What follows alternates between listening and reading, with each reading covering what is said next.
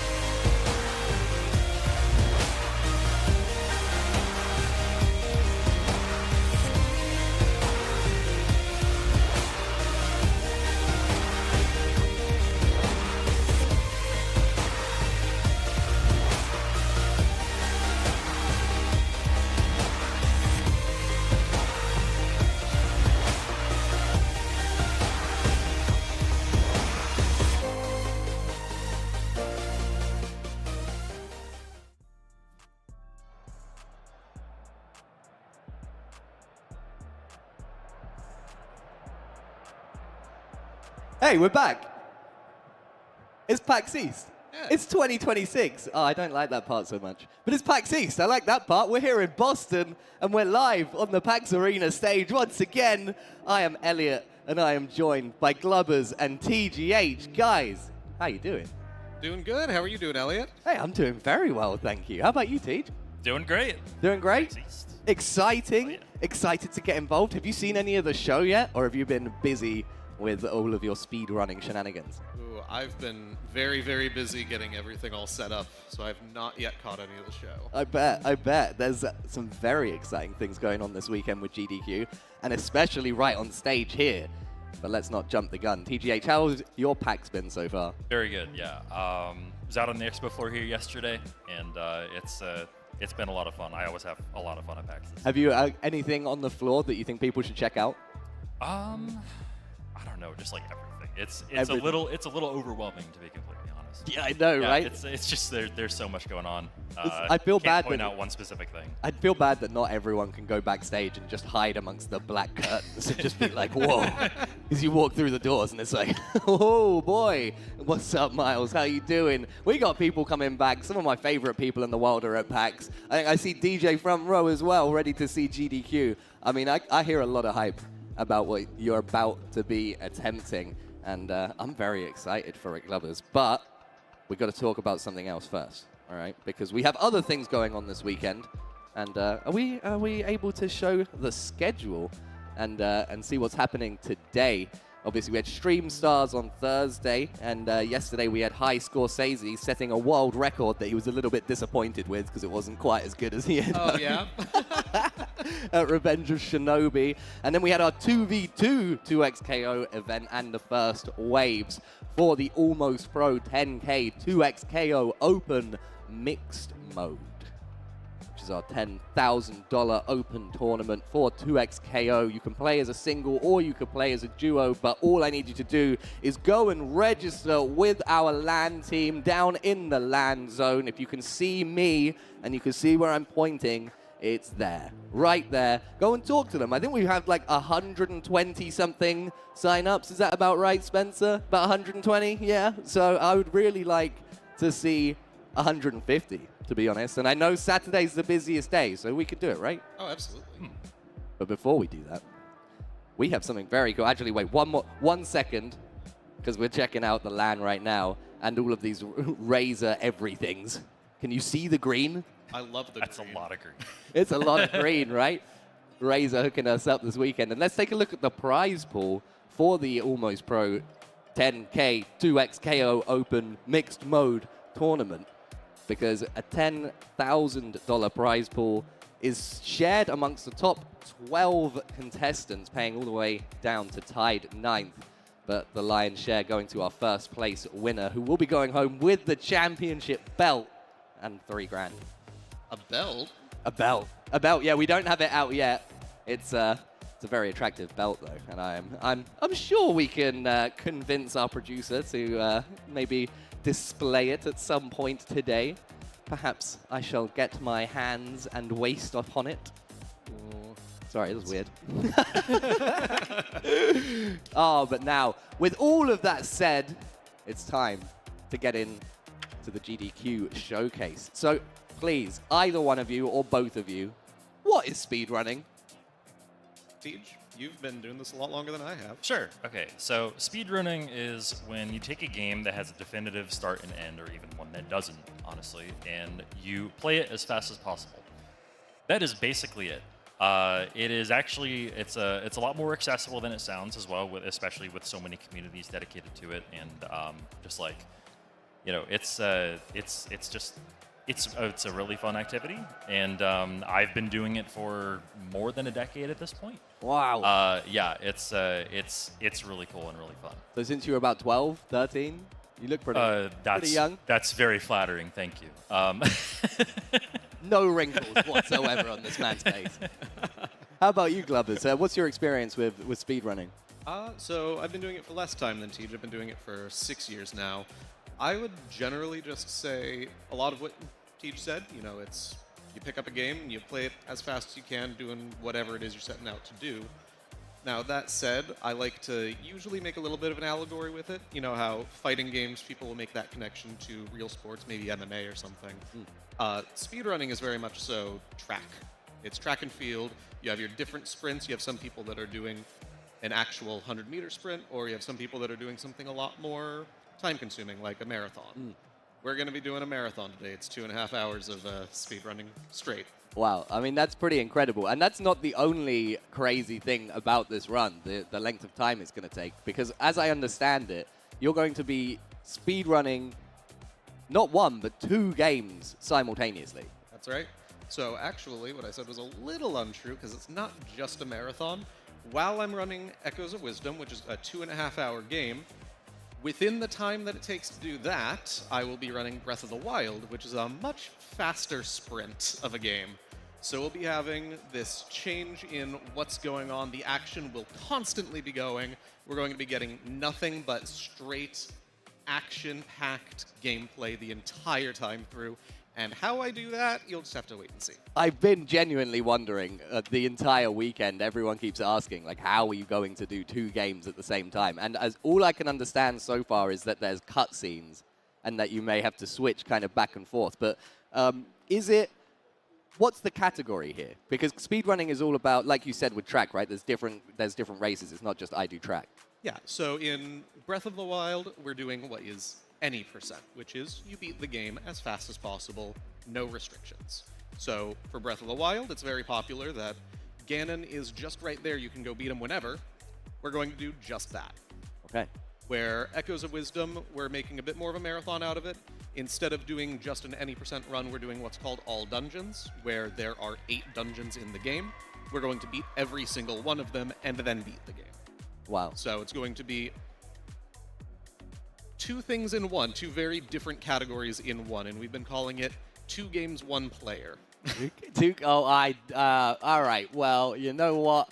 That's a memory I didn't need, to be honest with you. But how is it? Is it going to be like you're doing both of them in their own category simultaneously, or is it like is there an umbrella category for both games? So that was what I was referencing. That was not really a joke name. 2 games, 1 player is the umbrella. Okay, yeah. Within that, I am doing any percent of Breath of the Wild, all dungeons for Echoes of Wisdom. Wow.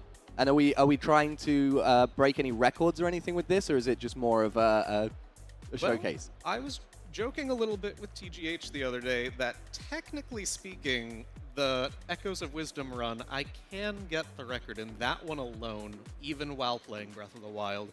We'll see if I can do it. That's going to be a tall order. It's a lot of pressure. I could, though. You and could. That would be really, really fun. Well, we've set the stakes nicely, I think. TGH, you're going to be commentating Glubber's run, right? But you also speedrun. So what are you speedrunning when you're behind the steering wheel? So I'm a 2D Zelda guy. I speedrun a lot of different 2D Zeldas. Like you name it, I've probably speedrun it, with the exception of some of the others that we won't really talk about here. But but yeah, so I'm very much a Zelda person. I have speedrun Echoes of Wisdom along with Glubber's. I actually have not run Breath of the Wild though, so that's an interesting. That's going to be interesting to commentate and to see. But yeah, so I'm very much just a Zelda speedrunner. Yeah. Any favorite categories within Zelda? So I'm actually also part of the GDQ speedrun stage. So tomorrow I'm going to be running either Oracle of Ages or Oracle of Seasons, so either of the Oracle games, depending on a vote of people who are attending PAX and who see the QR code outside the speedrun stage. And where is the speedrun stage? So it's on the first level. Just like if you walk in the building, go to the left, it's right there. It's just on the right-hand side, like just past before the family gaming. Yeah, if you can see me, I'm pointing roughly in the direction of it right now. Sure. It's that way. It's that way. We're going to Mordor. Where is it? It's over there. It's over You got there. that, folks watching? You got that? It's that way. People at home is Especially that people way. at home. Like over there. It's over there somewhere. But you have to prepare for both games then. Yes, because I you have to don't know what stay. people I have to take. stay what they call derusted at both games. Derusted. Yep. Nice. Derusted. Or like sharp, basically. Lubricated. Yes. Yep. We're mixing Yeah. metaphors heavily now, aren't we? Absolutely, we are. That's a bit of a strong one. That's a strong one. Any? Do you guys have any records between you at the moment? He actually has the record that I might beat today. Yes. Wow. Yeah, okay. and I'm hoping that they beat it myself. Yeah. Yeah. That's the thing. Like speedrunning is like it's. You said earlier it's very much like a track, almost like it's like a like that, but it's more of a like a battle against your past self. Yeah. Rather than anything else. Like a lot of track meets, like you're playing against other people at the same time. Unless you're specifically racing in speedrunning, that's not really the case. You're really just playing against yourself and against the clock. And is that record for Echoes of Wisdom or for the umbrella of both games done something? Echoes of Just Echoes of Wisdom. Just Echoes of Wisdom. Yeah. And what's the time? Do you know it off the top of your head? No. I forget. It's 2:20:04. 2:20:04? Yep, 2:20:04. So we have a 2.5-hour rough estimate for how this is going to go. Things don't always go great when you do a marathon run, but the actual time difference between us, we're first and second place in the Echoes of Wisdom category specifically. He has a 2:20:04, and I have a 2:20:59. Yes. Oh it's my- less, it's less than a minute. That's in a 2.5-hour run. That's crazy. Who got it first? Who got the time first? His time is. What, I got mine 7 quite a months, bit. 8 months Yeah. now? Yeah. I also was not speedrunning Breath of the Wild at the same time. Yeah. That I can say for certain. Also true. How do you? Is it? I mean, this is gonna sound silly because obviously it's gonna make it harder. But I suppose in some way maybe it could be like a relief to just be able to like switch over and do something different. I don't know. It's a bit of a double-edged sword. Yeah. So you are right. It is a bit of a relief. You don't get complacent, right? You keep going on the entire time. You stay locked in. You do what you're doing the entire time. That said, you can't get too locked in on one because you have to swap back, and you have to keep that shift in your mind, not only of I'm going from one game to the next, but you also have to think, all right, now my controls are changing on the fly. How do I, in one game I menu with this button, in the other game I press a completely different button to do the same menu. Ugh. So how do you adjust to that on the fly? I wouldn't. I'd just lose. What's your favorite trick in the run? Ooh, across both games or individually? Hey, whatever. I think individually you seem more like, So in Echoes of Wisdom, it's probably yours too. We do a thing called a Gust Gyro, which is a little flying contraption. We build 2 little echoes that go next to us, and they let us basically fly where we want. There's conditions that we'll get into when we're actually running it, but it's literally just a flying machine. Yeah. Right? Who doesn't like that? Yeah, it's a combination of 2 different, what we call echoes. We'll get into it during the commentary for the run, but it's a combination of 2 different contraptions to basically make you fly, like just completely fly. And it's really fun. It's fun to execute. It's fun to pull off. And for Breath of the Wild, let me ask you, Elliot, do you shoot pool? I've been known to shoot pool. All right. So my favorite trick in Breath of the Wild is something we call a wind bomb, which my favorite way to describe it is in Breath of the Wild, you have 2 different bombs that you can set down at the same time. Think of it as one bomb is the Q, second bomb is the white ball, Link is what you're trying to shoot in the pocket. So you shoot one bomb into Link, and he flies away. Amazing. Very And fast. Very, very fast, and we do that a lot. If I know anything about speedrunning, I imagine that there is a fairly high level of precision required with that kind of move. There is a lot of nuance, and I'm not going to sit here and talk your ear off, but if you even know what the term ordinal angle means, if you speedrun Breath of the Wild, you do, or if you're a mathematician, you do. So... I am not. I don't know if that was obvious or not, but I am not a mathematician. Oh my goodness. I'm really excited to see this. Hey, PAX Arena, lots of people coming out to see the GDQ showcase. What do you reckon? Are we going to see clubbers beat Teja's record? Yeah, all right. Lots of people. No pressure whatsoever. Hey, just before we go to a break, we're going to shout out Razer. Look at these laptops. Look at these fight sticks. And the bright green keyboard just goes hard, doesn't it? That's crazy. Yeah, I love the bright lime green that they got. that fight stick. We've got people playing 2XKO on the Razor fight sticks down in the land zone. One more shout, by the way, come and register for the 2XKO event. Maybe get your hands on some of our $10,000 prize pool. But big shout out to Razor. They are our hardware and chair partner here on the PAX Arena stage all weekend long. That controller, I kind of dig that color. The black and green in that format. It's really hard. Yeah, the green is very nice. I like that. Love Well, it a lot. Glubbers, any final thoughts before we get you sat up on stage for this marathon speedrun? Ooh, not really. Just this is one that you're going to want to miss. If you're out there in the audience, you're in for a good show. Excellent stuff. TGH, anything that you're looking for from Glubbers as you commentate?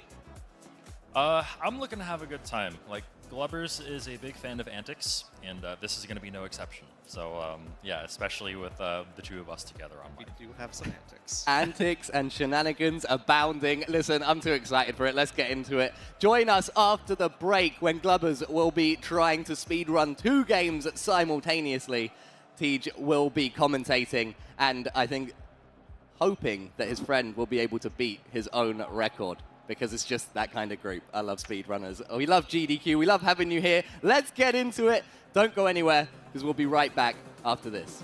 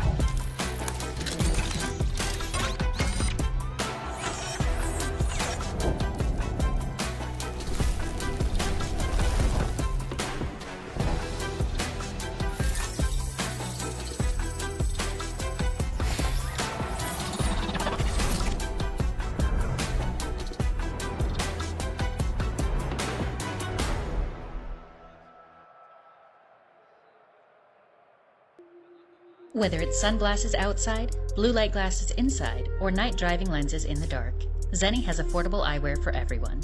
Get 15% off with code PAX at zenni.com.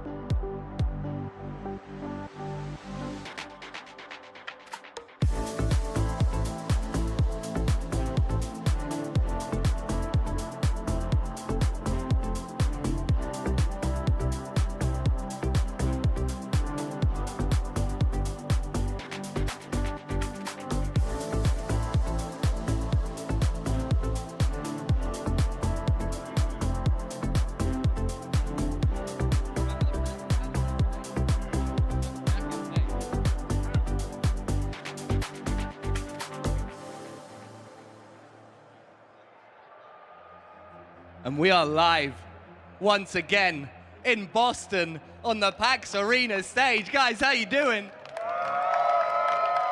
Oh, thank you. Lord, have mercy. It's day 3, and the crowd has got some energy, and I assume you're all here to see me, and not the famous speedrunners that we've got on stage. And you're going to have them for quite a while, actually, because it's a bit of a marathon we've got going up here. And I don't want to take too long before we get into the action, but I do have some prizes to give away. So would anyone like a pennant? Any pennant people in the crowd? One guy was like, you know what? Yeah, go on then. Why not? Here you go. I hope you kind of enjoy it. How about a mouse mat? I think it's a mouse mat. I don't want to take it out the plastic. Way in the back. I'm just kidding, enforcers. I'm not gonna do it. I'm not gonna do it. Right here? Oh, you're gonna get in trouble though, because you got 2 boys and only 1 mouse mat. You good? All right, you're very welcome. How about a lanyard? Do we have any lanyard collectors? Right here with the eye patch, come on. And then a water bottle. Sorry, I'm doing my countrymen a disservice. A water bottle? Anyone?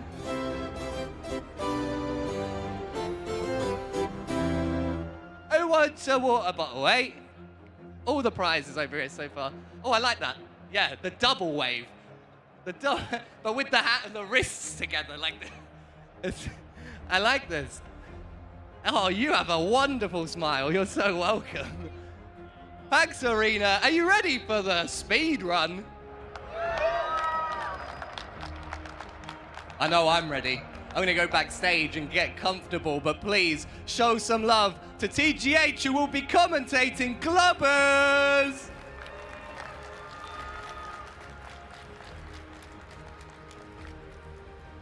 Hello, everybody. Welcome to some really dumb thing I decided a little while ago.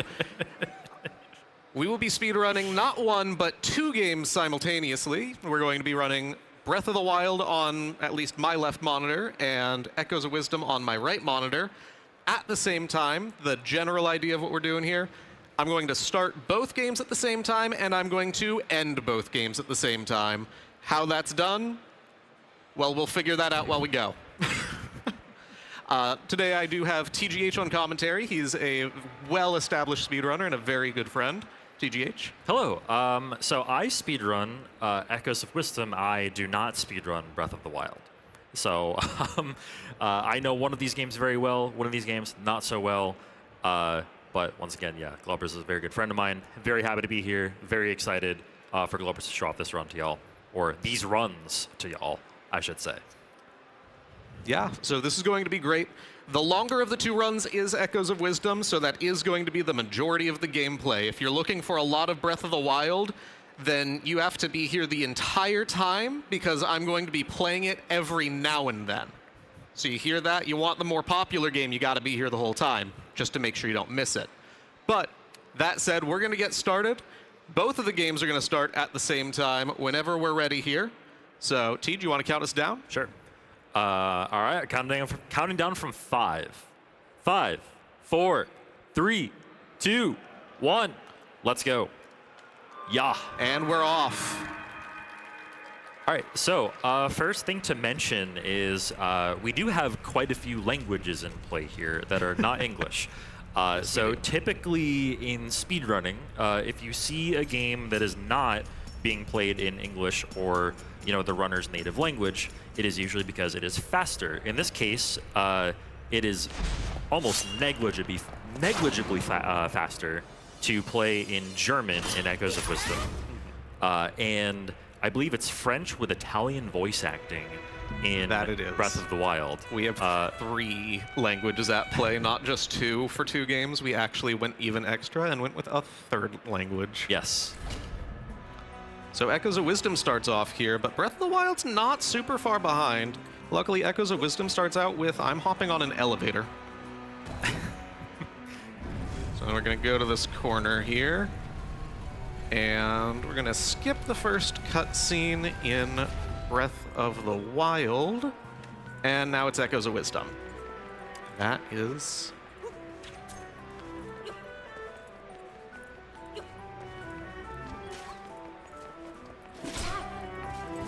Do you want practice tools in Breath of the Wild or okay?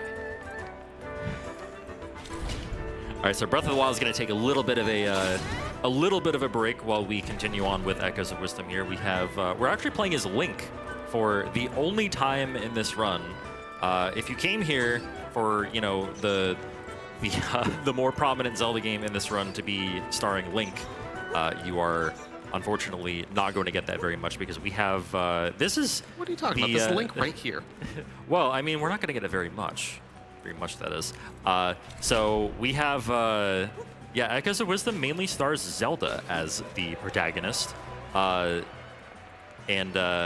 so we are actually coming up on Ganon right here as Yeah, well. so this is Ganon, who is the final boss of Zelda games.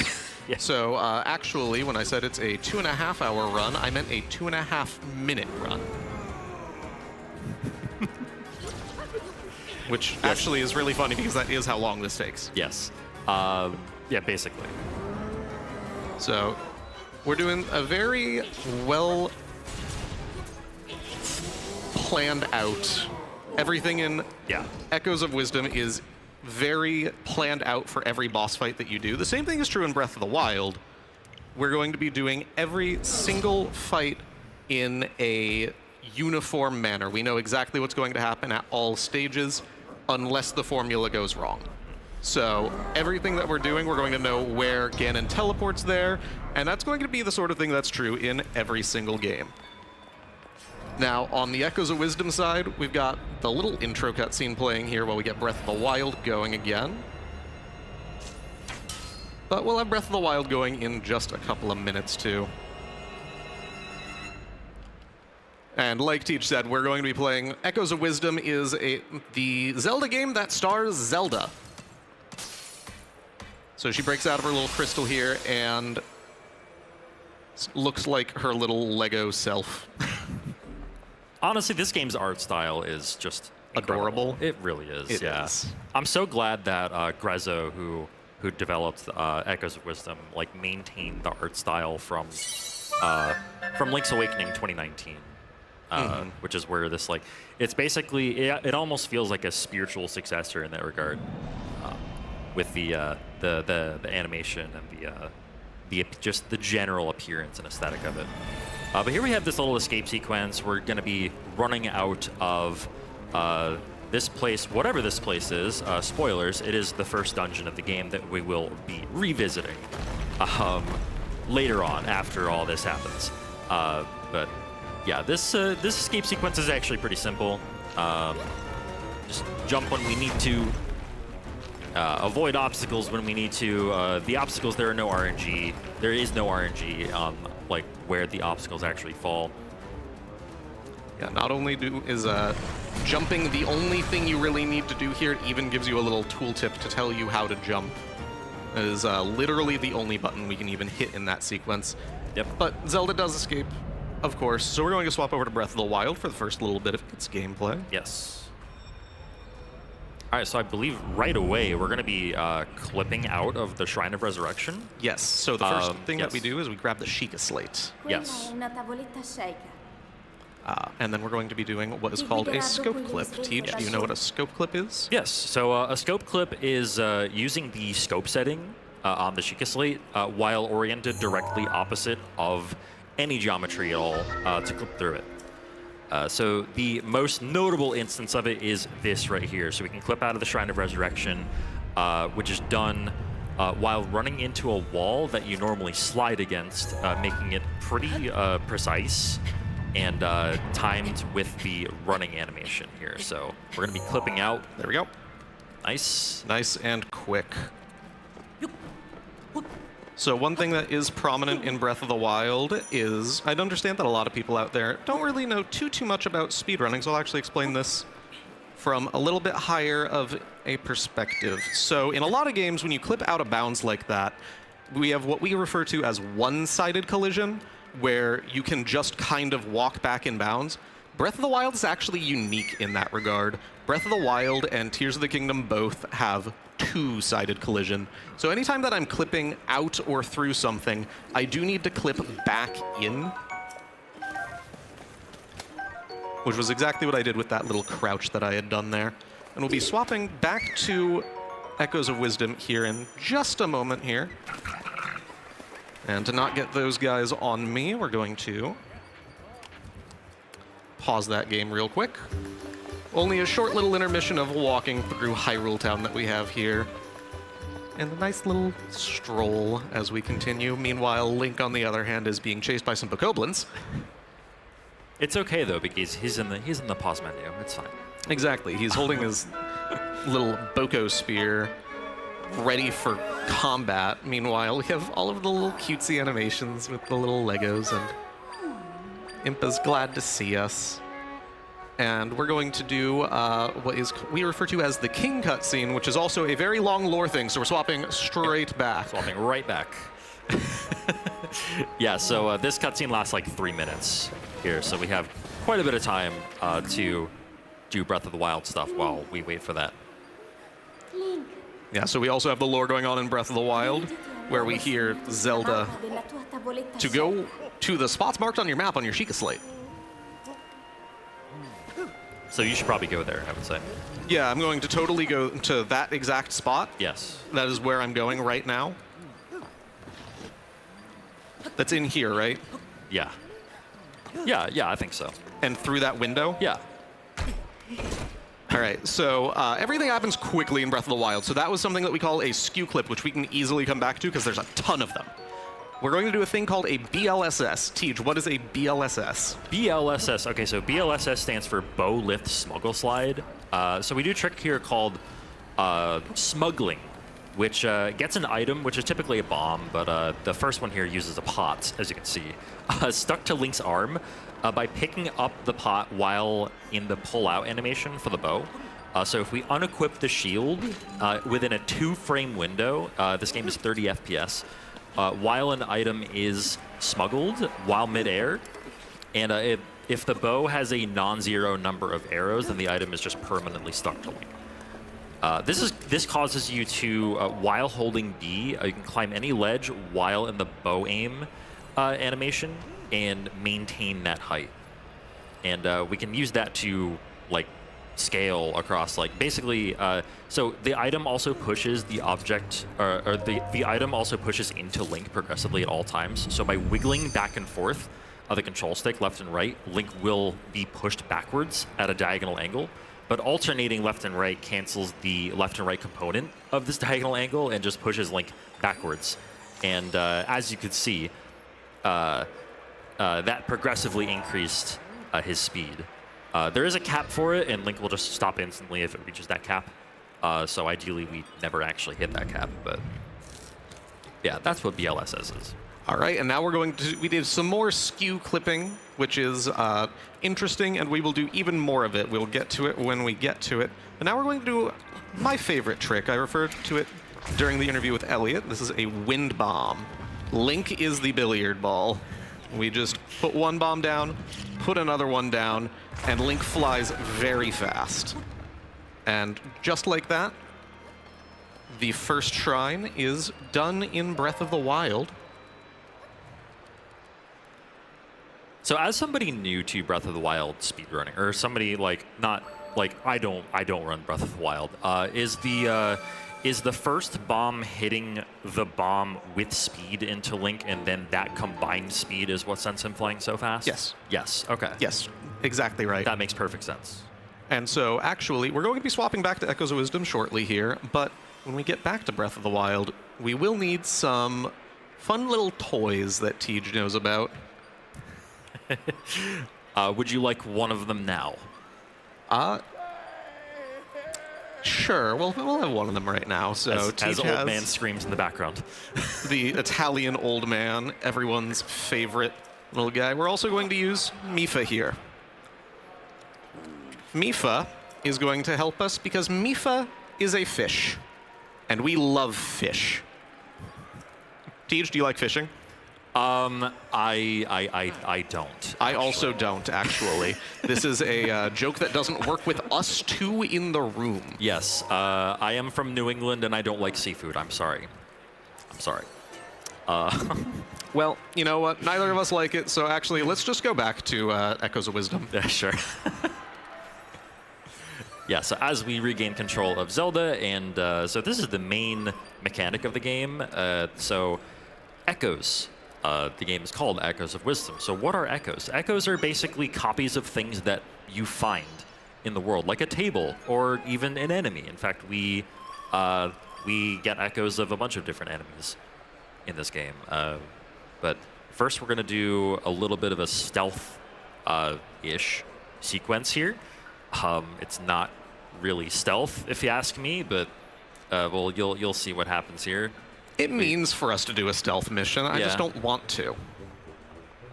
Instead, I'm going to set tables down. This is really a upholstery mission. Zelda is on a quest to assemble tables in a ton of places. All right, this last one is the hard part. Let's see if I can do it. That's okay. That sort of thing happens. Yeah, it does just spawn you back at the beginning of the room. Yeah, we get this little cutscene of going back in jail. It loses a little bit of time, but it's not a big deal.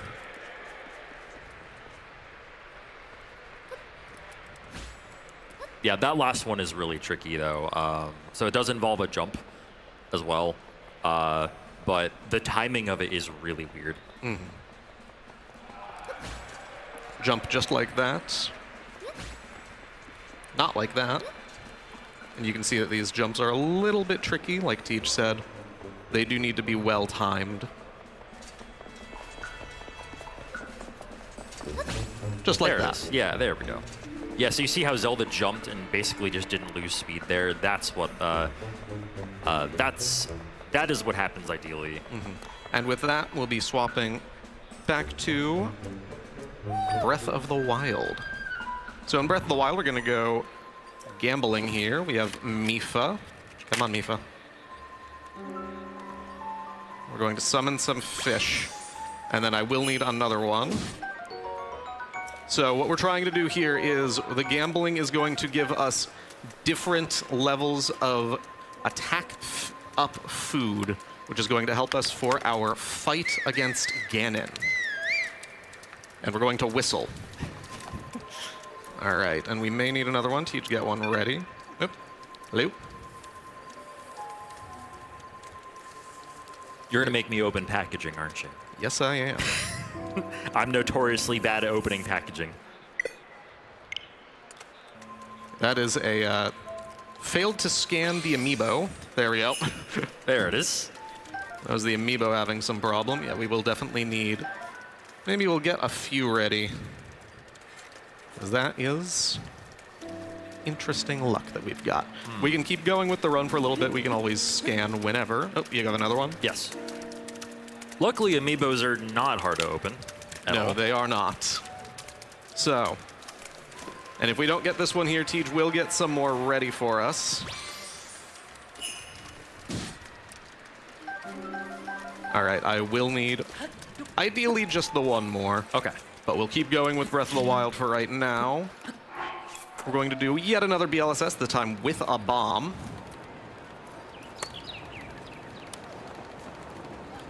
And fly across over to the Magnesis Shrine. And we're actually going to be swapping after this just straight to Echoes of Wisdom. So we'll pause that game while Tej gets stuff ready, and we have Zelda jumping.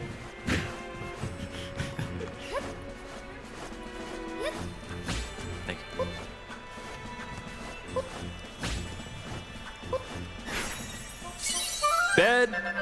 Bedtime. Yeah, So- you guys thought it was 11 a.m. It's actually bedtime. Yeah. Good night, everyone.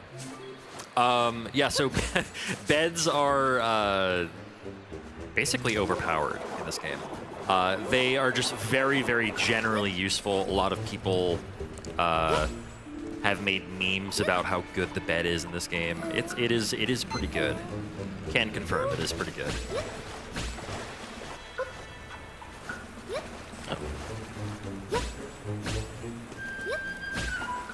Come on. Yeah, so the normal strat here is to actually, first off, to actually get the echo of the wooden crate, and then basically destroy them. But instead, we use beds to drop from pretty far above the crates and just like destroy them that way. It's oddly specific, though, how high they need to be, though, in order to break the crate. Mm-hmm. It is weirdly high up there to actually do it, but Also, we have Try here as a companion, so say hi to Try. Try is a slide whistle, or a lemon. I can't really tell, actually. Definitely sounds like a slide whistle. he definitely is a slide whistle. Teej, do you still have the slide whistle? You don't have it with you, I assume. I don't think... I might actually have it in my bag. I'm not kidding. Because I don't know if I ever took it out. No, you know what? I did take it out. I don't have it, unfortunately. Teej had a wonderful slide whistle to play the part of Try earlier this year, which he did a fantastic job. That was a lot of fun. That was a lot of fun. Unfortunately, not something really good for a stage like this, because I don't imagine a slide whistle comes well through these microphones. No. But, well, you can hear Try. It's slide whistle anyways. So yeah, we're going to be on a stint for Echoes of Wisdom, just a little while here, while we go through the beginning of the game and the last of the tutorial sequences, get into the first dungeon. Remember, this is all dungeons for Echoes of Wisdom. That is all 8 dungeons going to be done back to back to back, and that is going to be what comprises most of our 2.5 hours here. You got a green rupee. And I got a green rupee. Is a green rupee a dungeon? I can't in good conscience say that it is. No. I mean, you can pretend, but... I do like pretending, but you know what? There are bigger rupees than one. Maybe we'll get a blue rupee. That sounds like a dungeon to me. Yeah, in all seriousness, all rupees, or at least the first time you get a rupee in this game, it does give you a cutscene for it. Ideally, we would skip the 5 rupee one, though. Yes. The 5 rupee one is the one we don't want. The green rupee one is like, whatever, it's fine. It's like, you know, a green rupee was probably going to show up anyway, but... Yeah, ideally we don't run into a 5 that we can't just avoid. Yeah, so by the way, we're going to be going all throughout Southern Ruins before we touch Breath of the Wild again. So, yeah, the next time we play Breath of the Wild is going to be actually after the first dungeon. But here, we just use beds to get on top of the trees and get to where we need to be quicker. We'll be doing that a lot. So that's actually one of my favorite parts to talk about. Something that I see a lot when I'm playing this game on, you know, my own Twitch channel is I'll get people that come in occasionally and say, this game is this easy to break? What do you mean you're on the trees? And I'm like, well, yes, but that's entirely intended. Yes. And that's what makes Echoes of Wisdom so fun, is everything is meant to be malleable and manipulatable to work your way through whatever scenario you want. The entire premise of the game is, hey, what if we let the player do what they want with the world? The game actually was originally being developed as a Zelda maker, after all. Yeah. I've always said, and tell me if you agree with this, like, Echoes of Wisdom feels to me like sort of like a top-down Breath of the Wild feeling game. Like, once we get more echoes and more freedom to move about the world, and you'll see great examples of this later with the echoes we collect, it really does feel like you have that same sort of freedom. That is, yes, I absolutely agree. There's so much that you can do, and you'll see a lot of that in this. There are going to be some echoes that we defer to a lot, like we'll have our primary combat echoes and all of that sort of thing, but that is by no means representative of this game casually.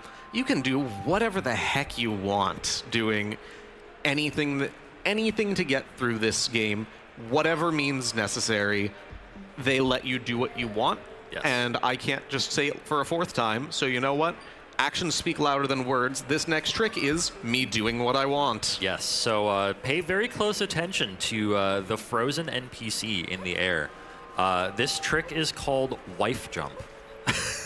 So this is wife? So, yes, this is wife. So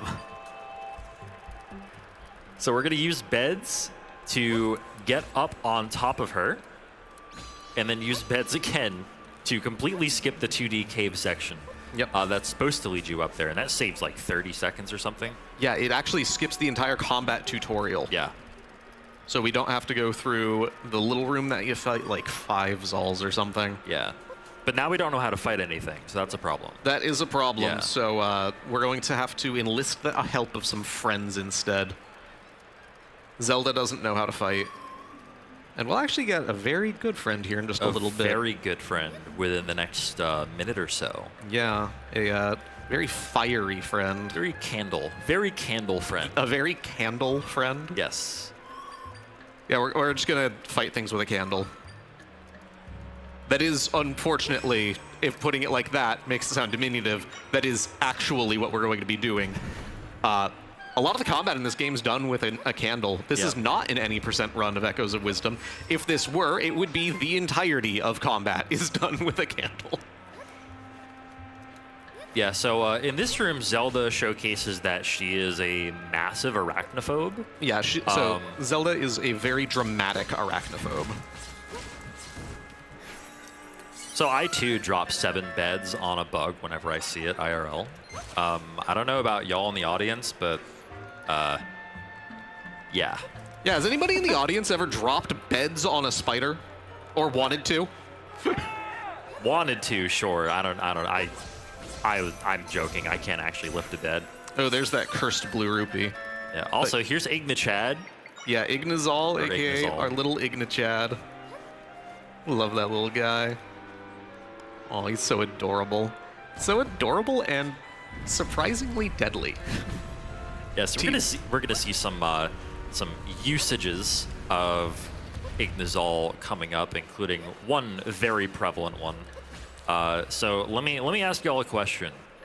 Between in a fight between the hero of time and a small candle boy, who do you think would win? The answer may surprise you. We will see shortly, because that fight will be enacted. Now, as a separate question, what do you think does more damage between this little candle boy, he's so adorable, and a just kind of a guy with an axe? Who does more damage? I'm gonna let the game answer that question. Well, I mean, we're not gonna actually, no, see we don't actually get Dark Knight. You're right. So, the Ignazal does more damage. The Spoilers. Ignazal does more damage. In terms of getting slightly technical with it, in terms of the damage internally, a Dark Nut swinging its hammer does 3 damage per swing. This little guy does 4. Link. That was just unlucky. Yeah, it's like a lot of the time. In fact, most of the time, Link will actually get stunned there. But yeah, still 2 hits. 2 hits just ends the phase, moves on to phase 2. Where the Dark Nut is 3. Yeah. So this is an echo of, or a dark echo, if you will, of Link, created by the main villain. So it's not actually Link. Mm-hmm. But yeah. So it's not the real hero, you know. But it's you know. I like the rumble that does in this stage. Yeah, that like shook the stage. That was great. That's awesome. God, I love the PAX Arena. This is great. Yeah. Yeah, it's really cool to be up here, for sure. But we have a sword now. Now, shout outs to everybody running production tech everything for this. This is fantastic. You guys enjoying what you're seeing?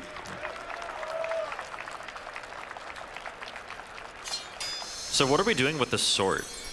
Zelda's turning blue. Cool. Have you heard of the Blue Man group? Yeah. She's one of them now. Okay. Wait, was that like at That kind of was. That was really good. So this is what we call sword fighter form. Tej, what's Sword Fighter form? Sword Fighter form. Okay, so pressing up on the D-pad allows Zelda to basically take on the form of like kind of what you would expect Link to be as a user of the sword, but we're only going to be using. There are a couple of items you can get. You can also get like Link's bow and bombs as well. We will be getting the bombs. I do not later want the bow. Yeah, oh, We'll talk about why later. You don't want the bombs? I do not want the bow. You do not want the bow. Yes, that's correct. As we have a little combat room here where Zelda's just gonna pull some flowers. Yeah.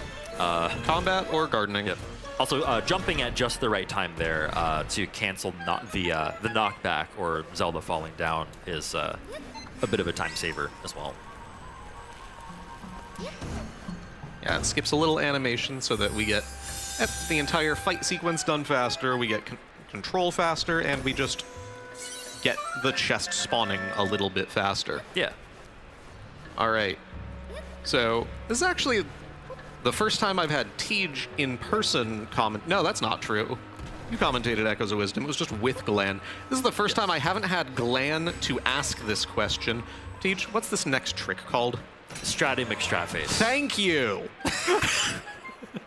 All right, so 2 rooms from here. We're going to be doing some interesting things. There's a room with very slow moving platforms that we really don't want to have to utilize because it is slow. So we're going to use the Strantula here. Yeah, so this is strat found by me. This is Stratty McStratface.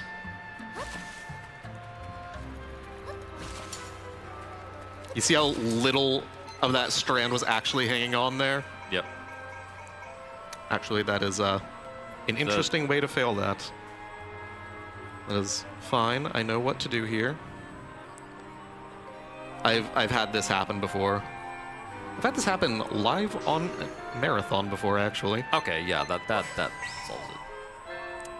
Yeah, just a little bit of an issue with the controller's turbo functionality, deciding that I wanted to repeatedly. That's what I thought it was. Yeah. Okay, yeah, I've done like.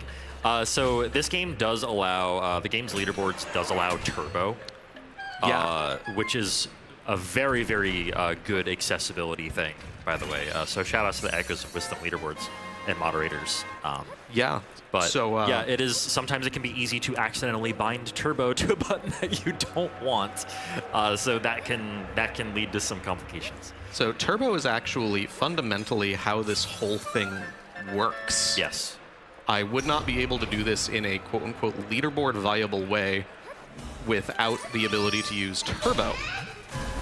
But we'll talk more about that after Seismic Talus here. Yeah, thank you for remembering his name because I didn't. Okay, so yeah, Seismic Talus, that was a very good jumping spin slash there for that second phase. But yeah, so we're hitting the glowing ball. This is Zelda, so we do want to hit the glowy part of the boss, of course. And then this last phase, that's good RNG. The immediate slam, and it should be and we're going to swap over here in a second. And there we go. And that's Seismic Talus. And Seismic Talus down, we are swapping to Breath of the Wild. And we're going to do what is called a skew clip. So basically, the way that you can think about skew is as I do a little shield flip there, you know, shield surf, which is the flip is the beginning of that little flurry thing that you do. And what that is effectively if I land on a surface that is at an angle, then Link will retain that skew, that's why we call it skew, as he's flipping until you cancel it. And I will say cancel it, asterisk, it is very complicated from there. That said, skew lets us do things like flip into geometry, because what it does is it gives you 2 frames where Link will be surfing and flip down and then back upright. That jerk motion that he does clips straight through geometry if you have the correct skew angle to act counter to the geometry you're going in. And that gets us into basically every shrine. We're now in the Magnesis Shrine.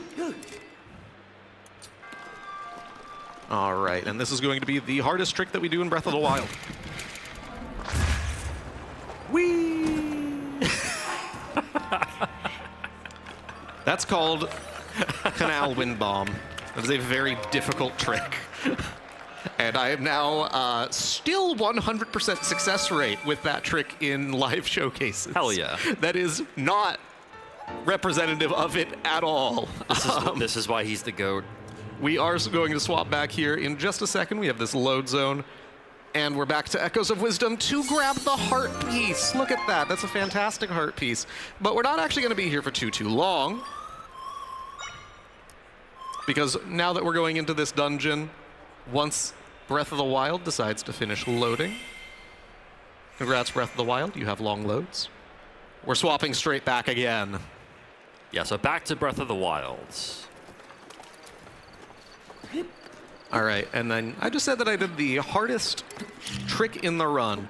Here is one of the more precise tricks in the run. So this is yet again a BLSS, but you see that little tunnel over there? I see it. I'm going through it.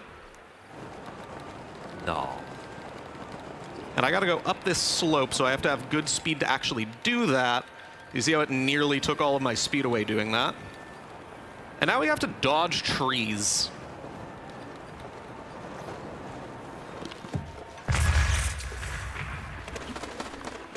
Yeah, it looks legitimately difficult to control, like, where you go when you do that.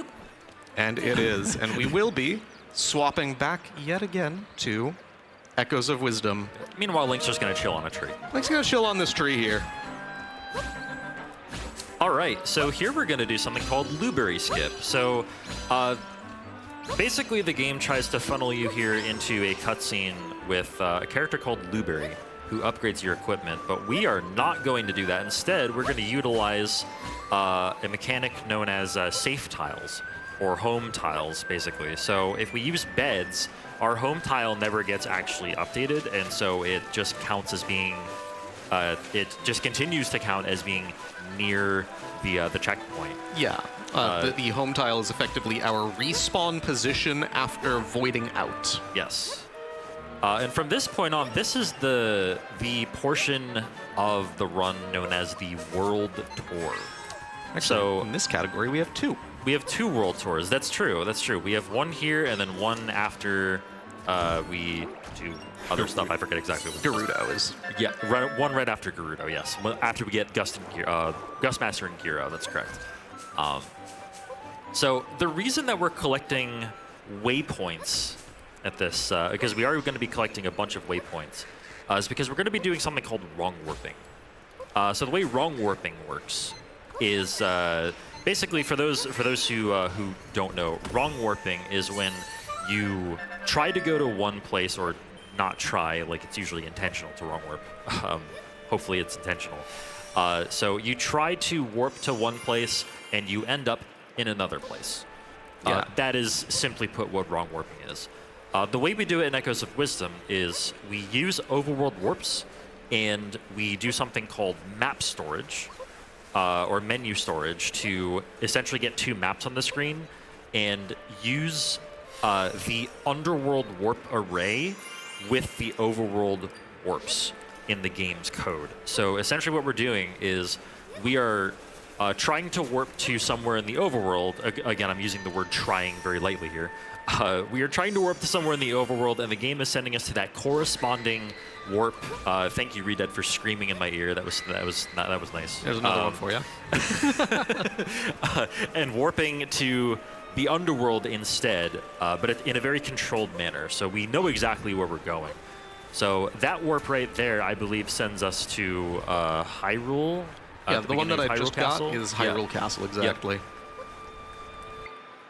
So, yeah, the word try is being used very interestingly, but admittedly, this is all sounding very complicated. And if you're like, whoa, I have no clue what is going on, trust me, that's normal.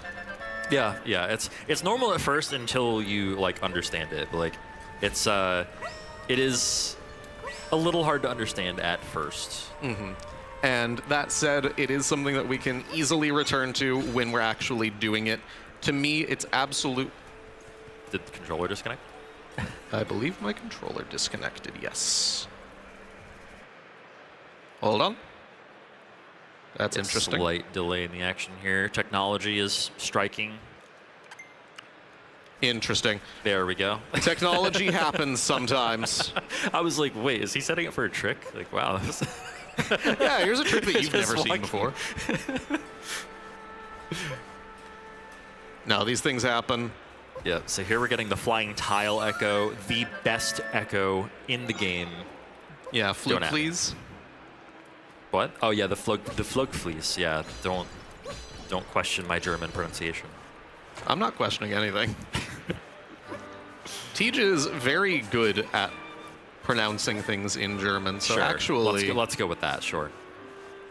good is used loosely here. It's just the opposite. That's what he means. It's the opposite of good. Yeah, loosely. So yeah, we'll be seeing this tech a lot as well, using the flying tile, like sort of chaining flying tiles together in order to gain theoretically infinite height. And also, we're doing this. So we're using the bind tech that we learned, or that Tri taught us how to do in Southern Ruins. And we are using an echo called a Tornado to basically gust our way up Death Mountain. And this here is Lizalfos that I don't want to interact with. So he can just go in the lava.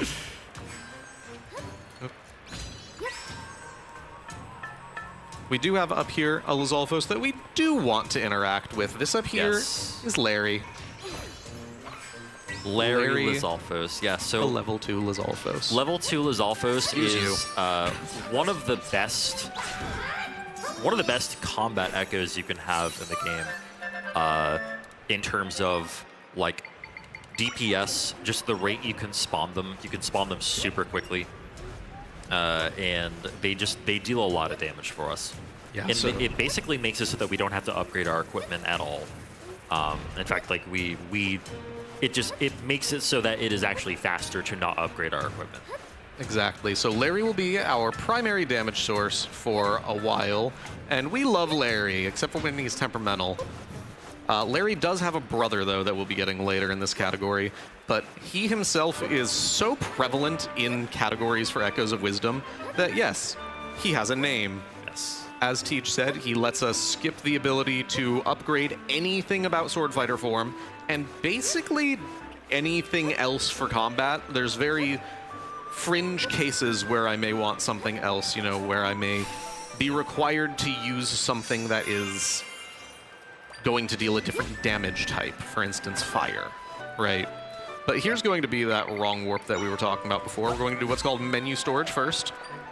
Yep, so we're gonna read a sign and basically void out at the same time. And then you have a couple of frames to do this, to open up your Echoes menu or your map or whatever menu you feel comfortable opening up at the time. I did forget to do the minigame. Okay, so yeah, right. Okay, so in order for us to get our map privileges back, we need to do this, and this is actually really funny. Hey, what's up, Acorn guy? Yeah, so you have to play the Acorn minigame. There are a couple of things that get you your state back because of the state that the game puts us in when we do Blueberry Skip. We don't have the ability to warp anywhere. So in order to wrong warp, we need to warp somewhere. In order to get that map ability back to warp somewhere, you need to play the Acorn minigame, which happens to revert that state back to where it should be. So now we're going to attempt to wrong warp and get menu storage. So the way we get menu storage is we essentially talk to this sign and void out at the same time, and you have a couple of frames to open up your Echoes menu or whatever menu you feel comfortable with at the time, once again. And you basically at this point you have control over Zelda, and you are playing the game while the Echoes menu is on screen, which obviously isn't supposed to happen, right? So now we're doing movement that we can't exactly see here. You can see on the mini map on the bottom right, though, if you could, a couple seconds ago, Zelda actually moving to the Southern Ruins warp. So we're going to access the Stilled World, and now we have the ability to essentially open two maps at once. So we're going to use the overworld map to warp to the corresponding underworld map on that array of maps. And the result here, as you will see in a second, here we go, we're warping straight into Jabul Ruins. Yep. Right outside of the Jabul Ruins, the second dungeon that we'll be doing here. We do yet another one of these fun jumps. Yeah, these tornado chains. Tornado chains are very fun, but we're going to make a pit stop here to grab the water tile, which is going to be actually a really important combat tile for us.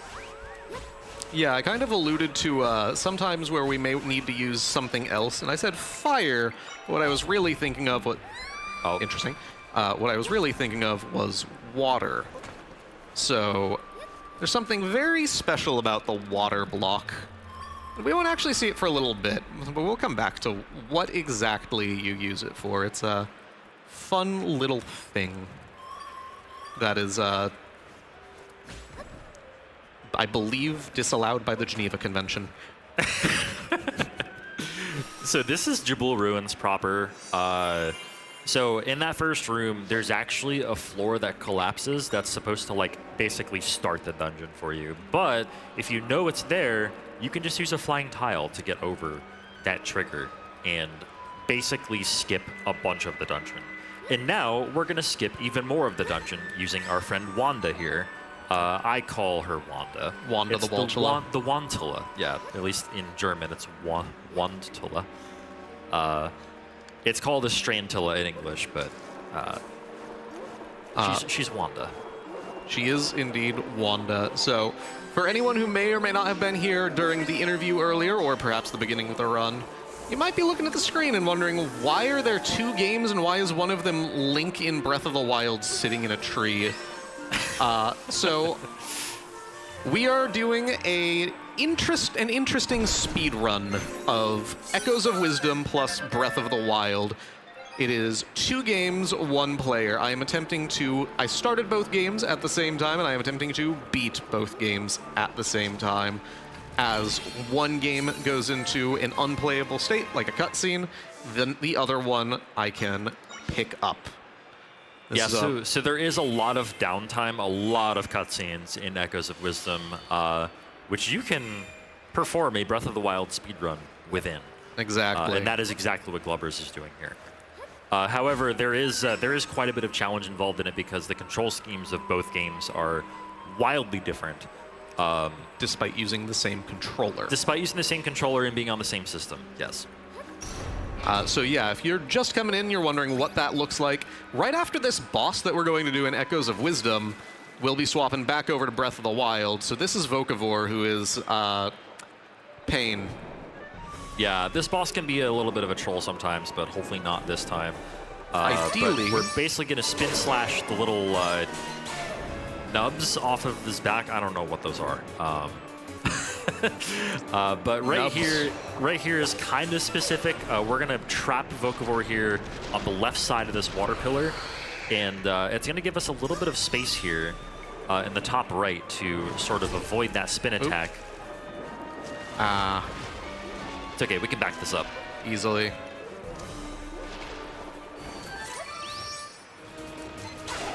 Very nice.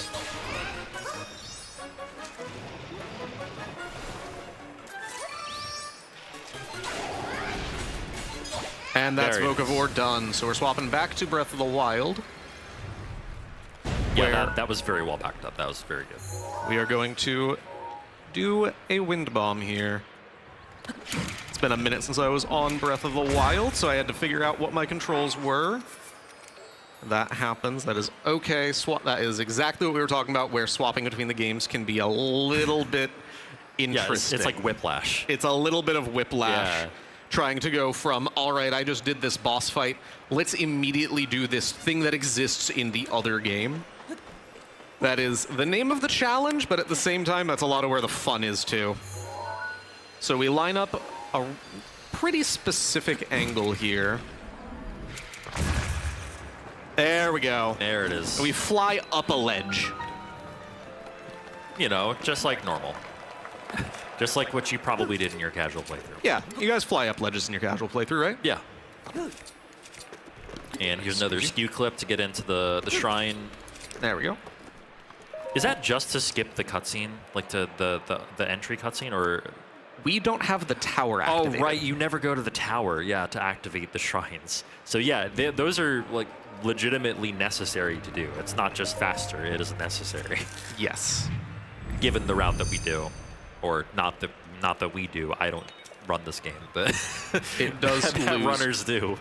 It does lose a decent bit of time to not to go and grab that tower. Yes. And we don't like losing time. This is a speed run. Yeah, when they say any percent is as fast as possible by any means necessary, they mean by any means necessary. Mm-hmm. And so Breath of the Wild here, we will do that real quick so that I can not mess up my cycle. Yeah, so Echoes of Wisdom is going to go into a fairly long cutscene here. My favorite cutscene in the game, which unfortunately we'll be playing Breath of the Wild during.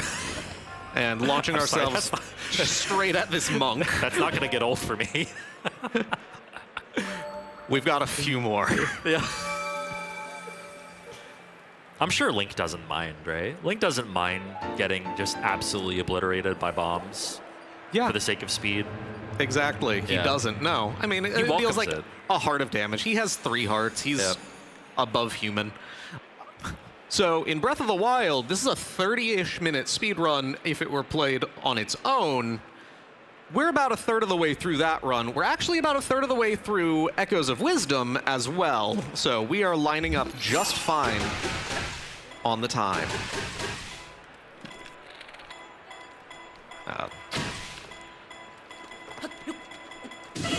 Yeah, that's interesting.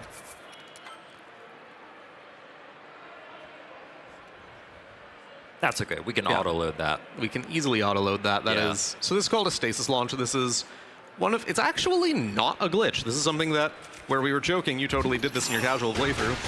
Yeah, like you may might have you done might have something done like this. this.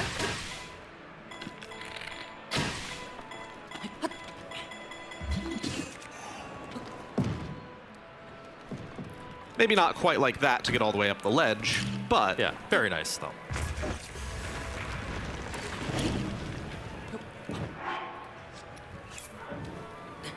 Yep, here we're you. doing another BLSS. with the cold. He's a little cold though. All right, so this next trick is the other kind of clip that we do. This is called ESC, or extended shield clipping, which is you remember how I was talking about two-sided collision? There's 2 sides to these doors and stuff. So the other ones I've been clipping in and then walking around out of bounds. But what if I just went straight through the door?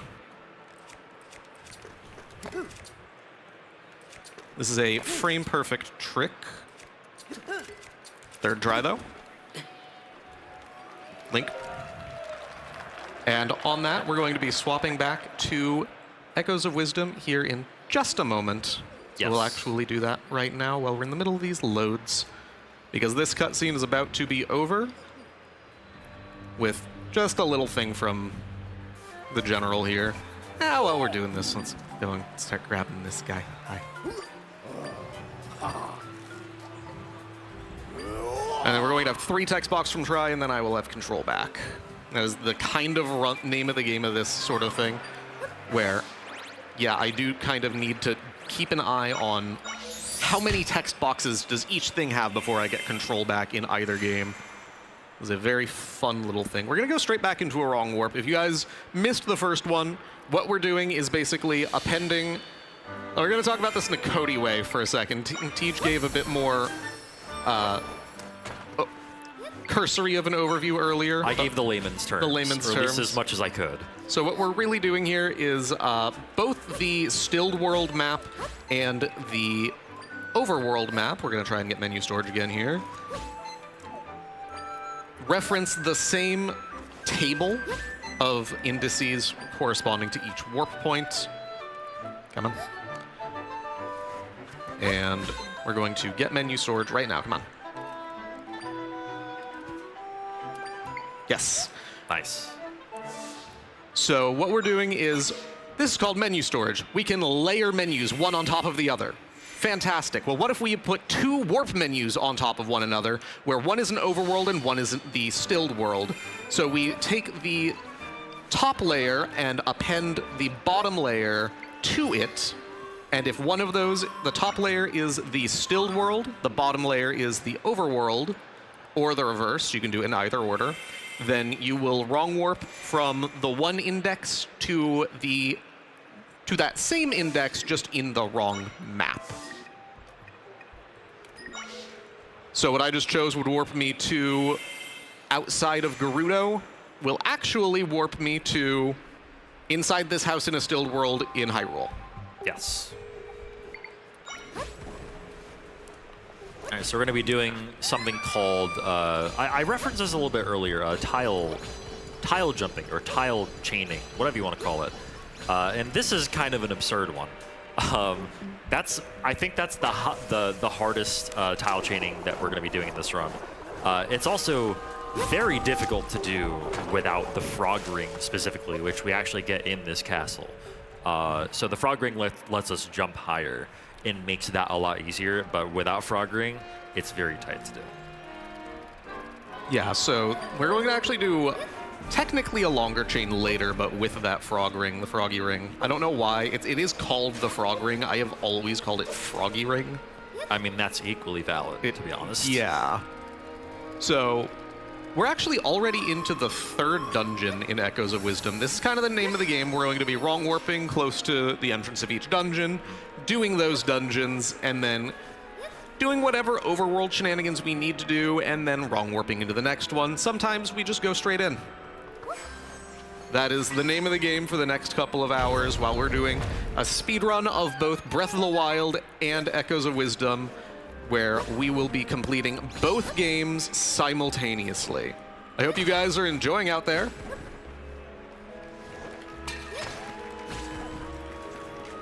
We're just gonna go past these guards here. They're a lot easier to get past than they were earlier, because this time I have a flying tile that can let me skip straight through the room. So there we go.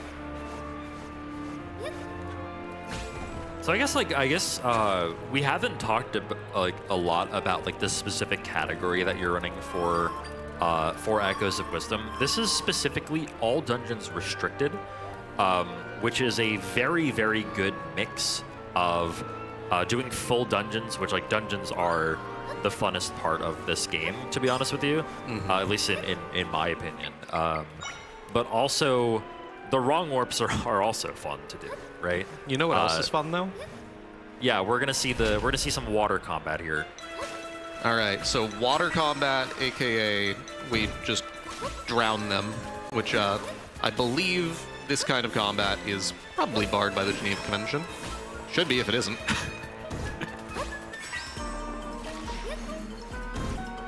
Just because we don't have access to, or we do have access to Larry, but he's a little bit slower than just doing that. Yeah, he's a little inefficient in that room compared to the water tile.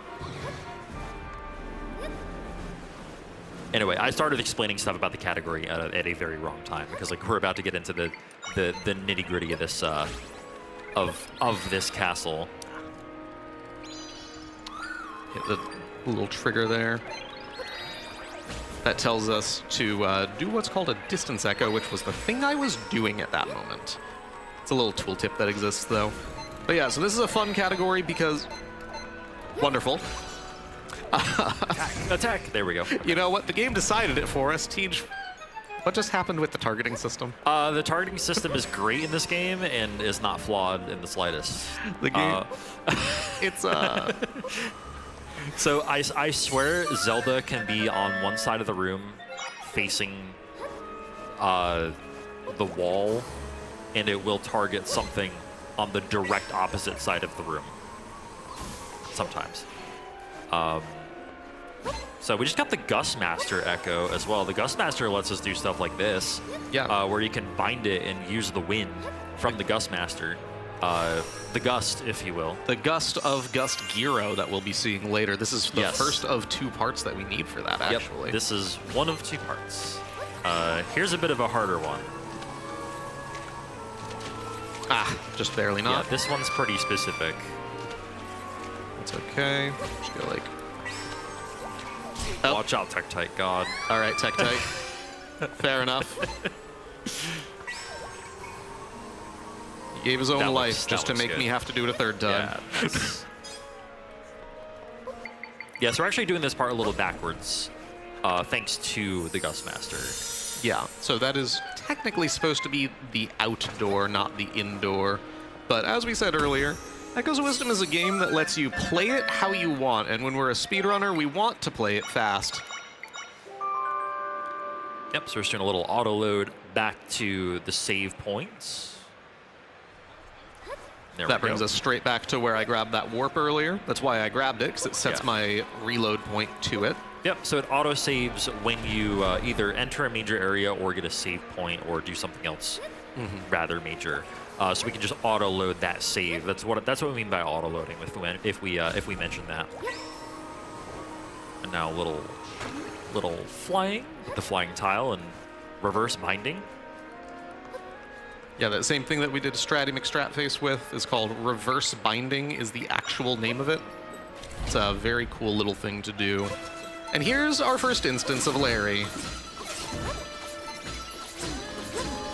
I actually like to refer to this segment as Larry's performance review because how he acts in Hyrule is something.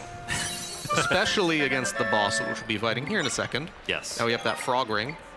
Yeah, you could see that that Larry was just like instant attack after a spawn. So like you can spawn one, he'll attack, and then immediately after attacking you can spawn another one, and just the rate at which he attacks is super fast. And we'll be getting back to Breath of the Wild here in a couple of minutes. Yep. But first we have to fight Ganon. Again, Again. as Zelda this time. Again.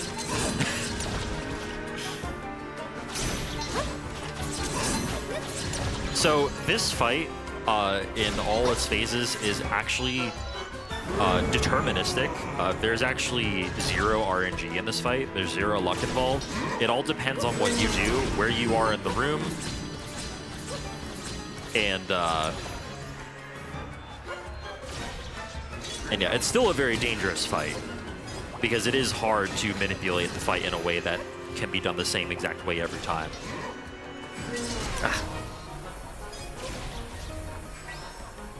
A little bit early on the quick knockdown there, but that's okay.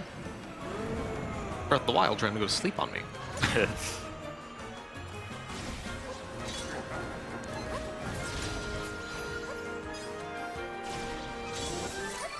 And here is the Dead Man's Volley, the classic Zelda. Little fun fact for you that TG may or may not know this. It was never called the Dead Man's Volley until Phantom Hourglass came out. It didn't actually have a name. Yeah, like I don't remember it ever being actually called that. I've always just called it tennis.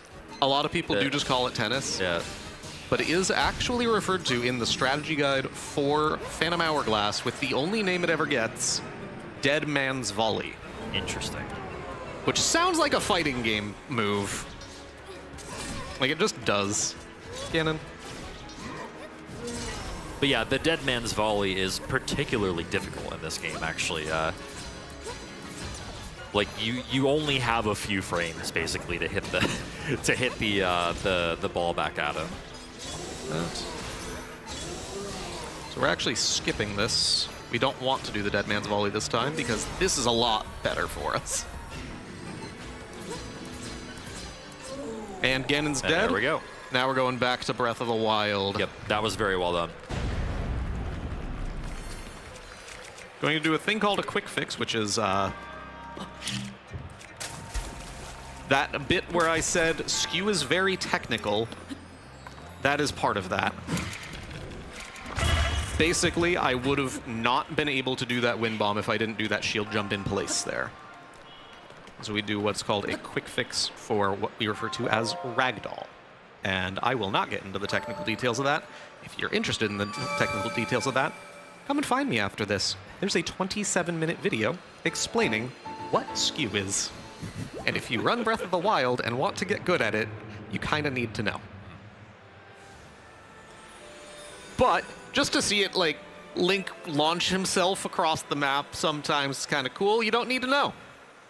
So, relish in that you are not tormented by the knowledge of everything to do with skew.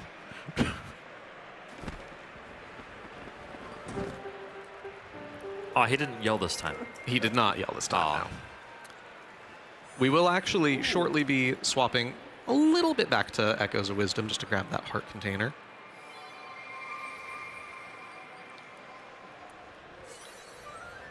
So we're going to pause because we're in the cold, swap back. And the only reason that we're doing this short swap is because I actually can't simultaneously do anything where normally I would do this simultaneously. While I'm doing a BLSS in Breath of the Wild, I need both hands on a ton of buttons to prevent it from just canceling. So we'll be swapping straight back again while more lore plays. All right, back to Breath of the Wild. Like I said a moment ago, we'll be doing a BLSS. We're actually done with the first half of the game at this point. And that is exactly what happens when you drop it. Yeah, so that was just going too fast, hitting the speed cap.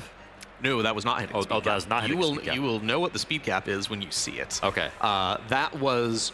The way that this works is I'm actually wiggling the control stick back and forth repeatedly from left to right.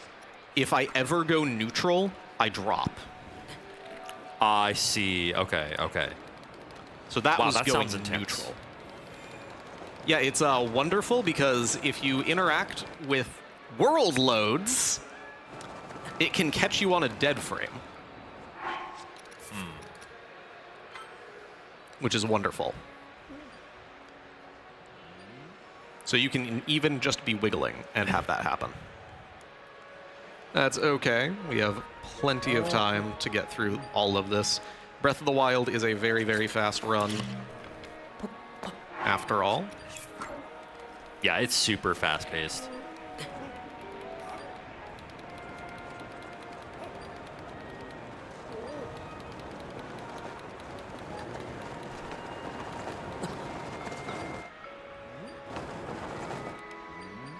All right, so we're going to do a fall damage cancel like we've done before, which is we throw the spear. While we're in the throwing animation, we re-equip or unequip the shield.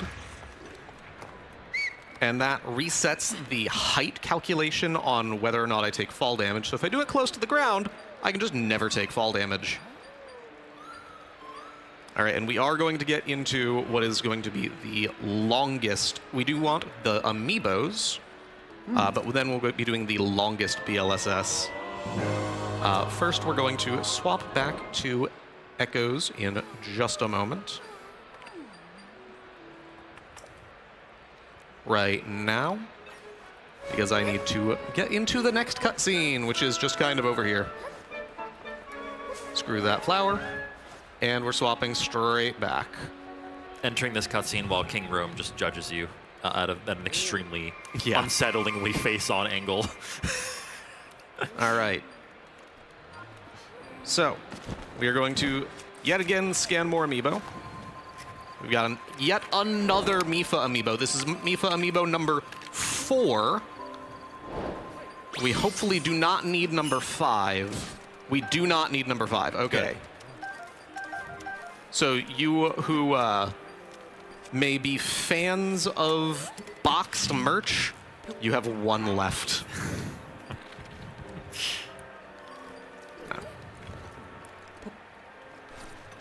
We will do this in the less dangerous spot here. This is going to be the last BLSS of the run. And Breath of the Wild, this is an any % run for Breath of the Wild. So that's Hyrule Castle over there. We're going there. So this is where we may see speed cap.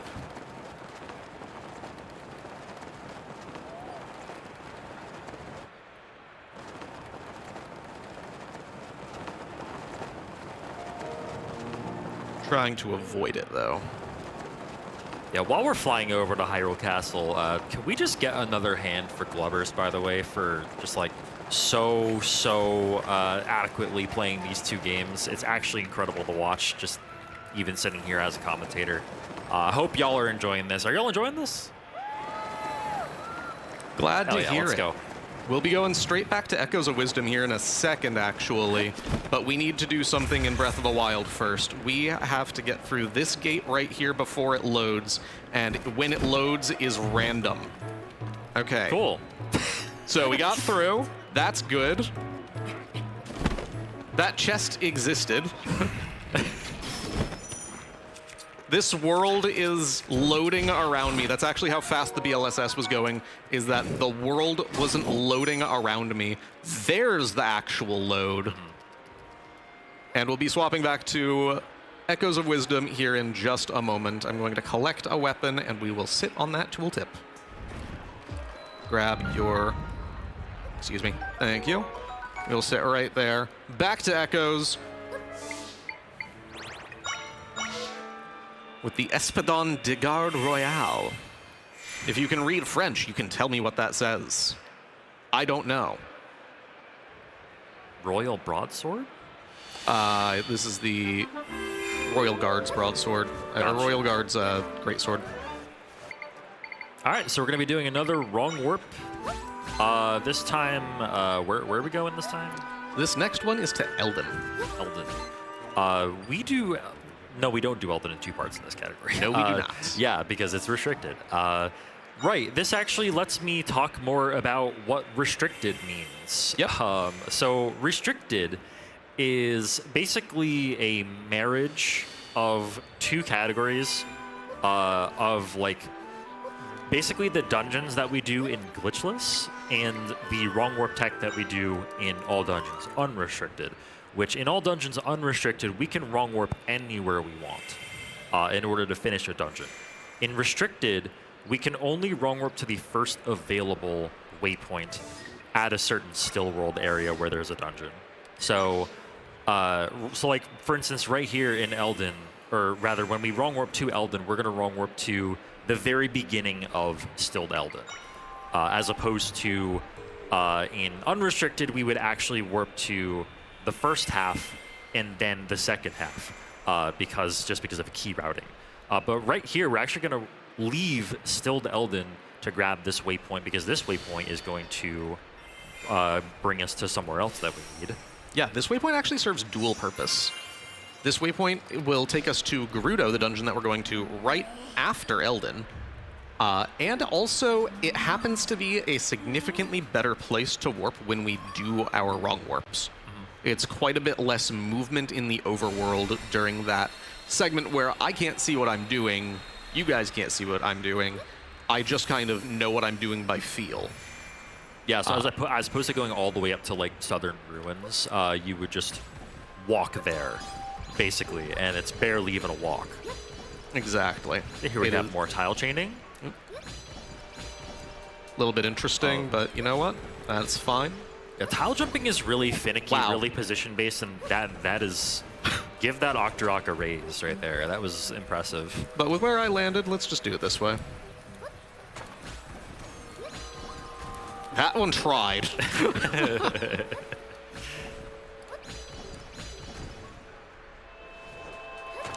Nice, clean little backup, doing what is the All Dungeons Unrestricted way to get in, almost. And now we're in Eldin Temple.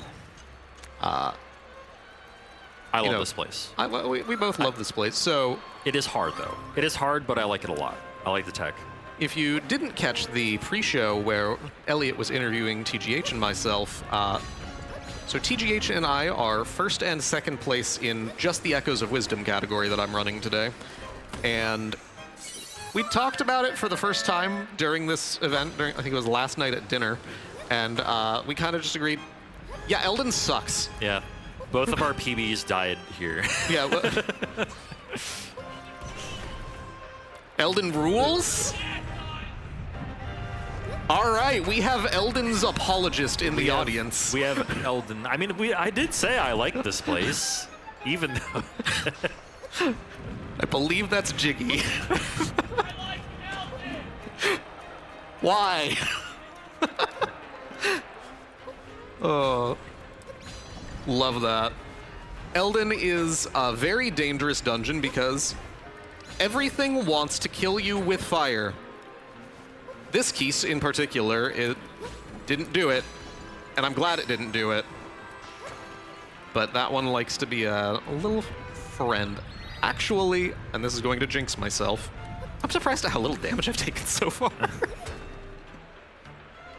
Yes, a little lava drowning teleport. Maybe not the technical term for that, but the Void. That's the term I'm using. Yeah, the void out. Yeah, there we go. Void out. We Yep. could co-opt Ocarina of Time tech that has dumb names and say it's a void warp, which is not what a void warp is.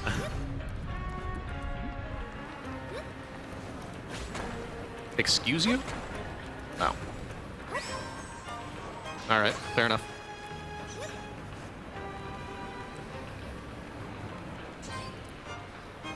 All right, These please. cycles can be super annoying, though. Those Yeah. fire cycles. This Keese is my favorite. There we go. Okay. Stayed slightly out of the way. Stayed out of the way.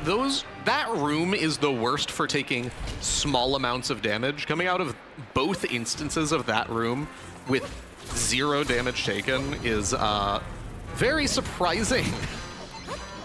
I won't even say nice. like that's impressive. It's just surprising. Shout out to Zelda targeting that rock, by the way, instead of, you know, the threat in the room. Yeah. This is the second Link fight, by the way. So, yeah, Link has bombs now. And pretty soon we're going to have bombs. Link is actually being very dangerous right now. He did 2 bomb chews. Yeah. But we're just fine. Took a little bit of damage, which, as I said, we didn't take too much damage earlier, so we are actually just fine on health. Pretty much, yeah. We do have some more waterboarding to do in a moment. We've got 2 more fire keys, and who likes fire keys? I don't Why- really like any keys, I don't like to any be honest. keys. Yeah. Okay, so every single Zelda game, casually, you guys can probably agree even, why are keys annoying in every single Zelda game?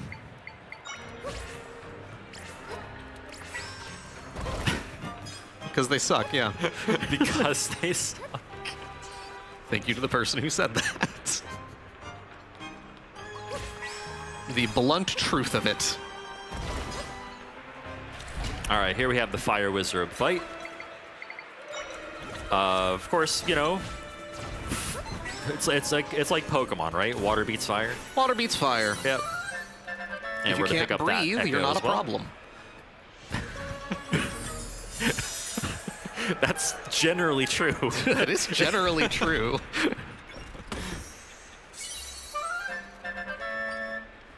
Hey, All right. Meanwhile, also picking up the Fire Wizard Echo because that's going to be useful, honestly, shortly upcoming, right? Yeah, well, we do Lineru last, but it will be useful for sure. 3. And we're actually going to get a 4th bomb with the Bombin' Fish. The Bombin Fish. Ah, not quite. I was hoping to, well, we can do this.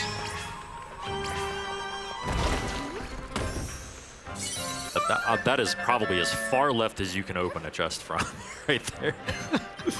Was I like... So that's what the keys haven't been doing, Yeah. and we've been lucky that they haven't done? Yeah, they hurt us.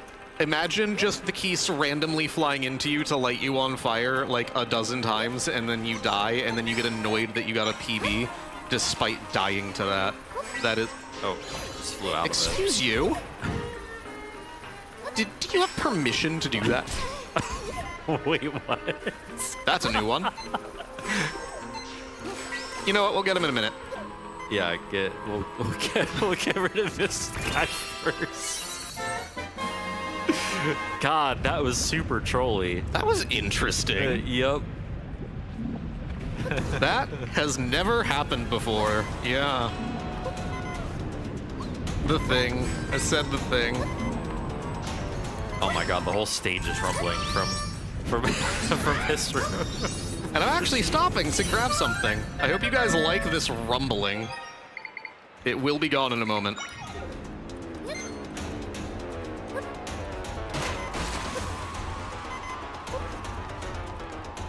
Because fun fact, the audio is like somewhat desynced if you pause. It just kept going. A little bit, yeah. It might have been from something else, for all I know, actually. It's hard to tell. It's from them having so much fun at PAX. Everyone here is having so much fun. Why did I do that? Are you guys having fun? I hope you guys are all enjoying PAX. I have personally been enjoying looking at all of the cool shops and stuff that we have set up. Call me a little capitalist, but I've been enjoying looking at all of what they have. All right, here is just kind of Volvagia. Yeah. As with the general scheme of how things go with this game, we will be swapping to Breath of the Wild after this boss is dead. So, get ready for that. We'll be doing the castle sequence in Breath of the Wild, actually. And Breath of the Wild's trying to go to sleep on me. Yep. So this fight is basically just throwing bombs at Volvagia. And there isn't really a lot else going on. So I will ask you, the people watching, is it Volvagia or is it Volvagia? What's the correct pronunciation here? I actually can't hear what anyone's saying, so I don't know why I can hear them, but they're disagreeing with me, so I'm not repeating it.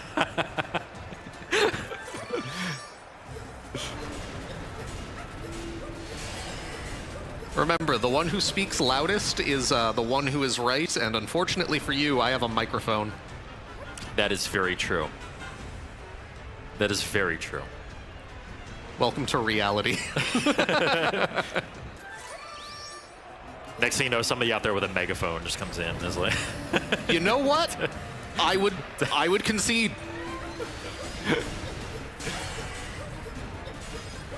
Because I will just abide by what I said. Yep. You know? If you have a megaphone, you can decide how to pronounce Volvagia.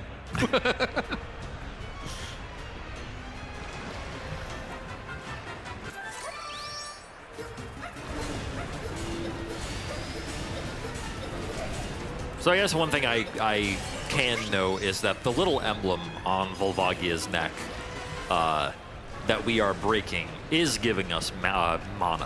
I don't think we've really explained how the mana works. I didn't even know you called it mana. I call it energy. Energy, whatever. Mana, energy, the blue stuff at the top left of the screen that goes down when you're in sword fighter form. Whatever These are you want to fighting call game players. It's meter. Whatever you want to call that. But yeah. So yeah, that does have the necklace or the emblem does have the little blue specks. And you the can last call little those bit what of you fight, want to refill 2, 3. that And mana we're slash swapping. meter slash energy. And here we go, back to Breath of the Wild. Where we do not have meter except for our stamina meter. Yep. We also don't have Volvagia. We just have a bunch of other dragons. And a bunch of blights, but we'll get there. We'll get to the lights in a little bit.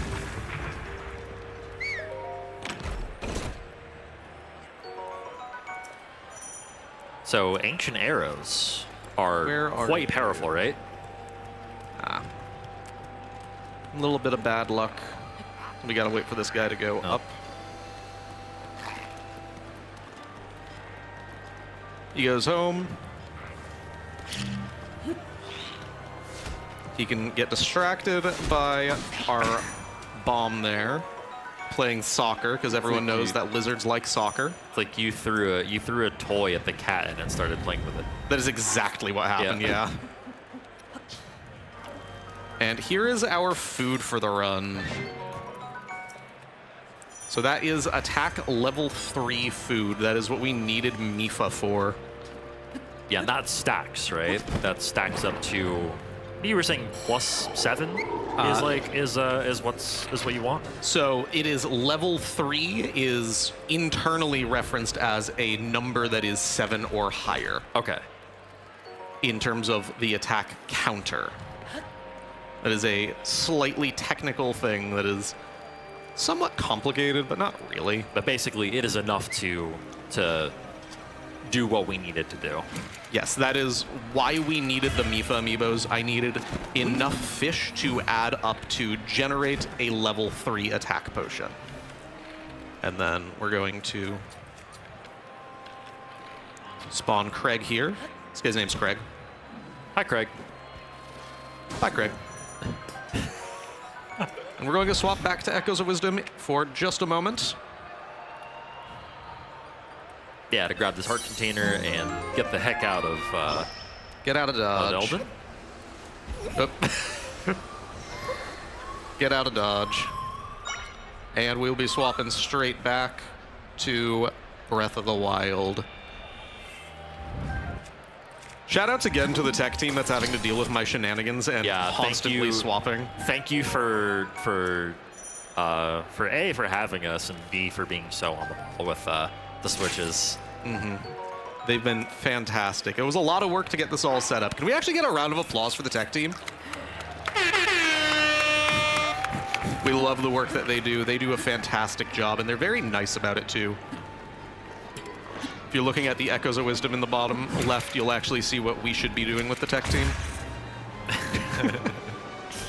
The last wind bomb of the run, actually, will be setting up for our fights against Ganon.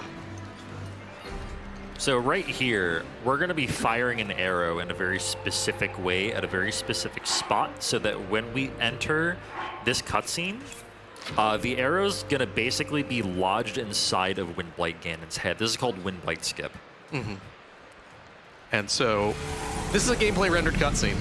So the arrow that I just had in midair ideally is right in his head, and it's gonna wiggle like that. Poor Windblight. Straight onto Waterblight.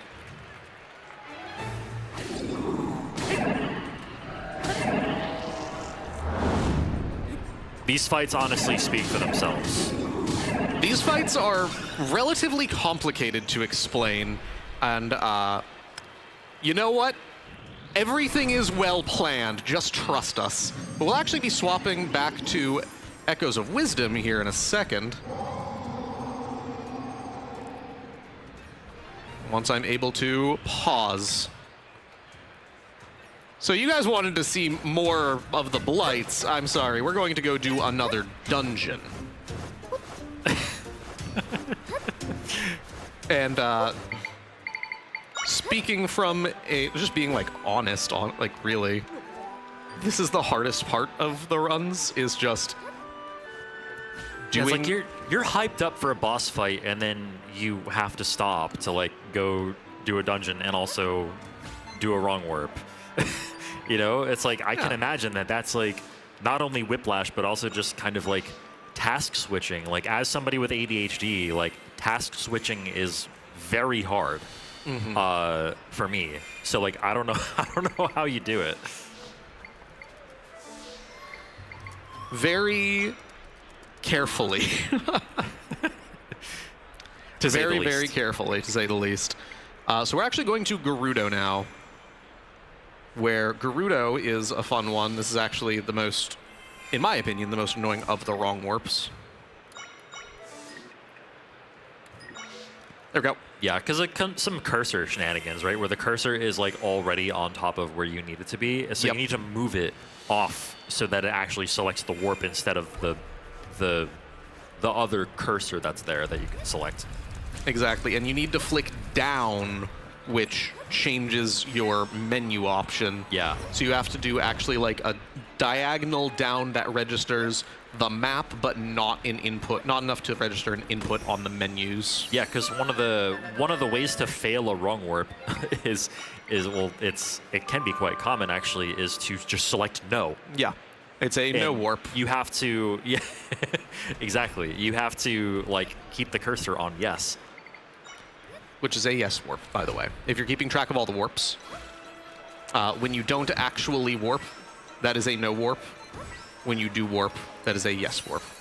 5 rupees. It happened. At this point in the run, that's not even common. No, it's not. One thing that I actually do want to highlight while we're paused on Breath of the Wild and doing Echoes of Wisdom. Fair enough. Yeah. While we're doing Echoes of Wisdom is the attack timer that I got with that potion, or with the food, is 3 minutes and 50 seconds. So, most notably, the amount of time that we use on it is going off of the amount of time in the game that's progressing. Right now it is paused. Yeah. I'm not eating into that 3 minutes and 50 seconds. And actually, doing that first phase of Water Blight, we actually only used 8 seconds. That's impressive. So it's like, what, 2%, 3%? I have no clue what that is percent-wise. Math is hard. But What is 3 minutes and 50 seconds in just seconds?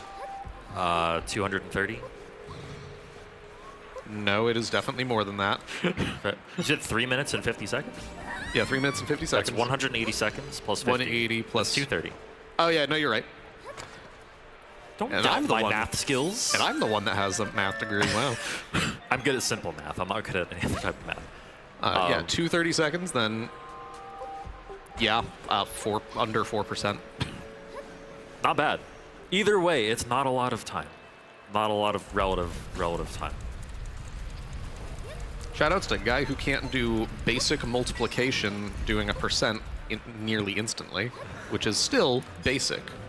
I'm selective on what I can do. Speaking of being selective, here's Link with the bow. Oh, using bombs for this is smart. I never. Have you not seen that? I've always just chased him, though. So it instantly knocks down Link, which is great. Unfortunately, this next part is that there's 3 of him, Yes. and the interaction with Link relative to you is more complicated than in the first phase. Yeah, sometimes he runs away, sometimes he just doesn't, and will just continue trying to shoot you. But yeah, this phase can be super annoying just because of that randomness. Like that. But that was extremely well Oh, and he even fell in the He even pit. fell in the hole. Nice. Yeah, that was extremely well done. We are very explicitly not getting the bow. Yes. So the reason bow. for that is because on the final boss, Link helps us. If you play this game, you know that like the final boss is basically a tandem between Zelda and Link, and you work with Link to defeat Null, and you give Link back the equipment that you picked up from him, from like his echoes, basically. We don't want to pick up the bow because what you pick up actually affects what he has in the Yes. final fight. So yeah, and Link acts just really, really weirdly with the bow. He is a toddler. Yes, he is a toddler. There's no better way to put it other than like he has to be babysat during that fight, and you don't want him having the bow. Yeah. So if he has the bow, he will decide that he wants to, instead of doing what we want him to, he's just going to shoot the bow. And it actually costs a significant So amount of much time. It's actually like way more than you'd think. Yeah, it is like over a minute of him just, on average, because it's random, Yeah. of him just deciding to shoot the bow instead of doing extra things, getting extra cycles, extra... Yeah, that's a toy we don't want Link to have. So yeah, Link the toddler does not get that toy, and we will also, yes, be putting him on a toddler leash later. Yep. Hopefully he won't have to be put in timeout. I put him in timeout basically by default, but yes. All right, so here's the puzzle that I can actually see for once, and that is a joke that makes sense to if you know this game. We need to make jokes for the people who actually know the run every now and then. Yeah. Should I explain it? Should I explain the joke? Yeah, we're just gonna As go much- fight a mole with goggles, so... As much as I hate explaining jokes, that room we do without being able to see anything in unrestricted, because the room is still filled with sand. So here's a mole with goggles. We're not supposed to have bombs at this part yet.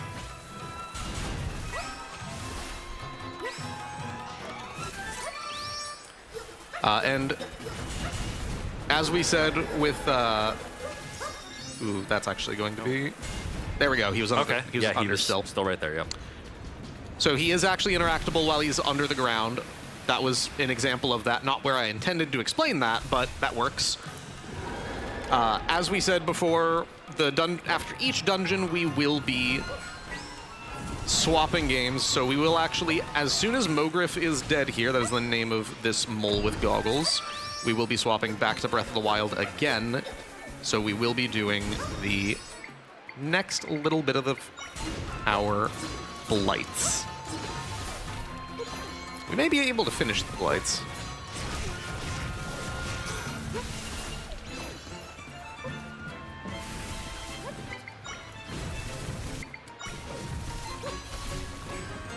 Excuse me.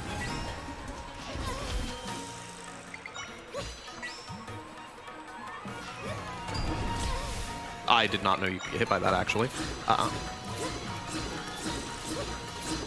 And Mogriff is down, so we'll be going straight back to the blights. So this time from boss to boss. From boss to boss. Where are you going? You're going over here. Okay. That is fine. Oh, no. Okay.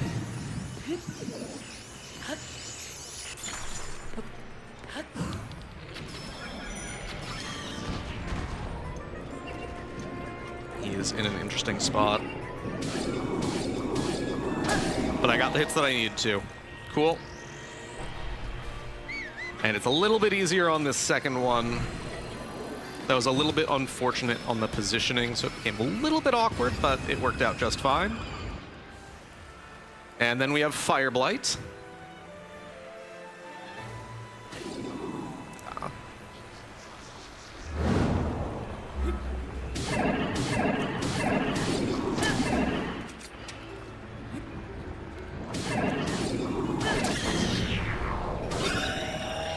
Fireblight Phase 1 is down. These fights are... If you've ever tried to actually fight all of the Blights in a gauntlet before, this is not easy. If you are interested in doing something like this, there's a lot of great resources for it. It's actually fantastic, and the community is great. So many awesome resources, so many great people, everything. That's actually true for a lot of Zelda games. We're going to be swapping to Echoes of Wisdom here for just a second. Going to swap back shortly. But the Blight fights is the sort of thing that if I ever have somebody come in and ask me, hey, how long should I expect to learn this run for? We'll be swapping back again. I say, basically, everything is... Expect the Blights to take you the most time by a long shot. Learning how to do all of this in a sequence. If I die, I go back to the beginning. Learning how to do this all at once is a lot, and not to toot my own horn, but doing it interspersed with another game is even more. Yes, like, it's hard enough to fight all these phases with just 3 hearts, plus Calamity as well, after this. Mm-hmm. Again, can only imagine the depth to this that it takes at both games. Not just this game, but both games, to be able to do this, like, switching back and forth. Absolutely. There's a lot to it, as you know. We will actually be swapping back again, because we're going to go do our World Tour Part 2. We're going to actually do that Gust Gyro, thing that is both of our favorite tech in this game. Yeah, so Gust Gyro is very, very fun to perform, watch, execute, you name it. So the Gust Master, in tandem with the Gyro that we got from Eldon, is going to let us do this. So carrying the Gyro and having the Gust Master bound to us just lets us fly. It basically just lets us fly wherever we want. Provided we have the triangle power. Once again, don't really know what to call that. Dorito dust. The Dorito dust, sure, yeah. In order, like, so long as we have enough of that to power it, It just lets us go wherever we want, fly wherever we want. Exactly. It's very fun for that reason. It's a fun little flying contraption, and we just got Larry's older brother, Lenny. Older brother, distant cousin, Distant close cousin, level 2 to level 3. Lenny? Lenny, yeah, Okay. Lenny. I didn't know this one had a name, I have been calling but it him makes Lenny. sense. I literally missed the button. That was interesting. Nope, gimme. All right, so here we go. Another Gus Giro up to Lanayru. That's right, all the way up a mountain. All the way up a mountain. So in a lot of different places in Hyrule, there are actually not kill planes, but like void planes at the ceiling. Not around here because the geography goes so far up, like on the Z coordinate, if you will. That particular plane doesn't really come into play here unless you go really, really, really high. But it's very easy to hit that plane with Gus Giro, just in general, wherever you do it. But here, that plane goes way further up.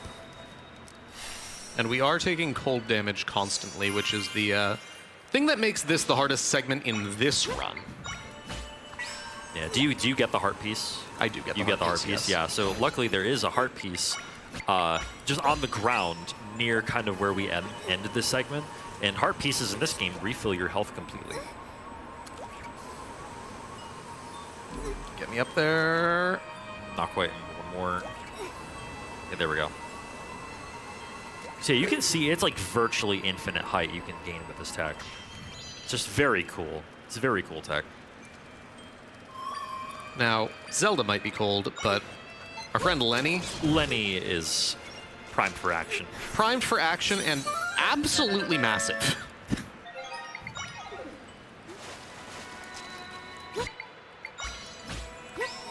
Yeah, also, there are a couple of reasons we get the level 3 Lizalfos. It's not just for combat, like, around here.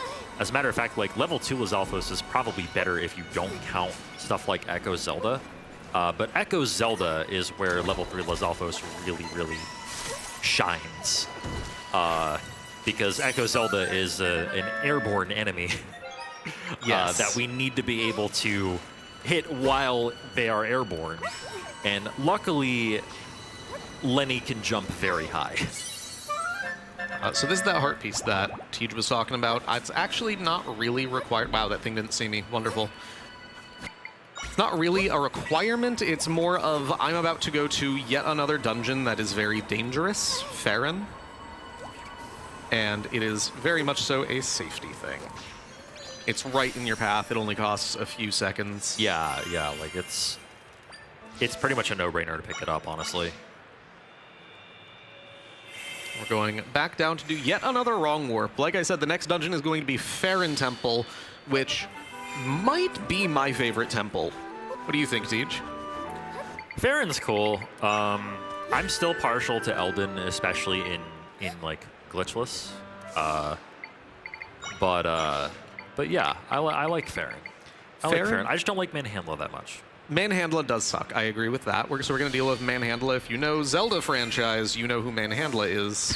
And if you don't, consider yourself lucky that you don't know who it is. Huh. That was interesting. I somehow dropped it. All right. Sometimes that just kind of happens. It's admittedly not an easy trick. It's just one that I've done a lot. Yes. Yeah, it's not an easy trick at all, even though most of the time Glubbers does make it look easy. It is not easy to do. It's also not easy to get menu storage either as consistently as he does, because so especially on Switch 2. On Switch 2, the frame rate was made a lot more consistent in a lot of areas that were previously laggy, or like not necessarily laggy, but like the frame rate would drop to conserve resources. But on Switch 2, that was one of those areas where you like right around where you void in the forest to to void out for menu storage. Yeah. That was the another interesting example of a failure. yeah like this right here. This does run at a constant 60 FPS right here, and that makes it a lot more difficult to perform. Yeah, so that's actually a fun one for all of you technical people out there. Switch 2 and Switch 1 load times are variable. It is random threading. Oh, I see what I was doing wrong. Yeah, okay. I was doing the warp from here. So that's random. This trick is a 60 FPS trick that is 2 frames on average for the window to do it. And the amount of variance that you get frame-wise exceeds that. So it's not really... It doesn't feel like a 2-frame trick a lot of the time. It doesn't feel like a 2-frame trick a lot of the time, and it quite literally cannot be fully consistent. Because sometimes you will just be hitting a frame that otherwise would have been impossible because of how the loads decided to go. It's a very fun one in that regard. Can you drown, please? Yeah, sometimes it is... Oh, okay, good save. Gimme. Sometimes it is hard to tell exactly how high up in the air something is when you're trying to drown it, which is a sentence that I definitely just said. Yeah. Words of wisdom, actually. Yes. For the Echoes of Wisdom. Something wisdom. Yeah. All right. Maybe I shouldn't have said that either. I don't think that you should have said that one. Admittedly, I don't think you should have said that one more. But you know what? Sure. The Echoes of Wisdom for all you Zoomers out there, of which I am technically one. And I am not. So again, Tej, you want to explain exactly what we're doing with the 2 games on the screen while we start out Fair and Temple? Fair and Temple is very non-linear. It's going to be a little bit confusing what I'm doing just pathing-wise. Trust me, I'm taking the best route to get through something that is designed to be non-linear. Sure. So, so let's see now. Fair and Temple. So we face Manhandla twice total in this dungeon. Again, it's not like Unrestricted where you do it. So in Unrestricted, this is another dungeon that we do that we roll up into twice, right? But here, it's basically just one go, basically. Yeah, right? It's one very fun go of all of these fun little puzzles that we have. This one right here is actually probably one of the more interesting puzzles that they've got in this game, in my opinion. I personally really like this room, and it's actually not at all meant to be solved like this. But I love that. Yeah, I like that too. That is such a cool strat. The distance echo. The distance echo is what's required normally, but dragging it up the way that we do and landing it like specifically on the side, it has to be on the side of the switch. It can't be on the direct top. Is pretty precise and pretty cool to pull off.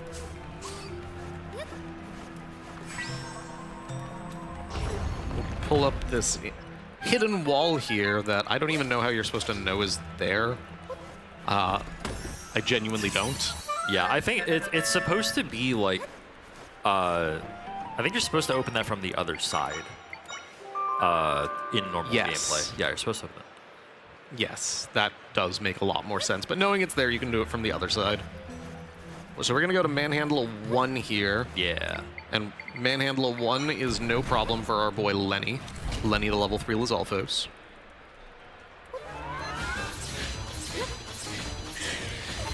Yeah, just make super quick work of this. You ate Lenny. It's okay, there are more Lennys. It's fine. It's okay. Lenny is bound to this rod for eternity. His soul is living with us. So if you are He's just our coming, roommate. if you are just coming in, by the way, and you are wondering like what, so you see Breath of the Wild in the upper left corner of the screen in the menu. So what Globus is doing right now is running Echoes of Wisdom, all dungeons, and during the downtime, and there's quite a bit of downtime in the category, during the cutscenes and just general downtime of Echoes of Wisdom, is speedrunning also Breath of the Wild any percent during that downtime. So that is why you see the game paused right now. We are in a state right now where we're just playing Echoes of Wisdom, but after this dungeon, there will be a long cutscene where Glovers will be continuing fighting the Blight Ganons. In fact, the last Blight Ganon that there is to fight. The second phase of Thunderblight, who was everyone's favorite. Yes. There's Lenny. Thank you, Lenny. I will actually say, as we progress through this dungeon, if it's not apparent by all of the webs, this is a heads up. If anyone is arachnophobic, I do know people who are set off by this boss in particular. We will reiterate that when we get closer. We're not quite there yet, but that is just your early heads up on that.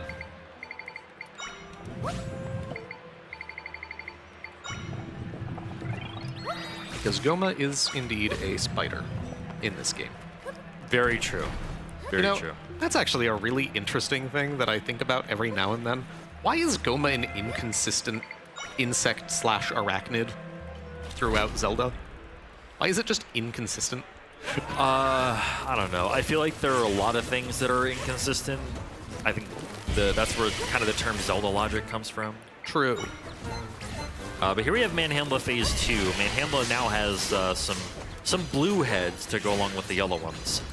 The blue ones require feeding them bombs before actually cutting them off. And the rest of the fight is pretty normal, except I think he has more health on each of the legs, but still no problem for Lenny in a couple of bombs. Yeah, it's actually the same. It is marginally more health, but it's actually the same count of attacks just because of how much they do. Yeah. So it appears the same. All right, here we have the boss key, and we're going to warp back to a central room where we did get a waypoint in Farron, and we're going to now go downstairs. Yeah, this is kind of what I meant by this being extremely non-linear. It is just, here is a random... I was mid-jump. A random spot to warp back to because it's where I need to go. That's what I love about this dungeon is it's linearizing the non-linear in terms of the speedrun routing for it, and that's just conceptually very cool to me. Like, I probably put it in a way too annoying of a way, but that is truly what we're doing, and I do really like that kind of thing in speedrunning. You know, generally, a lot of people in the audience may only watch speedrunning every now and then. There's a lot to love about speedrunning in a ton of different ways, and a lot of it is in the optimization of everything, and that comes out in a few ways, like I was just saying, linearizing the non-linear. That was meant to be a jump. We are going to have the spider boss, so I'm going to warn once again that there's that photosensitive warning. That's upcoming right here, by the way, right through this next door. And after the boss, we will go back to Breath of the Wild, but Tej, what do you love about speedrunning while I do Goma here? So I've always been a huge fan of improving myself personally, like just whatever it may be, and I guess that's what got me hooked on speedrunning, honestly. But like, it's always just a constant battle for that sort of improvement, and yeah, it's just kind of stuck with me, honestly. But yeah, getting back to what you said before about like linearity and stuff like that, like you sometimes forget because of the nature of speedrunning and how like stuff is done like kind of the same way each time, like every time. Like you kind of forget exactly how non-linear some parts of some games are, or some games are in general, because you tend to think of them in straight lines, like once you start running and once you get into the habit of doing stuff the same way each time. So yeah, it's like sometimes it is easy to forget that. Absolutely. But there is also a common question. By the way, we're going to finish the fight here and swap to Breath of the Wild. There is a common question that we get as speedrunners, which is, how do you enjoy these games after all this time? Can you enjoy it casually still? That kind of question comes up a lot. Tej, do you mind tackling that while I do the spectacle that is the last blight down right now, and we're going on to Calamity?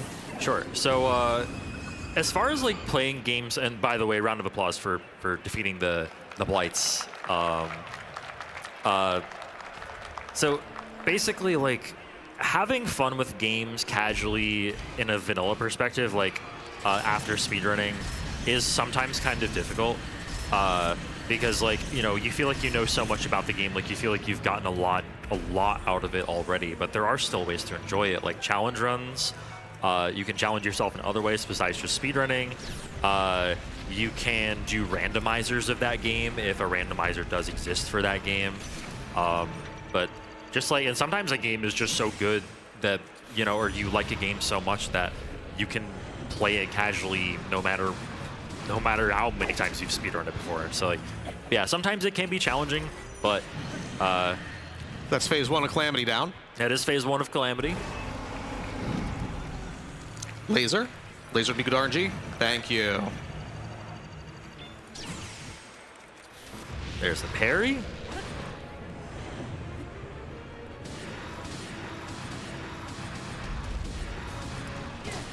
Oh, that is just fine.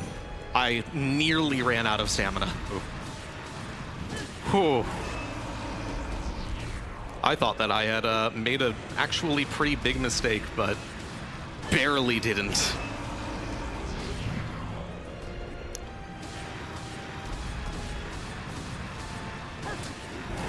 Love that. And Farron is currently going on about their life story. So, here is the reality of the situation. Breath of the Wild is actually a significantly faster run. We have to add in things like buffers for if something goes wrong. Breath of the Wild has gone very well. Yes. This has been a very solid run. This is the victory lap that we will sit in for the rest of the time until Echoes of Wisdom is done. We have 2 more dungeons. First, Lanayru. Also, gay rights.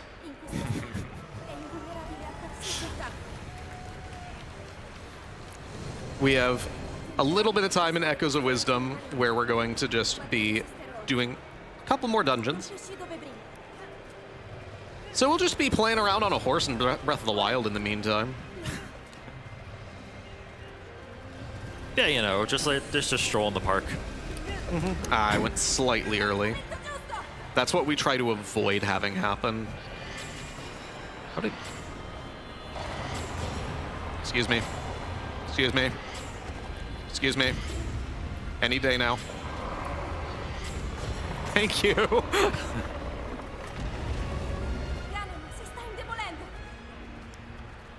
So we can just, like, go around this tree a little bit.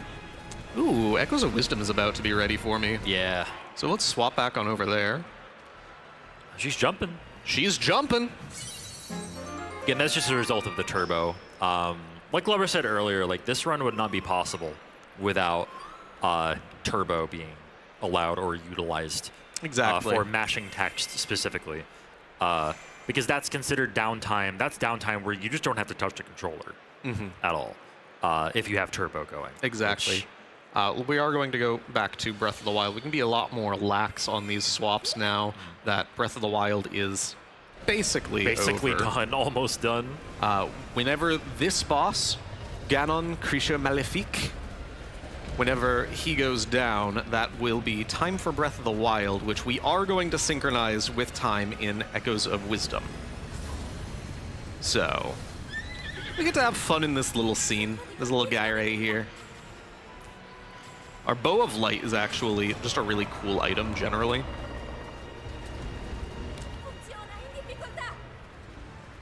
Does it do anything different to like just normal enemies Yes, it is a one-hit kill. on everything? Yes. Cool. You can do a different kind of smuggling, item smuggling, instead of doing like BLSS, which one of the S's stands for smuggle.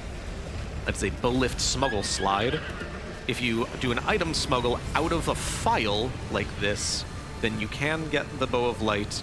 There was actually a previous 100% route that did that. It is kind of very slow to do that, Interesting. but there was a time where it was used because of how strong it is. Now they use something called IST, or inventory slot transfer, which I won't really get into because there's a lot of text to explain between the two games already. Don't need to explain something from a different category. Something that is not relevant to what exactly we are doing right now.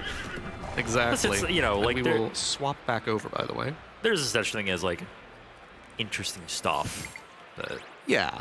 So if you're interested in any Breath of the Wild tech, inventory slot transfer, anything greater than that, that's actually something that I'll be doing shortly on my own personal stream when I'm not doing big performances like this. That is the next category on my list after I do some Minish Cap, actually. yeah, hell yeah, Minish Cap, let's go. I love Minish Cap. Minish Cap is my favorite game of all time. Yeah, can we get a round of applause for the like 5 people that played Minish Cap because it was a Game Boy Advance game that came out after the DS? A lot like the Oracle's games that came out after the Game Boy after the Advance. Game Boy Advance. Yeah. All the Capcom Zeldas are good. Yeah. I know someone who was here earlier who he really loves the Oracle games. Yeah, I think his name was Ziggy? I think it's Jaigi. Oh, yeah, that's it. We're going to do another Gust Giro after we do this Wrong Warp into Lanayru. That is not Lanayru. Spoiler alert! That's the end of the game. Whoops. Yeah, don't spoil us like this. Come on. Look, just because we're about to end Breath of the Wild doesn't mean we can quite end Echoes Look, of Wisdom I saw yet. Dark Beast and my brain's ready to be done. It's also, okay, so there is a such thing, too, as referring to what's called your splits when you're speedrunning to, like, remind yourself where you are in a run and where you're going, which is something that I do quite a bit. Like, I reference my splits. I look at my splits and I'm like, okay, this split is called Lanayru. All right, I'm going to use this warp now. But we don't have that right now because of where we are, so... And, you know, we do this wrong warp 9 times. So, or 10 times now. Yeah, well, we've done it more because of I've had to do a few of them multiple times. All right, hello, try. But yeah, people will reference their splits, which kind of tells them where they are in the route, that sort of thing. We've talked about this a little bit privately, Teach, but that is also something that I don't do. I listen to music and I do things by memory. I don't know how you do that. I'm such an audio-driven person. Like, I have to use audio. I have to play with audio. Like, I can't play with no audio. I straight up just, like, it doesn't work. I can't do it. It is a similar thing for me with my splits. I get messed up if I see my splits. So I put them on for people to reference, and so that I know my final time. They get put away for the duration of the runs, except for a couple of little points where I go and check them out. By the way, so if you weren't here for the first one earlier, or for the first couple, this is called a Gust Gyro. We use the combination of a Gustmaster Echo and the Gyro Echo to just literally fly. But yeah, that's really cool tech. You can control sort of like the trajectory and the height of your flight by how much you move into the how much you move into the Gustmaster as it's blowing into you, and that gets you more vertical height, and then pressing away gets you more horizontal distance. Yep, and there is also things about how to. I don't know why I thought that was going to fail. It was very normal, actually, but you know, the verticality, horizontality a word? I don't know. It is now. It is now. Yeah. The horizontality, all of that sort of thing, you can manipulate that based on your proximity to the Gust Gyro, or the Gustmaster specifically. Yeah.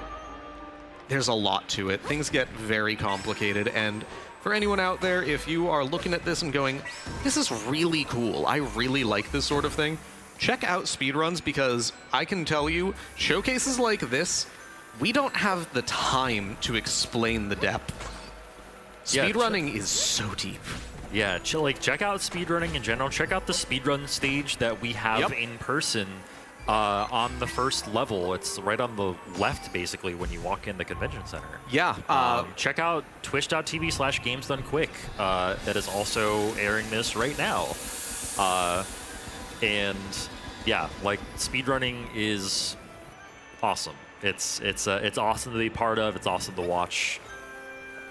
Yeah, and for that, what do we have actually going on after this on the speedrun stage? So currently in the speedrun stage room, they are just playing this because this is what's happening for GDQ right now, as well as the PAX Arena.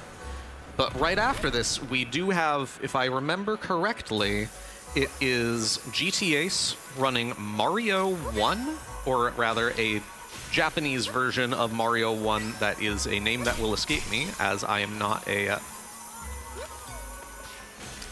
Mario person.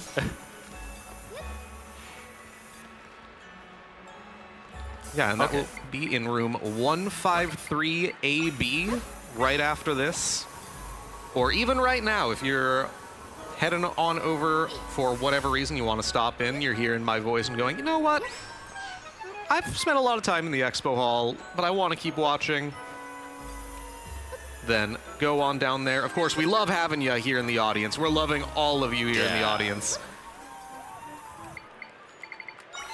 But we do understand that some people may get a little bit overwhelmed or exhausted with time. There's a lot more relaxed of a room. Yeah, it can get overstimulating being on the expo hall sometimes. Like, and generally, like, you know, there are a couple of runs that like pack the room at the speedrun stage, but like generally, it's still pretty chill regardless. Exactly. But that said, you don't. It's not even just now. It is literally the entire event. They've been going for multiple days, and they will be going for all of the rest of today into tomorrow. TGH is actually the finale run, running the other Zelda game, which will be decided by, I'll let you pitch your thing. Yeah, sure.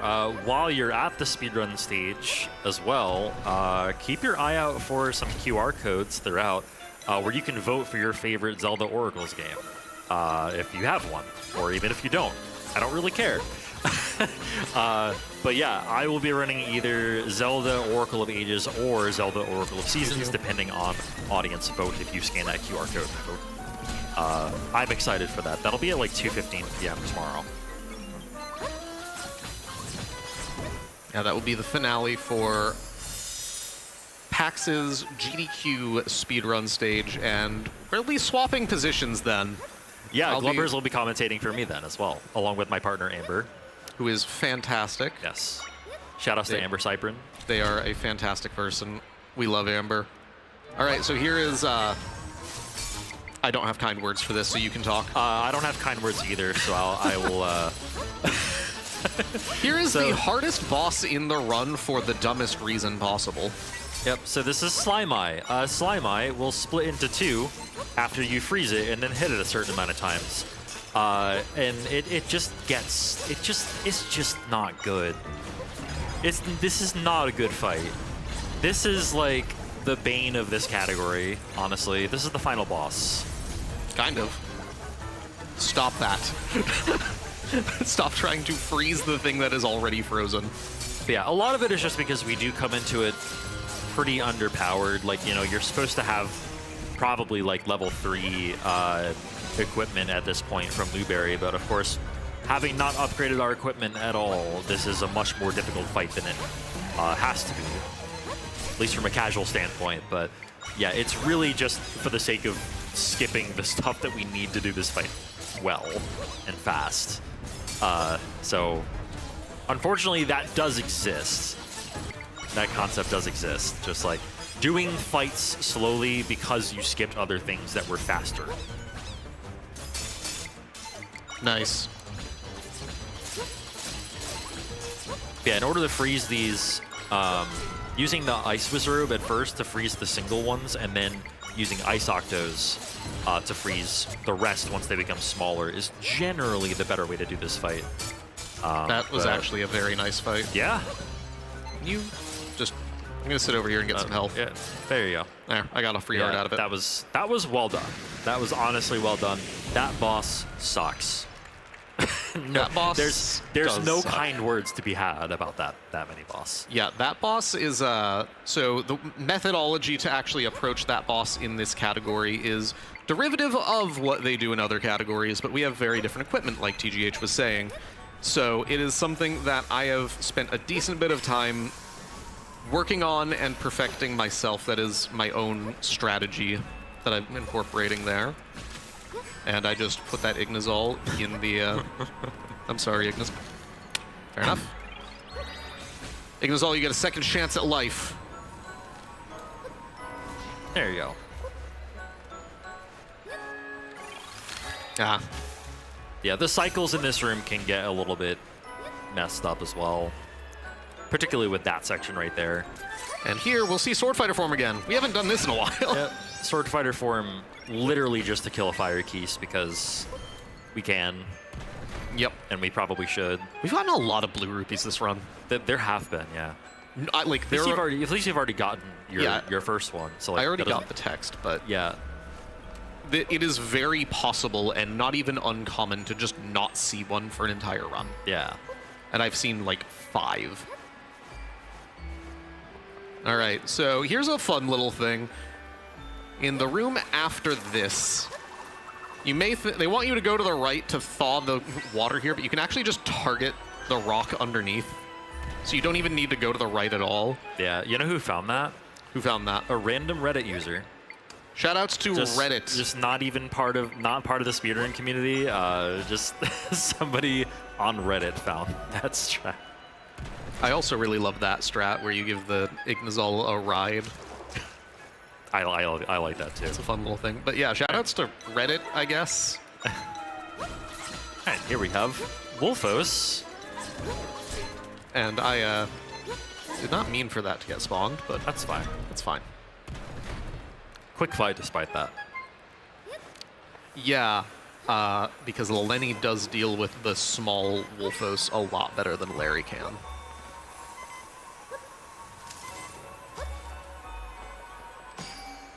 So yeah, we haven't really talked much about this dungeon yet. We've been talking about other stuff, but this dungeon's all about using these like fire and ice themed or coded orbs to melt and freeze things throughout the dungeon to open up a pathway. Like for instance, putting the fire orb there just in the room that we're in currently just melted that ice because it turned the heater on. Yeah, so in this room that we just saw on camera, we're going to be using this orb and actually changing it to a fire orb so that we can melt the ice in the next room and then freeze it. Yep, so melting these icicles here, which allows for a flat surface. This is a fun little puzzle that this is just the solution to. So sorry to anybody who wants Echoes of Wisdom unspoiled. You're watching an Echoes of Wisdom speedrun. You get rid of the icicles and then refreeze it to get a flat surface for a snowball to roll on. It's this fun little thing to go and get the boss key. Casually, I thought it was very clever.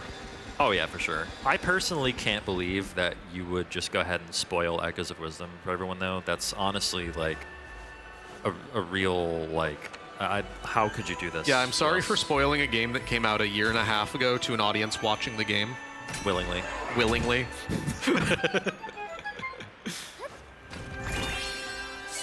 Again, shout outs to y'all for being here, by the way. Thanks for checking this out. Yeah, no, this is fantastic.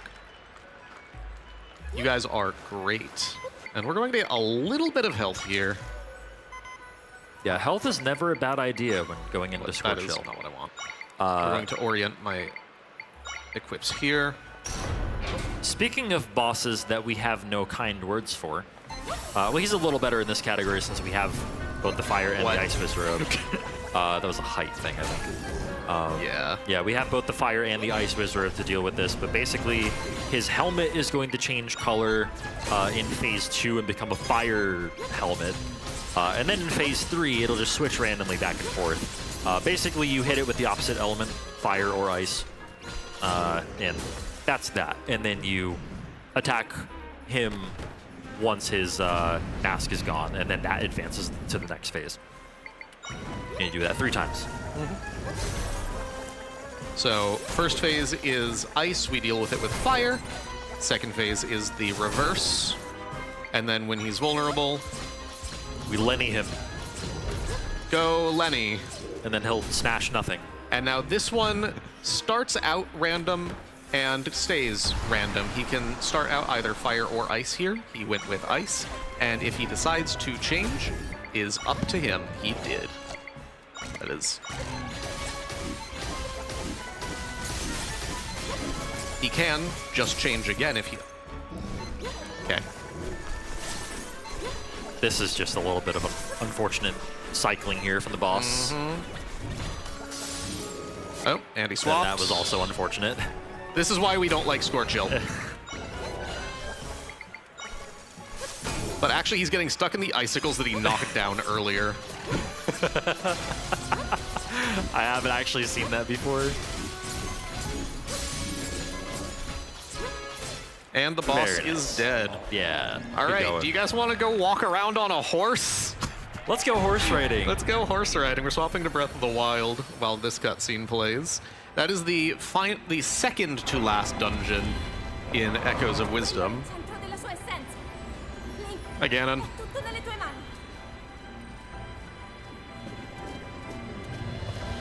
Look at this dramatic music. Hey, look, it's the end of the game. Hi. You're gonna Oh, make Zelda so mad. I missed. I missed. Oh no. That will kill me if it hits me.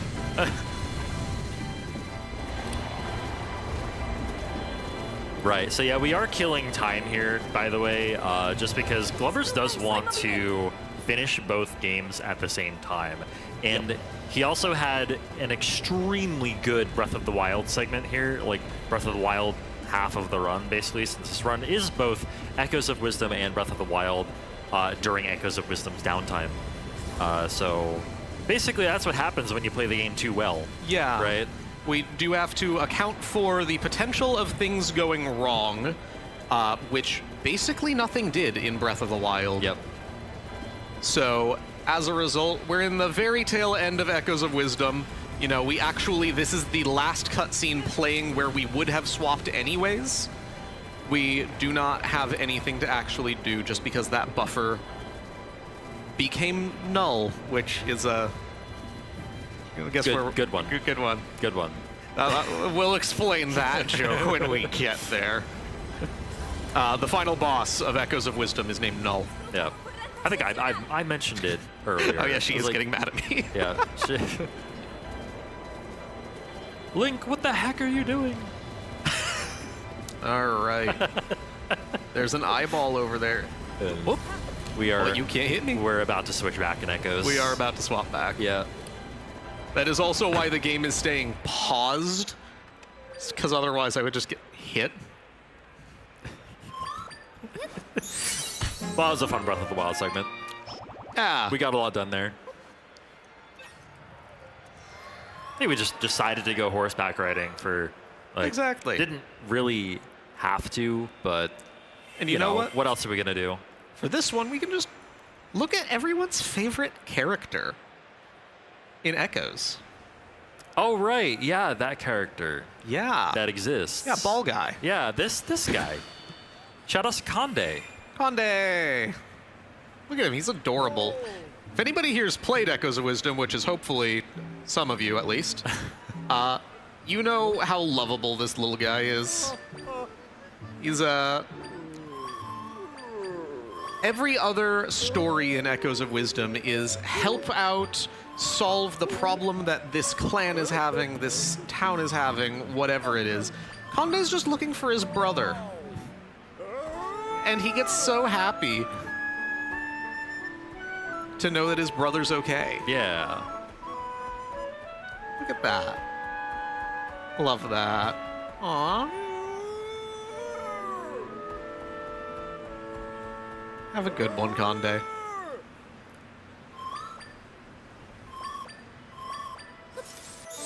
All right, who wants to go beat 2 games? Let's do it. So, this area did get spoiled earlier. Yeah. Sorry. We accidentally warped into the ancient rift earlier. But now we're gonna do it for real. Nice. That's always good Yeah, for it's first momentum. Yeah. Is just first try on the First try, final yep. menu storage always feels good.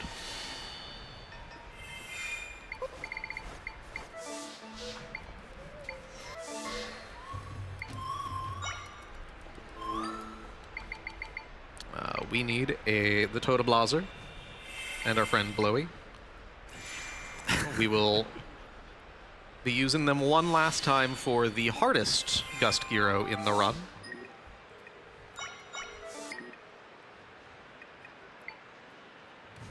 Yeah, so this Gust Gyro is going to be a little bit different since, so typically when you Gust Gyro, the Gust Master gusts 3 times before it falls down and it doesn't gust anymore.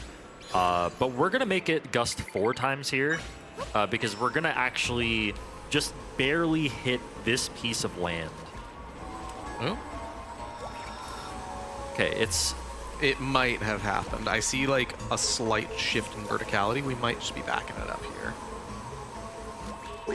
Yeah, we will just be backing yeah, it so we're just up. going to land somewhere right here and we're just going to do it again. Yeah, which is fun because this guy. Okay, that almost worked though. Yeah, That all right. almost worked. So the backup here is not fun because Moes exist. A lot of them exist. High.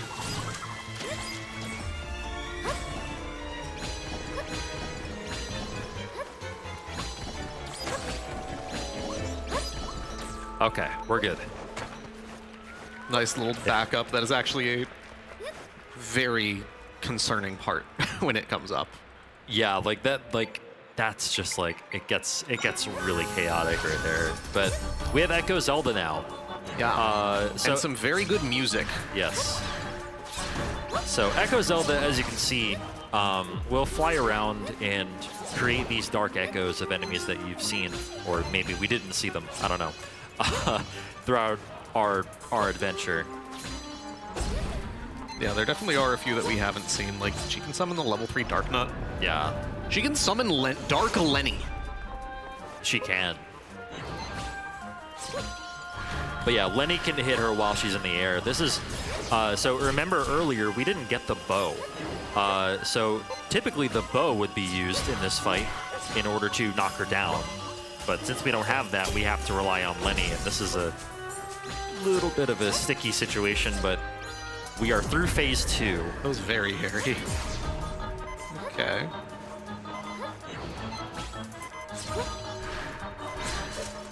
Oh, looks like we got level 3 Dark Nuts.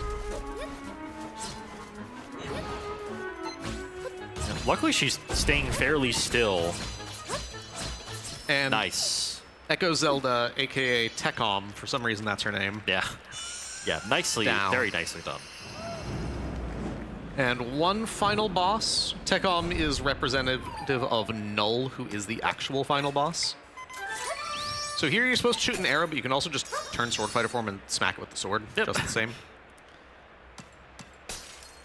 And we're going to actually free Link. It's a kind of reverse of what happened at the beginning of the game, where Link freed Zelda. And we've kind of alluded to it a few times now. Link is a toddler. But he is about to be our only... Well, he is about to be one of our damage sources. He's about to be a toddler with a sword. He's a toddler who was handed a very powerful weapon. Yep. And some bombs. All right, Yeah, going so- into the final dungeon here of Echoes of Wisdom. Breath of the Wild, ready to finish at any moment. Both games will be... I just said no. Very easy to do. Breath of the Wild will be ready to finish at any moment. Again, this is a speedrun of both games at once. Breath of the Wild already ready to finish at any moment. Going into the final dungeon of Echoes of Wisdom. This is a very interesting thing to do. Yes. My brain creates interesting ideas, and I love acting on them. Yeah, I said during the interview earlier, like you're a fan of antics. I am absolutely a fan of antics. Yeah, this is very impressive to watch. Like, even as somebody who has run one of these games, prolifically. Yeah. Can we get another huge round of the hand for Glubbers, by the way, for putting on the show for us? Oh. I actually got to drink some water instead of constantly swapping between games. Oh, God, for yeah, I once. have water. God, forgot about that, too. But this has been a fantastic showcase. Thank you so much to GDQ for taking this run on, and to PAX Arena for willing to showcase it on such a hype stage with all of you able to see this. We love all of this. All right, Link, Come on, Link. do your job. So this room, also the third phase of these blobs that fly around, we're going to do something called Lionel Skip, because it's supposed to be a Lionel that spawns. That one did catch up with us, unfortunately, but the third one, we can just stand on a certain spot and it'll rotate around us, and then either Lenny or Link will, like right about there. Yeah, there we go. So I was just actually kind of sus of that spot. I'm glad it worked. Yeah, so we can just kind of like let it swing around us and let Lenny or Link take care of it for us. So Breath of the Wild Link has 8 fish that restore a heart each. Link, can you hand those over to Zelda here? She's kind of... Oh, okay. Bye, Link. That version of the run hasn't quite been developed yet. Yeah. Thankfully, no need to do something called soft lock skip here, which all dungeons unrestricted would be doing because we wrong warp straight into Null and Link isn't here. Here we have the busiest room of Null's body.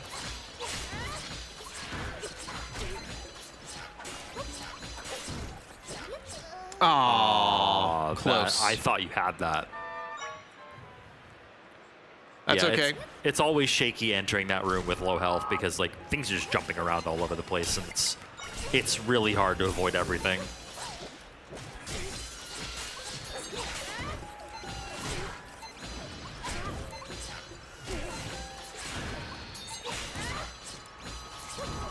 There we go. Yeah, nicely done.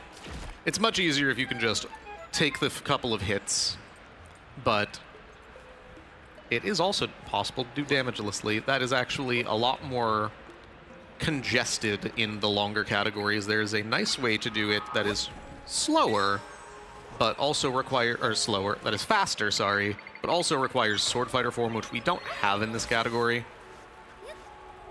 That was fantastic. No.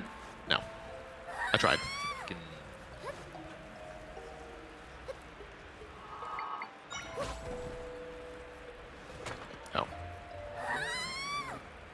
All right, fair enough. Admittedly, that's never happened before. I had no clue what to do. We got to say that twice. I'm gonna be honest, I was right there with you. I wasn't really sure how to back that up. Yeah, there just goes my means to travel. Nicely done.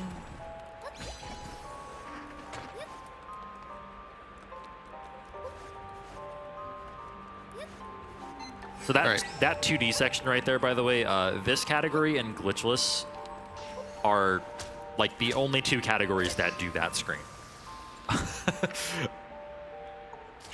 Every other one does something called 2D skip, where you actually go backwards through Null's body to skip that section and just go up the left side.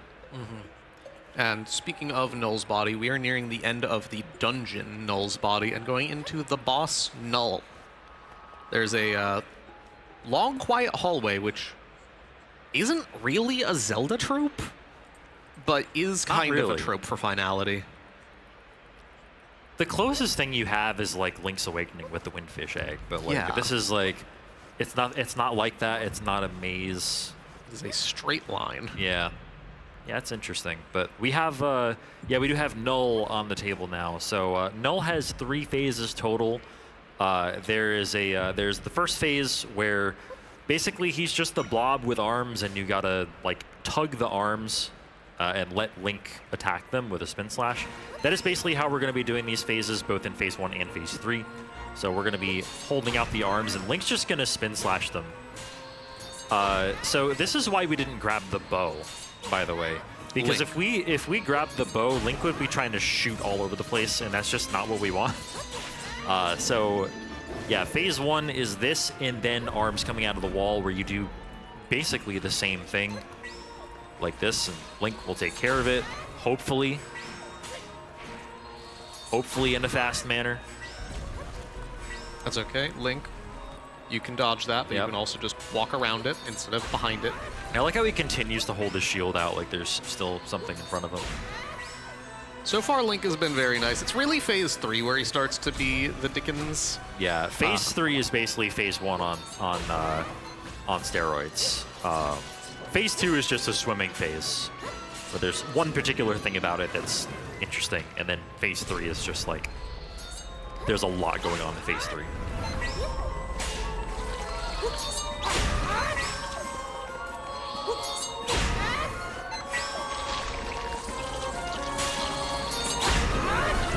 Yeah, grabbing that particular arm before it makes its attack is also really good.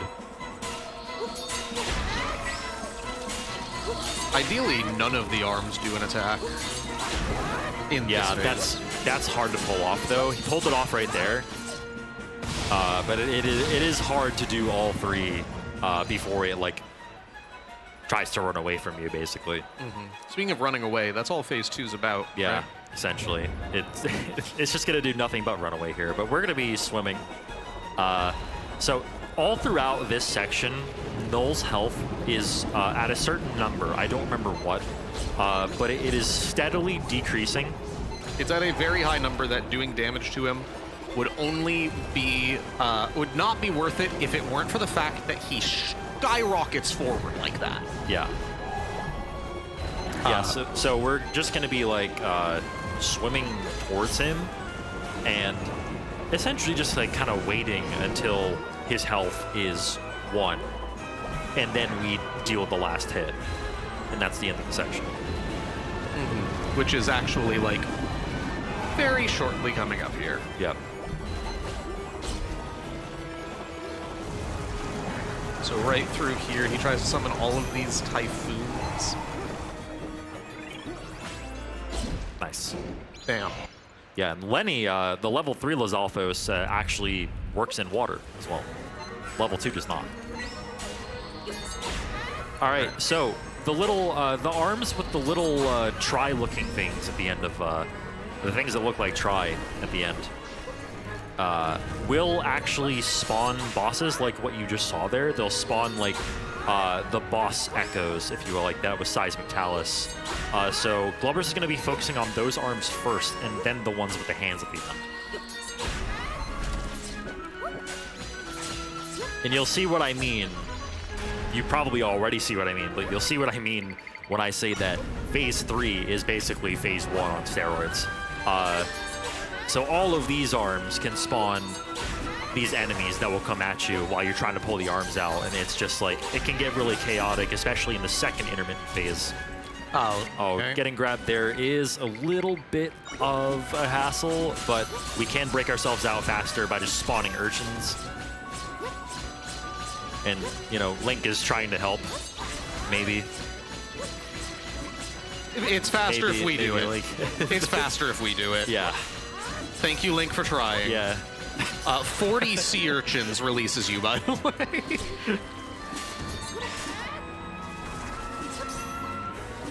Oh, that was a really unfortunate position for that Dark Nut.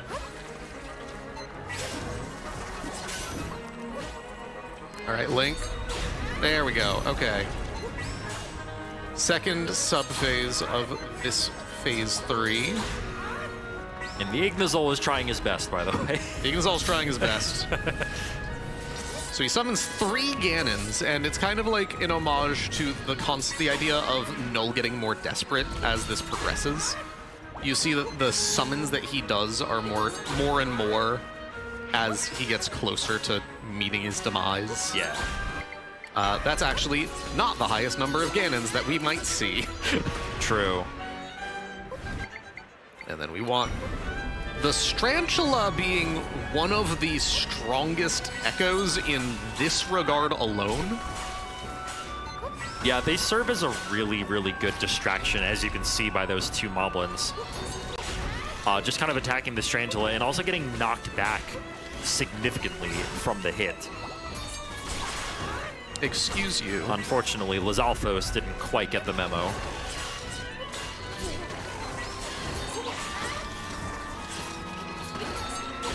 This is the very hectic phase that T was talking this about really before. is. But fortunately, right now, it looks like they are all actually fixated on the Strantulas, so we are able to get that last arm. Very, very nice. All right, so we have a couple more here. This is the last cycle, the last phase. And Yep, here and we here's see 6 6 Ganons.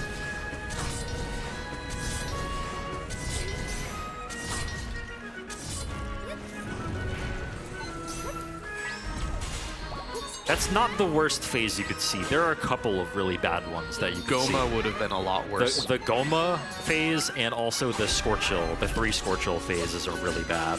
All right, so we're actually coming up on time here very quickly, so we're going to start pulling. Yep, and as soon as the the Prime Energy, sorry. As soon as the Prime Energy gets released from Null, that's when time would be for all dungeons restricted. For Echoes of Wisdom, that's time right there. He closed his eye. He closed his eye. Well, we can swap to Breath of the Wild. Switching back to Breath of the Wild and time.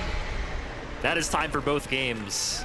And that is The Legend of Zelda The Legend of Zelda Breath of the Wild. In whatever the time was. I don't have a timer. It was 2:32. 2:32. All right. You know, very respectable. We expected this to take about half an hour, and you know what? It did. You guys enjoy?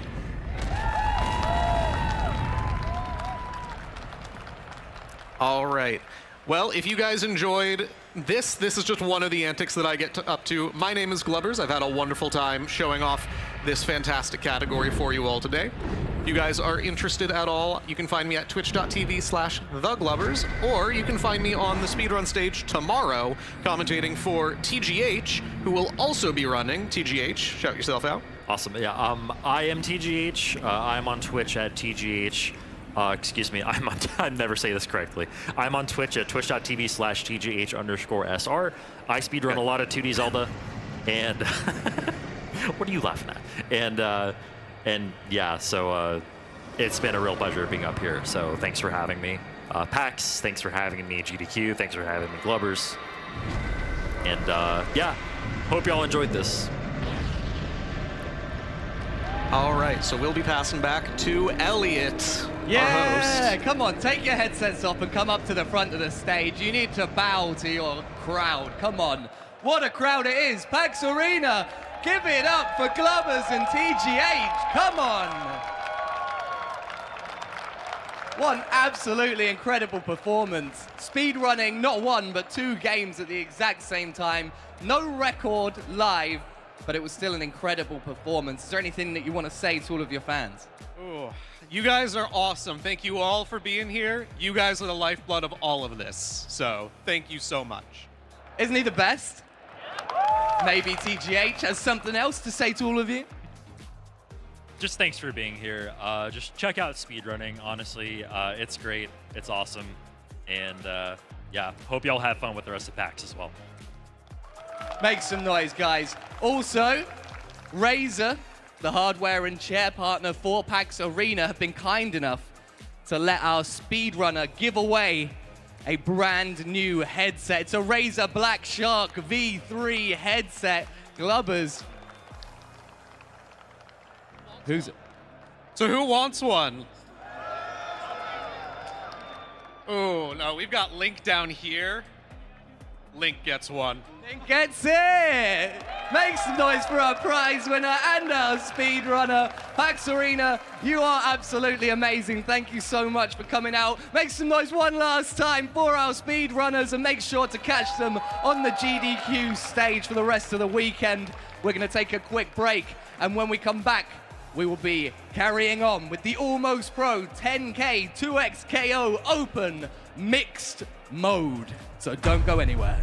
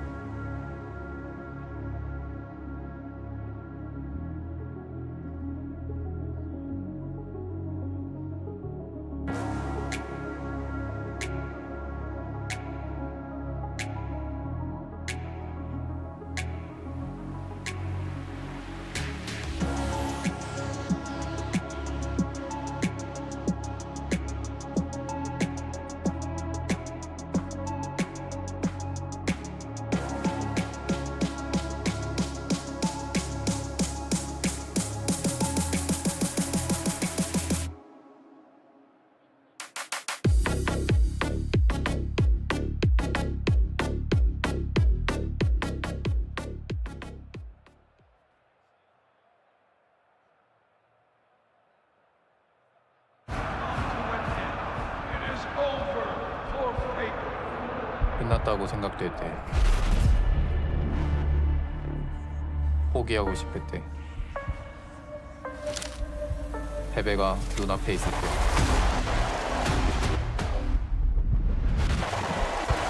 기억하라.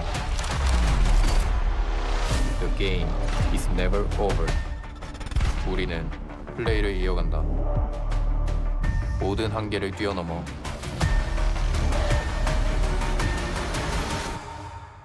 우리의 모든 것을 건너 우리는 자기 자신과 싸움에 승리한다.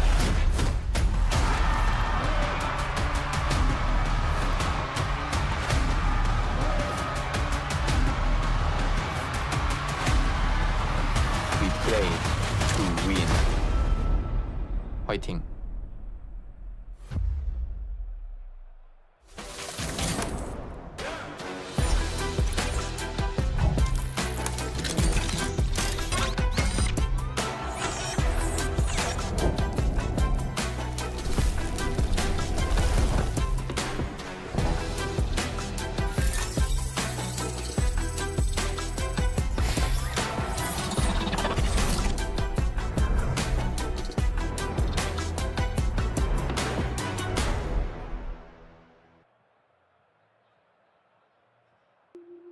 Whether it's sunglasses outside, blue light glasses inside, or night driving lenses in the dark, Zenni has affordable eyewear for everyone.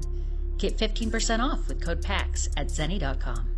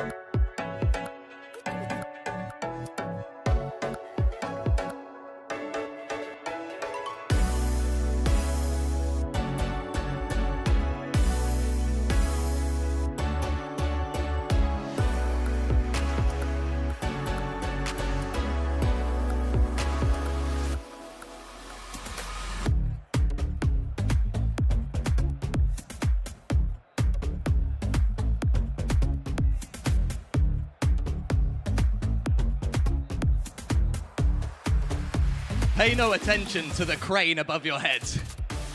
I assure you it's being operated safely by one of the best camera people I've ever met. Make some noise for Mike, the camera on the crane operator.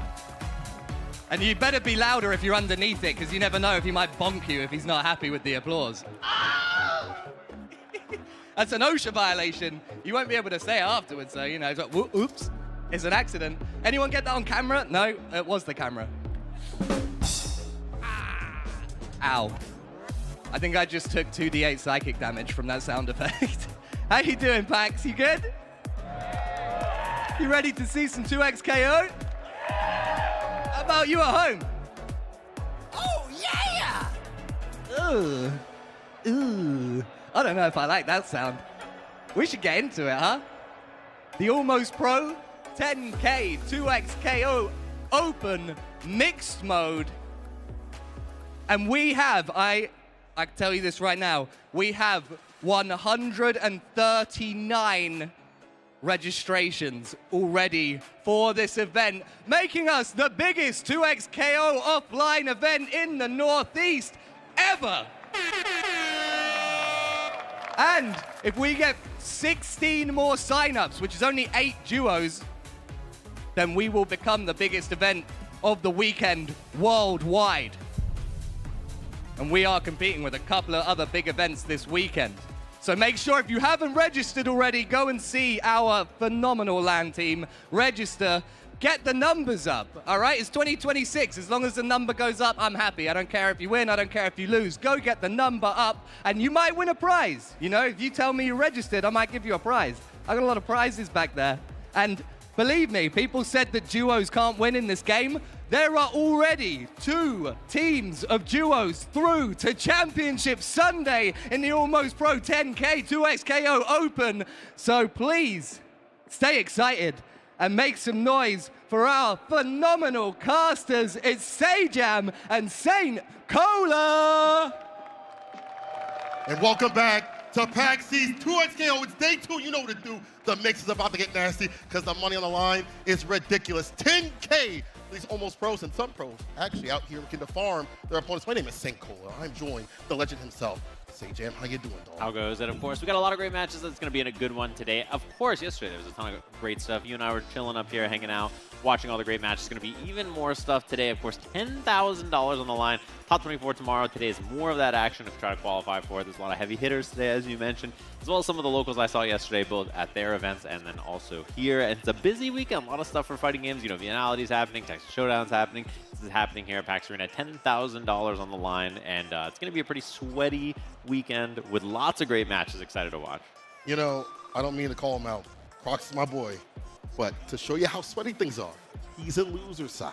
Damn. All right? Yeah. To whom is the real question. I don't remember the name. I don't think he does either. So Okay. you'll have to lock in and clock in because, again, the money that's out here, everyone's gunning for it. There's a lot of strong competitors from this scene. I was over at the local yesterday, and just seeing them play, it's like a lot of top-tier talent that, once again, just needs a chance to be able to leave their scene and make their mark. But they can make their mark out here. They'll get rewarded for doing so as well. Yeah, and of course, thanks to Razer, is our hardware and chair partner, of course, for the event. Shout out to them, of course. And yeah, you can see the lovely Kitsune on Kitsune action with the Ari on the Kitsune, which is very fitting, of course. And yeah, I played on the Kitsune for forever. It's great, leverless. Highly recommend. It's battle tested. A lot of people playing on that thing. really good. Scoop one out right now, razor.to/ISKUR-V2-NG. You can get all kinds of new gear. They also have the chairs. I don't know if you guys have seen them so far. Whoa, you lifting. They continue. Are you seeing if it's real? I just wanted to see if I could take it home for a little bit. You know, Okay. Battle test it, as you had mentioned. I actually have the green screen one where you can put whatever you want on there. But that thing is super light. That's the only thing that I really love about this leverless is that it just doesn't hurt the back. A lot of them easy to carry around. Yeah. Thank God. When you're standing there for like 8 hours on your feet at a tournament or just going through TSA, this guy's got you. Dude, these days, TSA, that TSA line, it might get you. Got to be careful out there. 6 hours just waiting at the airport trying to get somewhere. So good luck to everybody flying around. Good luck to everybody flying home from Texas Showdown. I wish you guys the best of luck. Of course, we have our tournament format for today. And, of course, the top 24, we're paying out all the way to 9th place. So even if you don't make that top 8, got some money for you guys. And they have the duos clause as well. So if you're getting a tied for third, tied for fourth, whatever, with your duo, you guys get to get even more money because you split it evenly, which is kind of the fear. Like, you make third as a duo and you're like, wait a minute, we have to split the money and the guy who got fourth gets more money than us. That's messed up. Well, if you have your duo with you, they will match it and pay you out, which is really, really nice. It's going to be lots of great matches all weekend long, and I see our competitors setting up on the stage for a juicy one nice and quickly, of course. Should be a good one. So always excited to watch all the matches. There's a lot of good stuff this weekend. I was watching some Vianality, see all the players out there. A lot of the French squad especially is out there. Some really good ones. Watching Texas Showdown. Watching the matches here. There's lots of great players playing all weekend long in all 3 of these events. So shout out to Verso, just recently doing well. I see you, brother. Out here for the Boston scene, has been helping out this scene continuously, not only with 2XQ, but the entirety of their FGC. They run deep. They go together to tournaments that are local or within like driving distance, obviously the combo breakers and things like that. And we're going to make their mark out here and defend the home turf. Has to go up against the homie though. This is loser side, unfortunately, got knocked down to losers. He's got a variety of characters. Verso has a variety of characters in terms of what he wants to play. Sometimes he wants to go for the damage. Sometimes looking for a little bit of mix and things to initiate with Warwick. We'll see what he does. I think he told me he might be starting with the Darius and Blitz. And then if things go hairy, we Darius Warwick. Okay. I think both those teams are very solid at just kind of one-chancing you. You get one hit, you just do like 80% damage, and just the other person explodes. Especially Darius Blitz. Like, this is a team I've seen a lot of people play. Especially online, there's like a lot of really good players play this team. Like WinZero is one of them, I think. Yeah. Really, really strong player, and you just get hit, and it's just bad news. So it's one of those teams where the goal is, I don't need to hit you a lot, but if I get that one, that's all that really is going to matter. So double down with Echo here as well, which is not something you see super often. You see the break, though. Oh, I wonder if there's going to be a tag launcher attempt, but didn't go for it. Hooks. Goes for the tick. The command grab, the dash up. Couldn't get the grip again.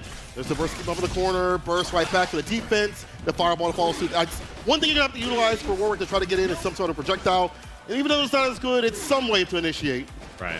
And Warwick himself, like, he's pretty good at just playing behind his assist. So yeah, he's calling stuff like that, the back assist with Echo, using Time Winder, just playing around those options, not needing to go for anything too committal. And Warwick himself can just kind of like run away and hit his M buttons. He's pretty good at that as well. True. It's 2H, for a home, nice tag. The super, 2H, sets up shop. Even though we've seen this like, what, season 1, or I guess the previous season, it's cool to see people still running something similar than what's been patched out, which might seem weak. Seems right strong right now, cutting through the fireball, that anti-projectile play, the rocket punch. Come here. And the super afterwards should be the kill, double down available as well, even if it doesn't, so easy damage on that. One of the things, you just don't jump the hook. You don't parry the hook, or you don't jump for the command grab after. You just get caught, eat all that damage for it, so it's unfortunate. Simple mix is best. With the Rekkas, use the assist, the dash up throw right after. To get up attack, and still get to confirm right after. Nice, target DP, the maximum spider. Yeah, good damage, decent amount of blood on this as well. They would chase that on the back roll, but the assist comes out to catch it. Oh, and a block on that. Should be a punish here, even after this. Oh, no! And unfortunately, the button got eaten, so that's unlucky. There's no parry attempt even because you don't have meter there, so a little unfortunate. Anti-air to the other side, spending the super once again, and no break was available either, so you'd have to eat all this damage. OTG at the end. Doesn't even go for it. A little bit of chip with that Echo assist. Find the time to strike with the 5M. Dash up throw. Okay, we got Bardic spin. The super. Time to double down. Not enough to kill, but next guess, Command Grab will kill. And okay, it was going to be chipped there pretty soon because of the bleed as well. So pops the Fury, trying to block it out, breaks the throw, and the footsies. You swing, I swing. Just a little bit of spacing difference. Nobody got me. 5M got me. On both sides of both characters, to be honest. Darius and Warwick. Yeah. Working out better. The armor into the super. Then the jump back after trying to bait something out. Using that kind of like threatened air hook from Darius as well. Sometimes you have to commit to it, sometimes you don't. Oh, back throw. Is there a roll or not? Goes low afterwards, catches the jump out attempt. Super. A double down here, I don't think it's enough, but it's pretty close. Yeah, I actually didn't have the meter on Darius anyway and just finds the low. Simple stuff. One more character remaining.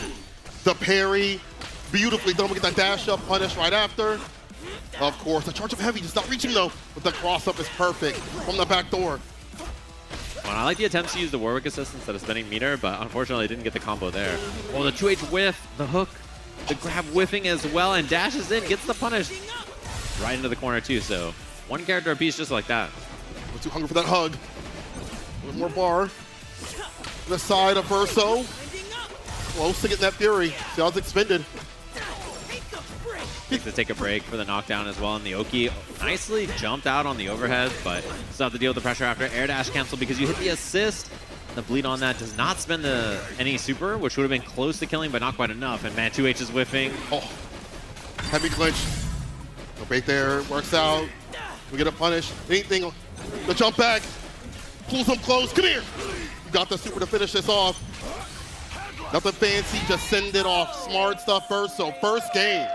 He feeling himself. Yeah, I'm surprised that hook actually like gave the right spacing for the forward S2, S2 from Darius there, but worked out either way. So game one, pretty scrappy, I have to say. A lot of this is off, I feel like Darius. Darius really put in a lot of work there. Yeah, Tush is better than Blitz, so it makes sense to see that. 5M be the initiator continuously. OTG with the butt slam. Oh, missed the fireball on the ground there, got the air S2 instead. Jumps back, using that blitz assist. Strings looks for the low, command grab. No, just the regular throw this time. The tag launcher once again, and doesn't want to see the end of that combo, says, nah, I'm good. Off the follow-up with the 5M. Staggering, but that's why we see a raw DP coming through. Oh, and it doesn't combo because Blitzcrank got in the way. That's your homie right there. Just eats the hit for you. Jump back. No 2H. The hook. This time goes to the M follow-up instead of the command grab. Off the wall. Good damage on this. Oh, and doesn't get the tag launcher. It's a little too high. Both characters getting clipped. There's a burst. Looking for a home with that 5M. Trying to find residency. Well, that's another fireball out. Okay. We tag. Oh, no. He's out. Oh, and the dog is neutered. Yeah, unfortunate there. It clips both characters, so just a little bit of life and the bleed on deck for Warwick as well, though finds the hit. Gonna spend the bar? No, just holds on to it. Goes for the tick throw. You can combo off this, but just takes a little OTG and a little low reset. A long road ahead of you, but at least you got the character down.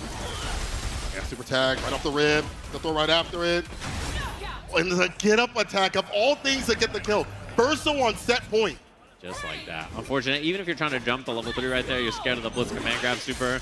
Get hit by the wake-up attack, so too much to worry about. Both characters getting clipped right away. Good damage on this. Super to hit both, and a double down available. Headless, but a little late. Got the tick throw anyway, and now it's going to be a break, of course. Yeah, how to do so. Save Echo. The pickup here. Step blood a little bit. Berserker Barrage. Here's the super. Yeah, gets most of the blood on this as well, which is pretty nice. Tag launch, back in. And goes for the back throw. Doesn't get anything off of this and resets him back to full screen, so Blitzcrank can come in and play the game a little bit here. Yeah, tries one of the assists right there. Fight some sort of entry point. Oh, the shoulder lean. No follow-up though. Target 2L, the push back.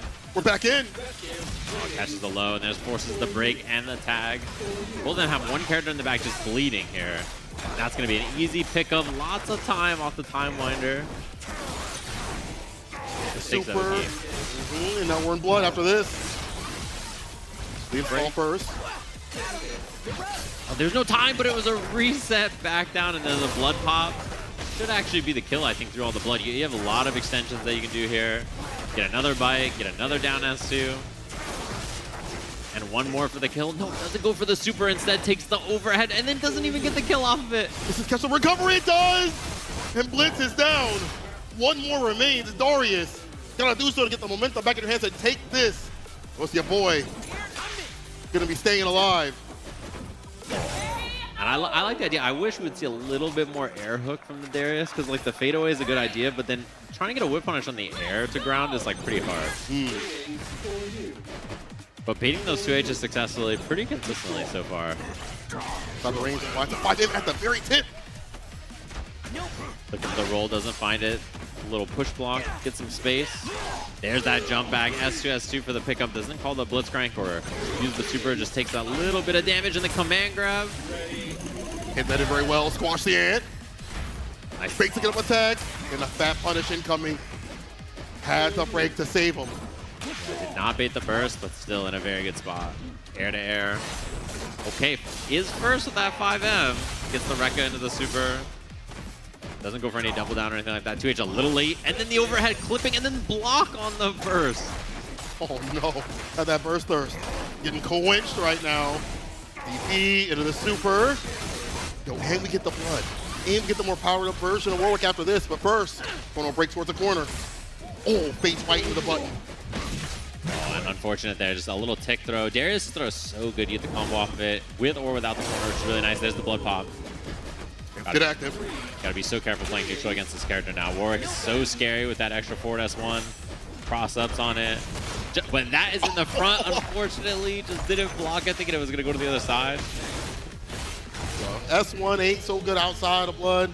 He still has other options inside. So it does wind down a little faster than the last season. Still real good. Oh, wait to throw. Oh, a nice pickup there using the Time Winder assist. Has one bar available, so not going to be the kill. Hey, Verso, how do you come back from this? Assist off the deck, one more hit to connect, and it's going to be over. Yeah, just got to wait out that Time Winder there. Chip's a problem now, too. Runs in, tries to find the throw. Stuffs the super assist, gets the bleed on. I mean, Darius has level 3 as well, so if you get a hit... Oh, hits the assist! Hits Warwick. Oh my, how much damage are we squeezing off this? I think it could be a level 3 for the kill, but instead, gets the hook. Air hook, what a read, goes to the other side, the overhead! Oh my god, just a little mix at the end, that's all you need sometimes. The slight pop off too as well from your boy. Yo, people in the car are like, I can't believe that hit. That's what's good? Wow. Okay, here's the switch again. Verso told me, he's like, if things aren't going well, I might have to get a little bit more new space. Might have to run a little bit of the Warwick and then Darius. But we'll see if you get access to switch. Everybody says, yo, I'm going to switch when I get up there. Okay. Get up there and then things get a little dicey and they're like, wait a minute. Okay. Under the Wick, Jonathan J. Wickington. Jonathan Wickington. Oh, I like that costume too. Purple. It's fire. Anyway, Verso, switching it up. Ride or die with this team now. Yeah, Warwick, a pretty interesting character in this version too, in the sense that like his overhead mix-up getting worse is a pretty big deal, but the rest of his kit I think is really solid. Wow, what a read on the air hook. Didn't get the combo after though. If you air throw there, you can like air hook, scoop him up, get a combo afterwards. Didn't quite get it, so instead, this is a big chance. Your boy just gets the, oh yeah, it's gonna be a burst out of there. Okay, just down S2 on the overhead says, nah, I'm not trying to see that. He's got a way around that option. Fantastic stuff. Goes for it again. That's going to be a punishment. Far out to finally confirm. Yo, they are addicted to overhead. Yeah, I mean, the move's so good. Even though it's like a little bit easier to block, like in isolation, very hard to deal with. Reward is just so good. When the mental stack's on, everybody gets hit by it. As you see right there. Man, a doggy please. Berserker Barrage. Take that extra little bit of damage. It's going to be a block and a punish.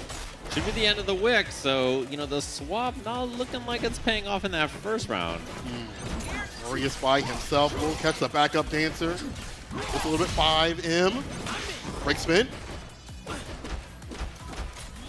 Oh, and the charge jump back. Gets out of there again, and then finds a little anti-air landing 2L punish.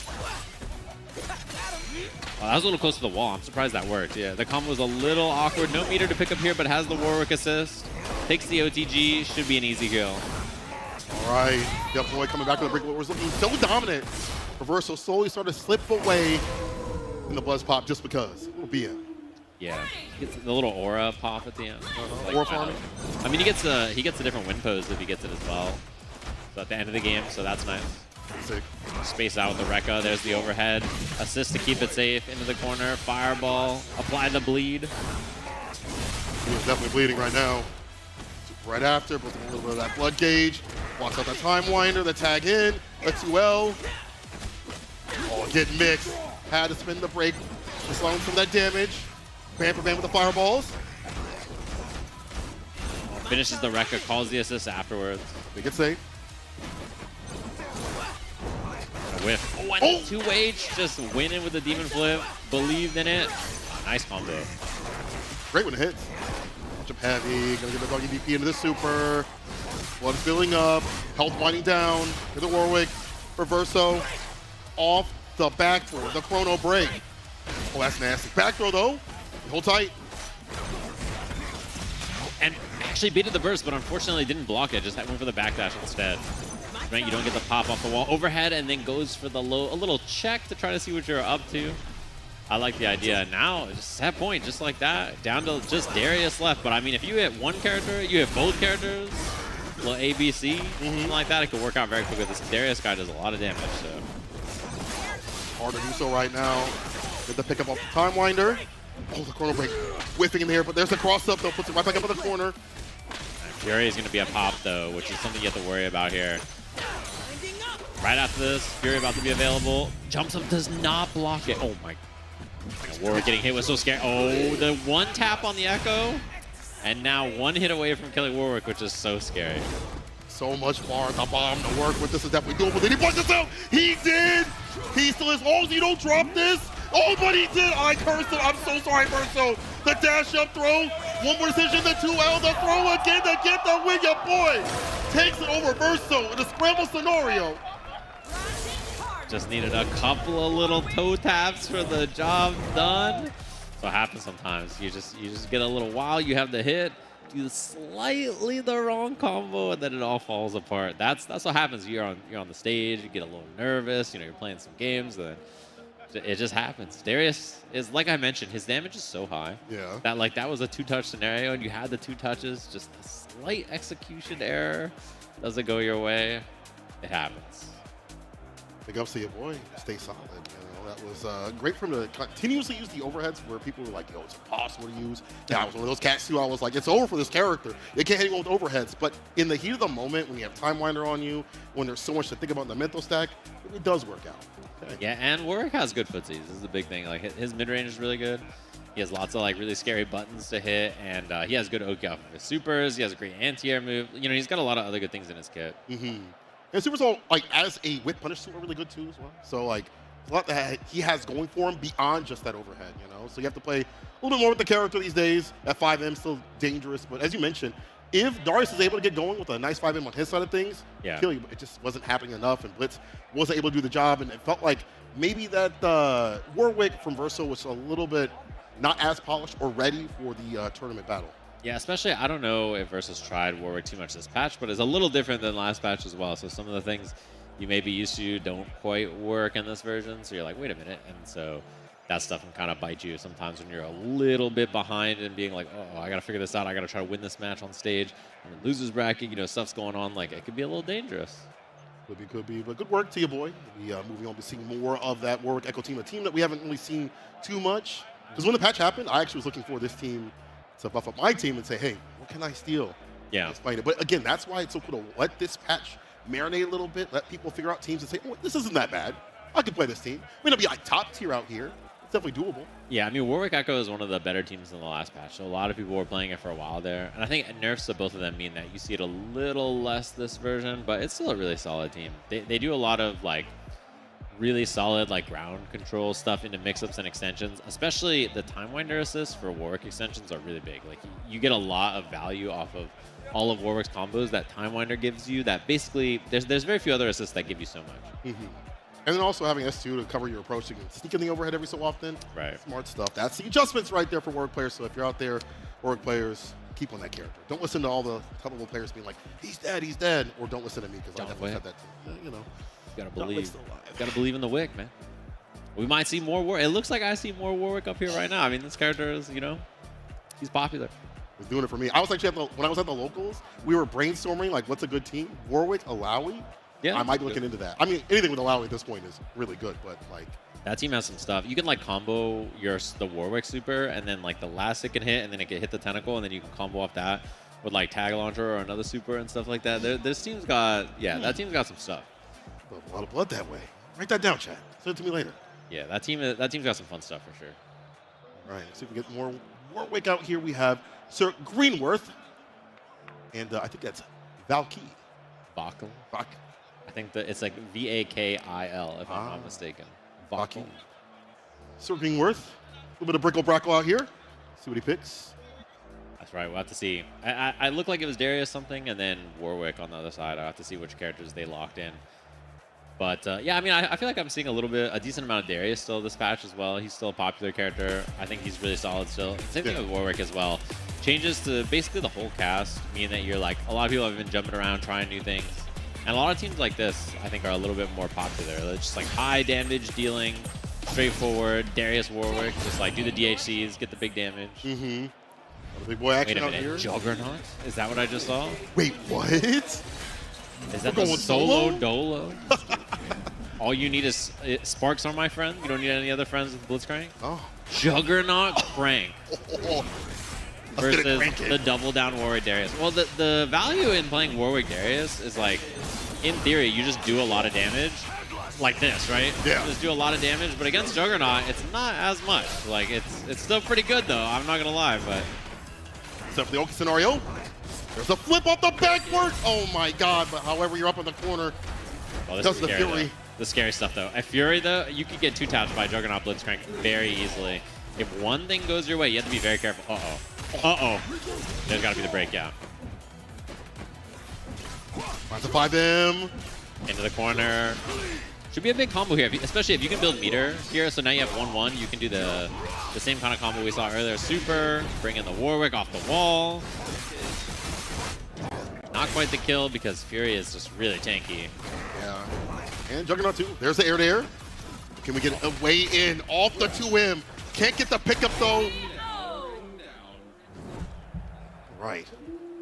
I like the idea. I like Blitz. Juggernaut. That's super sick. Juggernaut Blitz is brave. That is a brave style to play for sure. Missed the ender, but tech out blocks it.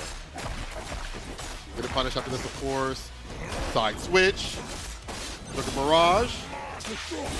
Oh yeah, tag in the super. Let's get the pickup right after. We get a tag launcher too. Oh, I like this team.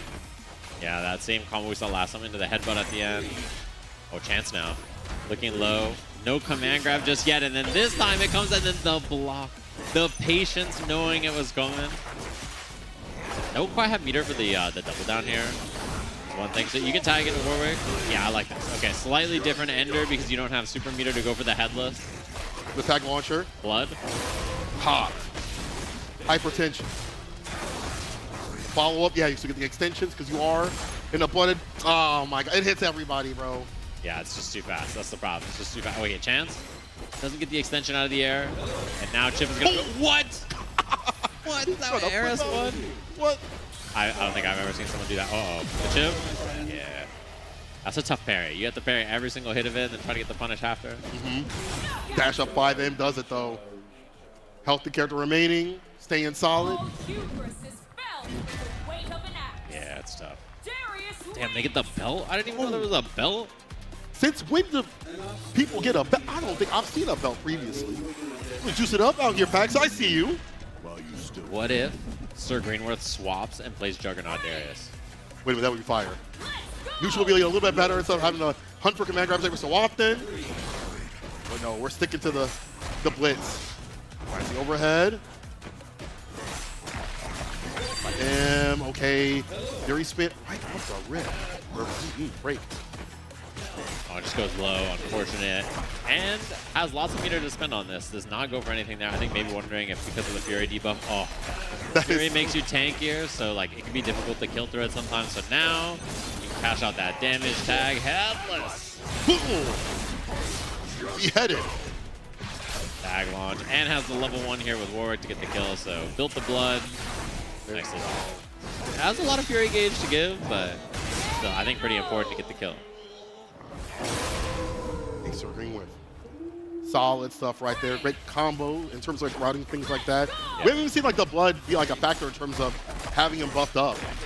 Besides at the very end of the last match, that crossed up. However, it's very solid. One of the conversions that he needs. Conversion towards the corner. Oh, I thought he was gonna be able to hook him down. Yeah, I think once you missed that S2 there, I got a little bit more awkward. Not quite comfortable in that conversion. Oh, jumps back on the command grab. Still scared of it. It's gonna be good damage here though. Of course, got the ball to spin. Super. No cash out because there wasn't that one available. Now bleeds on charge hook. Doesn't get the combo off of it, but still one hit will do it now. Has break available. Might as well just try to get that last little hit. And that'll do it. 2-0 just like that. Sir Green's well done on the Warwick and Darius. As you mentioned, you can see a lot of Darius today. Warwick still on the table. Yeah, big ups, big ups. Yeah, I think that team is like, if you want good damage, like a Darius +1 double down team is hard to go wrong with. Like Darius Vi, Darius Blitz, Darius Warwick, all those teams are just damage. Like the whole objective of the team is I hit you, I do a double down, and you die.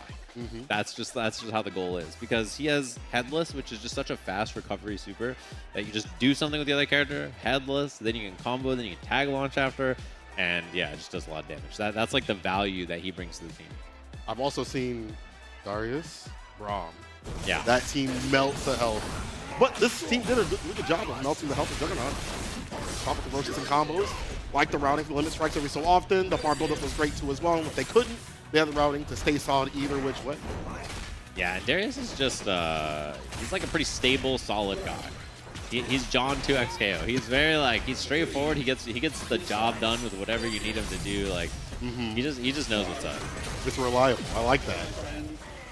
He's your everyman. He's got your fireball. He's got your safe, you know, kind of like just swing in neutral, do nothing too fancy gameplay. Yeah. Got a reversal.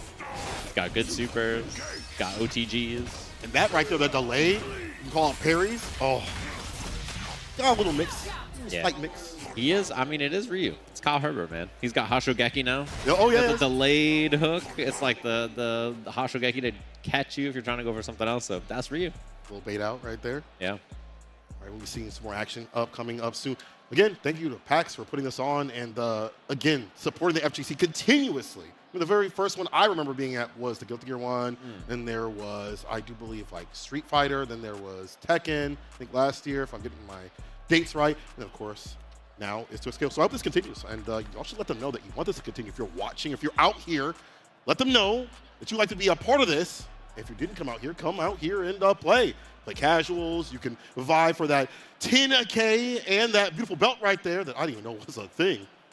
Yeah, $10,000 and a nice shiny belt to our champion this weekend, who we'll have to see if it's someone local from the region or an out-of-towner showing up, trying to put that work in. So we'll have to see who's the strongest of them all. Tomorrow, obviously, is going to be the end of that, so we'll have our top 24 bracket, which I think we populated some of it already. I can take a look at what it looks like. It's on Star GG for all of you wondering. You can look it up for the PAX Arena here. I'll take a peek and see who's locked in so far. But match has been great. We've seen a lot of good ones. I'm curious to see what other characters and stuff we see represented so far, because there's been a lot of, like, I think kind of like the big bruiser characters. I haven't seen as much Ari, which has been the big talk of this patch. A lot of people have been talking about how good this Ari character is. So I was looking at the top two in terms of enablers, Ari and Alawi, right? I feel like those have been the most in contention. I want to see more Jinx as well. Would be great. We did see some Jinx yesterday. A little bit more would be great, but I'm sure as things go on, we'll catch some of that zoning actions out, annoying action. Right now, it's Vi. Screen. DGI Twist. Oh, Warwick, y'all do this for me. Thank you so much. I'm a Warwick fan, bro. That character's just so cool. For some people, he's like super dry, but I like the fact that he's got a demon flip. He can harass you with, he can fake you out a little bit. Yeah. The overhead, I mean, now you got to sneak it in every so often. I like his neutral, the 5M. I like mashing that beginning. Like I got footsies. Yeah. Covers that. It definitely makes you feel like you have footsies at the very end. You put the flip, that thing puts bread on tables. Yes. I see Diaphone qualified earlier in our top 24 as well. Okay. Close match over there. We'll have to see it. Our top 24 tomorrow is going to be a good one. Yeah, And this Vi in neutral, just like holding the S1, has been such a big talking point as well. Really good in this version. Nice little side swap using the OTG assist. S2. Is it a tag launcher combo? Yeah. Ah, okay. Alternating blows. Yeah, first we get back up in the corner after the bite came through. I like that as well. And then the dash up, taking that space, forcing the break. Oh, I saw him wind that up. Sit him down. The Electrics though, look at the throw. GG. Of course. Tag. I like that idea. Just slight miss on it, but gets the pickup anyway here. Having mistakes. Plus frames off the overhead. We hold. We don't get the grip though, but the parry bubble is there. Ooh, and that's an ugly starter to get hit by. Darius to get the combo off of it with the hook. Headless for the kill. Big damage on that. A lot of red. Yeah, Steam does a lot of damage. Like it's very good for situations where you can like full charge S1 with Vi, and then you get the pressure with Darius afterwards. Charge hook. Ooh, I like that. Ah, okay. Way to give him some plus frames. A little variance. Hyper Crater Maker. You have double down. You're gonna spin it, of course. Overhead. That can be overhead. I got duck too. I was looking for 2 in, bro. The thing is like it might have even chipped on block. Like it does so much chip damage, the super, when you have bleed on them already. So Down forward. H to start things off. Backs off. Maybe let's forget up attack. held S1. Warwick dashing up behind, looking for that falling overhead, that tricky stuff. It's still good, and it still works. Getting blows. Limit strike. Stay up in the corner. Tag launcher? Yeah, I've seen it before. Yeah, this is actually good because Warwick likes to be tag launched into the corner like this so he can get the combo afterwards as well. And then goes for the tick throw. Easy damage on that one. There was super after if it didn't kill, so really good spot. One woman wrecking ball. Try to go that overhead. That freezes you in place. Get the overhead there though. That's why the break is spent. Oh, the Fury pop on the overhead and then missing the combo. Okay, forces the break anyway. Oh my god. Oh. Shout outs to Vi S1. He was so ready right there. Neutral. Yeah, Oh. my neutral's so clean just holding Vi S1. But this is scary. Like, Vi kills in one good hit here. It's quite, you have to worry about the headless super assist as well. Oh. Just like that. That is a lot of damage. Oh my god, look at how much red is up there. Brother, the health. Where did it go? Not enough to kill, but next it will. Oh, wake up, bro! Level 3 for the OTG. Oh my. Jack the Ripper. What a wake up decision, and it works out clean. Not the kill though. Oh, you gotta watch the cross up. That's the problem. You dash all the way up, and you're like, wait a minute, am I safe? And then just half screen away. Gets in there, cross up, it's tough. It's like an itch, man. You gotta do it. If you're a Warwick player in blood, Yeah. you gotta do it. You know it's coming. Well, that's more than okay. We get the corner carry. Interrupts the S1. Tag to make that safe off the backboard. Wake up attack. Held S1. Oh, and actually got the stuff. Medium hard combo, so the side swap. Double side swap, take the limit strike because it ground bounces. Firewall cover the approach. S1 just better. It's just better. Oh, got hit the second part of it. Yeah, breaks the armor.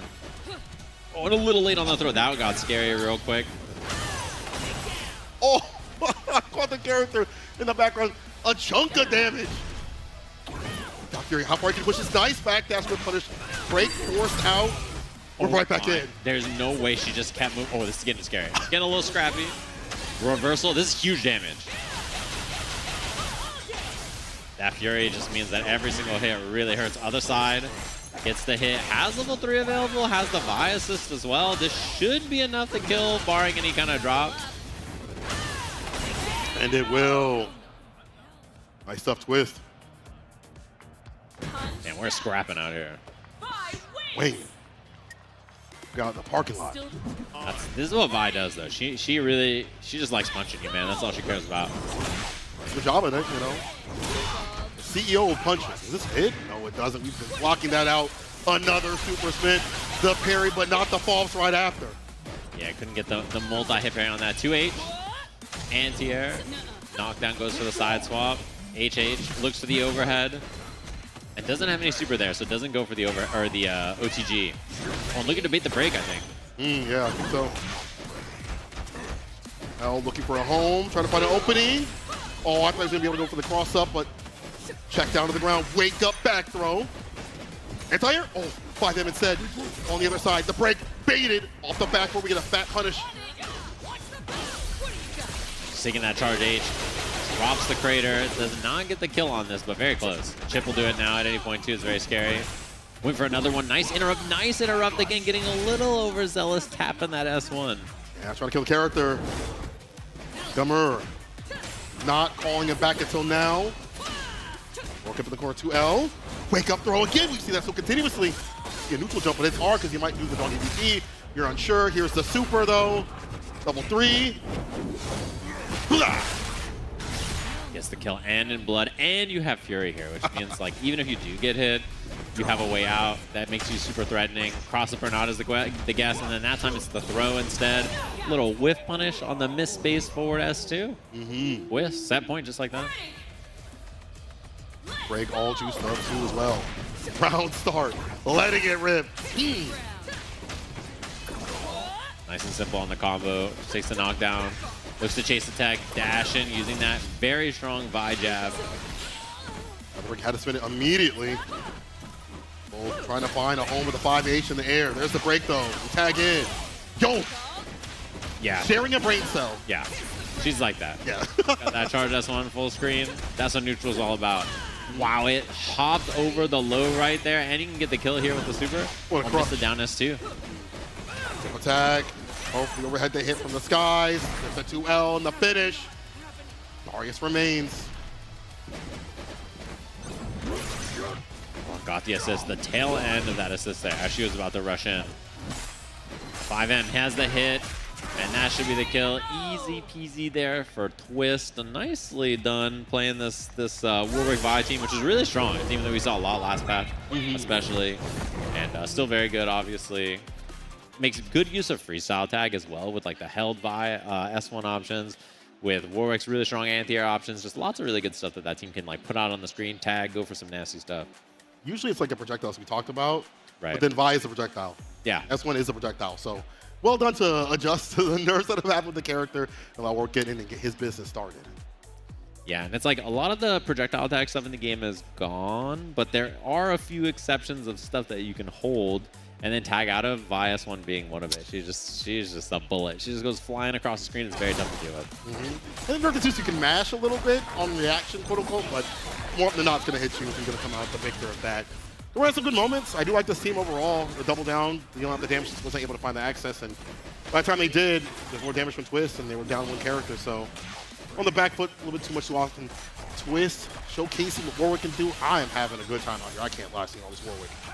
Yeah, we've seen a lot of them so far. I mean, he's a popular, like, straightforward, solid character, you know? Not a lot of juice, like not a lot of like super fancy stuff. Yeah. But you don't need it. That's the thing about the character, right? You don't need that fanciness. You just need solid, you know, kind of anti-air ground game footsies, mix-ups. Like he does it all. He's really solid in that sense. Skipping blood, you can do things like we saw with the cross-up, get kills like that, so love to see the writing again out here where people might have thought some of the characters were going to be left astray to the side. Seeing them come back. Again, you mentioned multiple tournaments. I've already seen a lot of different teams over at Texas Showdown doing mad work that thought maybe we're out. Teemo was still up in the cut where people thought Teemo Fire was bad. He's real good still. Even by his lonesome sometimes. Yeah, that character is very good in this version for sure. He just has like so many threats on so many different spots on the screen, and he has great assists, and like he plays well with a lot of characters in the game. His support is excellent, so keep that up to XKO. Let me have that variety continuously. That's all I want to see is new teams and obviously some more characters coming through on the 7th. Right. Probably as you mentioned, and then Senna's we're all waiting for, right? Of course. Yes. I think, well, it's funny you say that because I think that's true, but also I think everybody's going to play Akali. I think that character will be on literally every team. I think she's going to be insanely popular.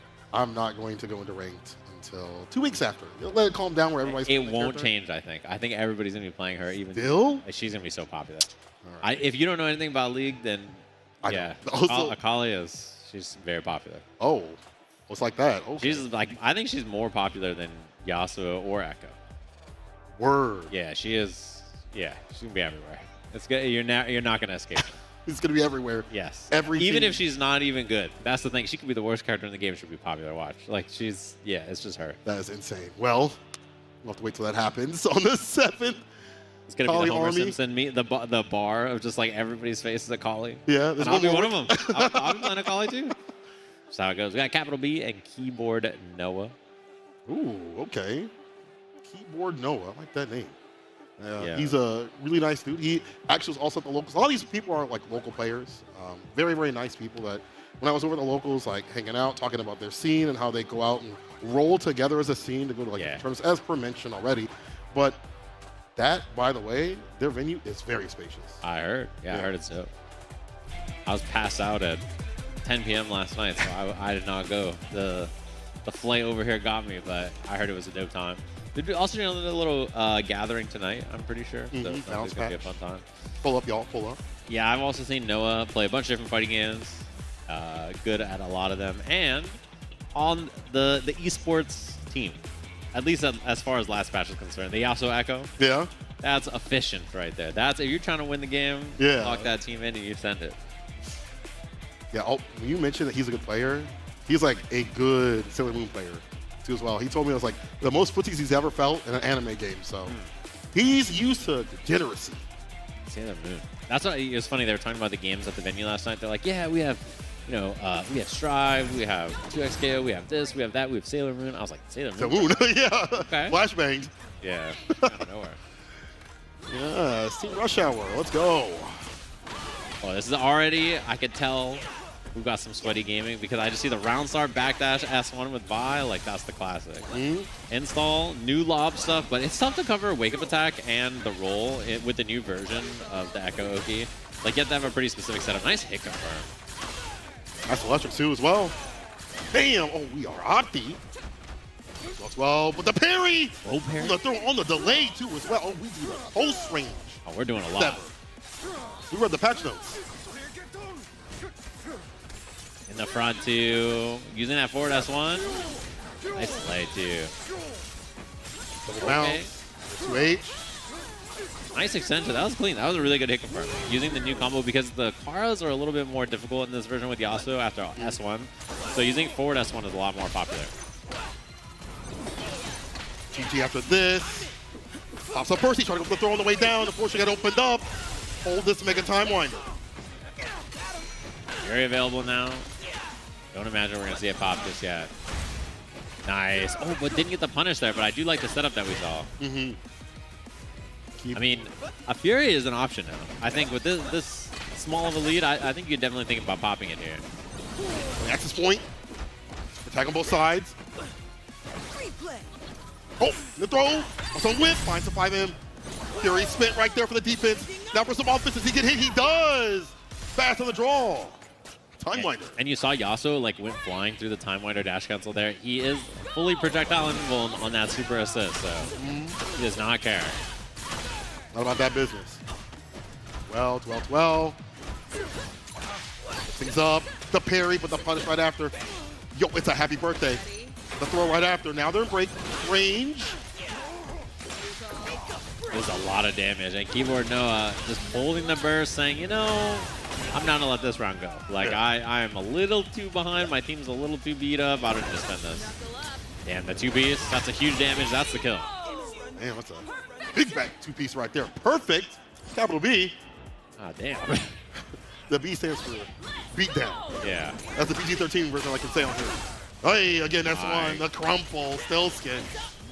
Shout out to Vi. She just keeps going. She does not care. Nice air throw. Oh, yeah, get up attack, give me some distance. Cross up man stays in front, of course. That's one that's a punish though, but not able to get the confirm right after. Nice air throw again. Has the roll set up and then yeah, just gets a little mix up afterwards. Had the clone for the replay even, so it's not gonna be easy to block no matter what. True. On the fireball. Super tag a little bit better off for Echo. Can't get the jump in, but yeah, does catch the recovery as you mentioned. Pop off with the super at the end of this. Yeah, I did a really simple combo there. Just said like, I'm gonna keep this nice and short and sweet. Get the damage ASAP. Some of the combos. Oh, she swayed through the Mega Time Winder there. See it sway through her though? Oh, wait. Oh. 2 for 1. When you're right, but you're wrong. The throw whiff on the parry, it worked out though. I did the right thing. No, you did the wrong thing, the right thing.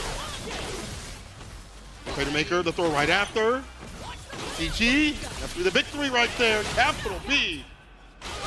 Okay. Some pretty serious gaming. I really like this team. This Echo Vi team, I think, is really good in this version, and I think it's just because it runs really clean, good Oki. It's like a tough team to deal with when you get knocked down. The neutral on this team, where you're just charging via S1 and Echo's running at you, is very tough to deal with. Yeah, it seems so annoying. And the damage that comes through right after. Harry, though, start things off real strong. Okay, tag launcher. The side switch just yet. So we need Yas. Oh, Twix doesn't hit, though, right after. Yo, that, hello? Devs, I know you're here. You saw that. No problem with that? That looked normal to me. Yasuo players are dooming, bro. They're like, it's done for him. Do you not see? Oh, you know what? I'm not going to start. The character's fine. Anyway, OTG. No double tag there. On reaction to the burst. Yeah, some of the win, but there's an air throw right after, though. Can't skip the corner. Still no bail. It's the overhead. Oh, and it doesn't get the combo extension on this. Oh, and the 2H attempt. I think that's the right idea there. Just unfortunately. Oh my god. Oh my, the extension with the charge S1 at the end as well. Oh, that was about to hurt so bad. Level 3? Yeah, it's level 3 this and in this right now. Capital B with just a flick of the wrist. Bing. Okay. Capital B, you know, if I was somebody else watching this bracket, I would be a little worried watching this gameplay. I'd be like, uh-oh. This Echo Vi is looking pretty good. Star S2, the Hellbreaker. Oh, with the footsies off the L. Sway L doing mad work out here. Plus frames. Sneaks in the assist, a charge up. Oh, and didn't go for the double break. Had it available. What a parry. Oh my, the punish on this. And that's a dead Yasuo. Oh, doing him like the patch notes. Now you're actually dead. Now you're actually dead. Looking like a perfect right now. The double Hellbreaker and the chrono break. Well done, Capital B. That was some gaming, if I've ever seen it. That was some clean Vi Echo. Everything you got to do right on the checklist, doing your ABCs. That was pretty devious. I can't lie. A+. Extra credit. Yeah, that's a professional right there. Is really locked in, really clean on that. And I mean, that's the thing about this team is like it's very overwhelming, very tough to deal with. Has been since the first version those characters were together, because you just have good neutral control, two very offensive characters that complement each other very well. And like a lot of what Vi wants to do, like Echo's good at setting up and vice versa. Like they just give each other such nice tools. We'll see that team come through. You know, did see Team Rush Hour a little bit, so we'll see the over the losers. I'm not sure if that was losers or winners, but we'll see that team still exists. But man, as you mentioned, Echo, Vi, Capital B, Diphone, are you watching, bro? He's tugging his collar right He's now. like, ooh. Like, Steve coming out like a Looney Tunes character. Yeah, I don't know. I'd be a little worried if I was that Diaphony guy. Yeah. Gotta be careful. We're going to take a quick break. When we return, it's going to be more 2X KO action out here at PAX Arena.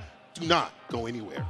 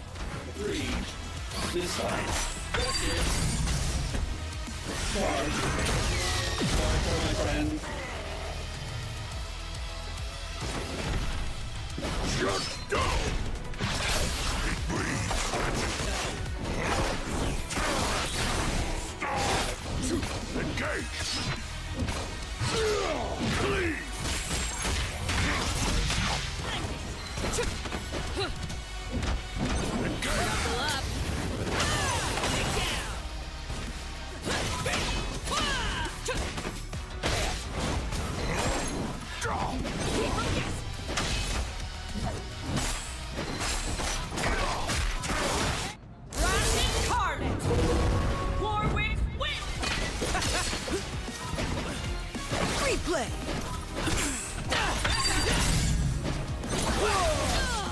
Winding up.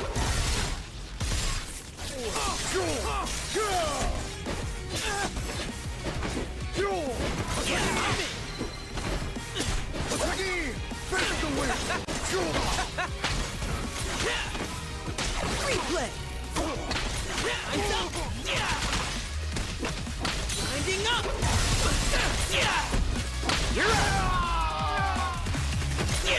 Take time. On the run back. On the run back.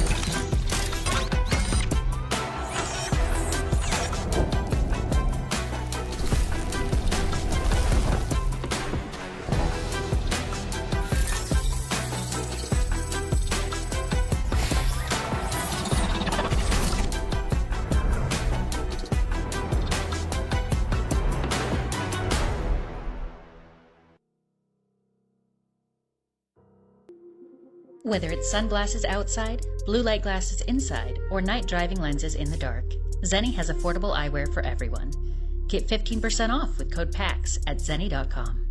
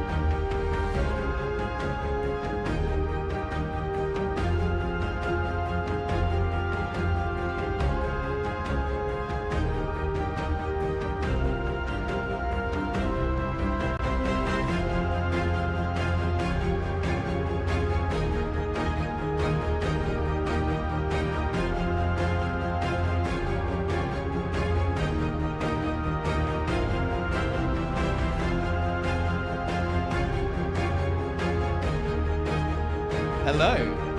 Oh, you found me. Hey, how you doing, PAX Arena? You alright? Yeah, that's fair. I'm not on the stage, so they're just like, whatever. This is probably a pre-recorded message. Or so. Oh my goodness, we are getting close. Hello. Hello. Whoa, that was loud. And that's actually, wow, you are getting close. Hey, look at this. It's the Razer Viper V2 Pro. And I bet someone in PAX Arena would like to get their hands on it, huh? Maybe not.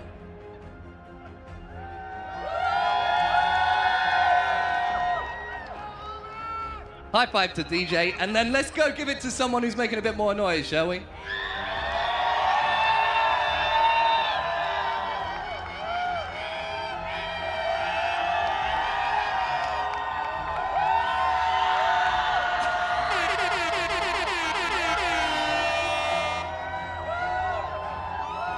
There was someone back here somewhere. No, it stopped. It stopped.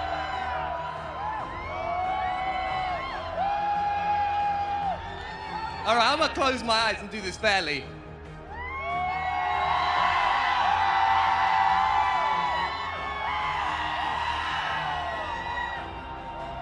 Where is it? It's somewhere around here. Do it again.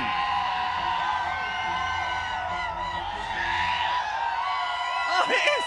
It is. Yeah. Oh my God. Oh my God. I was looking for someone more femme. I'll be honest with you, but you know what? You're getting yourself a mount. That was. Wow! Oh my God! Sorry about that, PAX, but also thanks very much, because that was amazing. I appreciate your energy very, very much. This is the best crowd we've had all weekend. Are you excited for some more 2XKO? Well, give it up one more time for our casters, Sajam and Saint Cola. Welcome back, everybody. We got lots of great matches coming up, and everybody's getting hype, of course, in the crowd for the goodies. It's always nice to give away some cool stuff for everybody here. Thanks to Razer for that, and thanks to all of you for tuning in. We got some great matches coming up. It's going to be some of the players we saw earlier, and it should be some pretty banger matches. I'm excited to get towards the end of these pools, this qualifiers for tomorrow's top 24. It's going to be very exciting. Going to see some runbacks, possibly some people that had made it down the losers that are a little bit hot. I was talking to Keyboard No in the back. He was like, I don't like Vi. In so many words, okay? In a nice way. He wasn't ridiculous with it. I was like, I know what you really want to say, but that's okay. He's going to have another shot to the loser side, but there have been people down there, some demonic forces that are about. Crocs and Socks is down there. I don't know if he made it in the top 24 just yet. Hopefully Noah avoids that, but there are some demons out there. It's not so easy at PAX Arena. You might think to come out here and farm some people, get some money. It's not easy work like that. Nope. $10,000 on the line. A lot of people scrapping for it. Lumen versus Twist going to be our next match. We saw DJ Twist up here earlier as well. And yeah, this Vi character is she's real good in this version of the game. A lot of people probably talking about it know it. Like she's at the top of a lot of people's minds. I think it's like her, Alawi, Ari. Those characters are really scary in this version. Really effective, dangerous, tough to deal with. So I'm excited to see a little bit more of that. We see some Yasuo Darius, a team I haven't seen for a little while, but this team has some good stuff. Like there's definitely some interesting stuff that they can do. It looks like it's going to be Double Down with the fuse. They got some cool stuff with Double Down. They have some good stuff with like whatever fuse they want to play. I think you can play this freestyle. I think you can play this Double Down. You can play 2X if you really want to, but I think both those fuses are really good. Double Down on Darius definitely makes sense. I would like to see some freestyle, but freestyle just in general is like defuse unless you're playing Jinx. Either way, it's going to be Darius, Yasuo, the nerfed one on the screen. Together, maybe they'll be competent against Vi. Let's get it. Backdash and the fireball. Okay, still Echo's whole flow, bro. Oh, the command jump, finding an opening. Early hit into the corner. 2H. Easy ender. No, doesn't go for the wind wall. Just takes a little left-right situation here. Oh, I like that dashing forward to hide the Rekka in the background, which is really good. It doesn't use Double Down, just baits the throw, and Vi just gets wasted before she can play the game. 5M, immediate break. Before things got bad, but it's looking real terrible for Warwick. We're going for a limit strike. No, the tag launch. Want more damage, what am I saying? Oh, tech's out. This is very scary. This round could get a little scrappy a little quickly. Okay, that'll be a punish. Has the Yasuo assist here if you want for the corner combo, but does not spend it. Just takes the reset. Looking for the hook. Other side. Nice block on that. Goes for the cross-up. And that is that. No chance to play the game. Just absolute rushdown. Holy! Command jump, doing a lot of work out here, hidden by the hook as you mentioned. Press off with the fireball, we already saw that. Vi assist me. With that Vault Maker, denting blows, immediate break. Give me some distance. Yeah, not only that, but you prevent what is very scary, the limit break knockdown there, which is going to be dangerous to deal with too. Give them extra resources. So. Okay. Oh, and drops the combo. Chance, and that is going to hurt. Full charge S1 here. Do it again. Still have the reaction there because you interrupted it, so a lot of damage. I like that down tech into the butt, or into the wake-up attack. You don't have to deal with the mix-up, but still a dead Vi, which I was gonna say, but gets the kill anyway. Prophesize the demise properly. 5 M to start things off though. Warwick was like a barrage. So if that blood, it's time to burst. Yes, sir. Pops, that means we're even better in neutral. Walks across up, man. How long though? Finds the opening. Fury spent right there. Dash cancel, goes to the overhead. He's trying everything in his pocket. Just keeps it nice and simple on the hiccup from there. Trying to bait something, but love the down S2 into the conversion because of the Warwick blood. Does spend the rest of that blood, but still in a really good spot. Good patience there from Twist after getting throw baited last time. Biases does not combo, otherwise it could have been the kill. And Yasuo with lots of meter, the level 3 is available as well. Is there going to be a spend? Cut, cut, cut. I don't think it would be enough, so saving for the reset, the dash tornado. And that's that. Nicely done there from Lumen. Well done to recognize that it wasn't going to kill. For that throw, TG, the victory. Lumen shining right now on this Yasuo.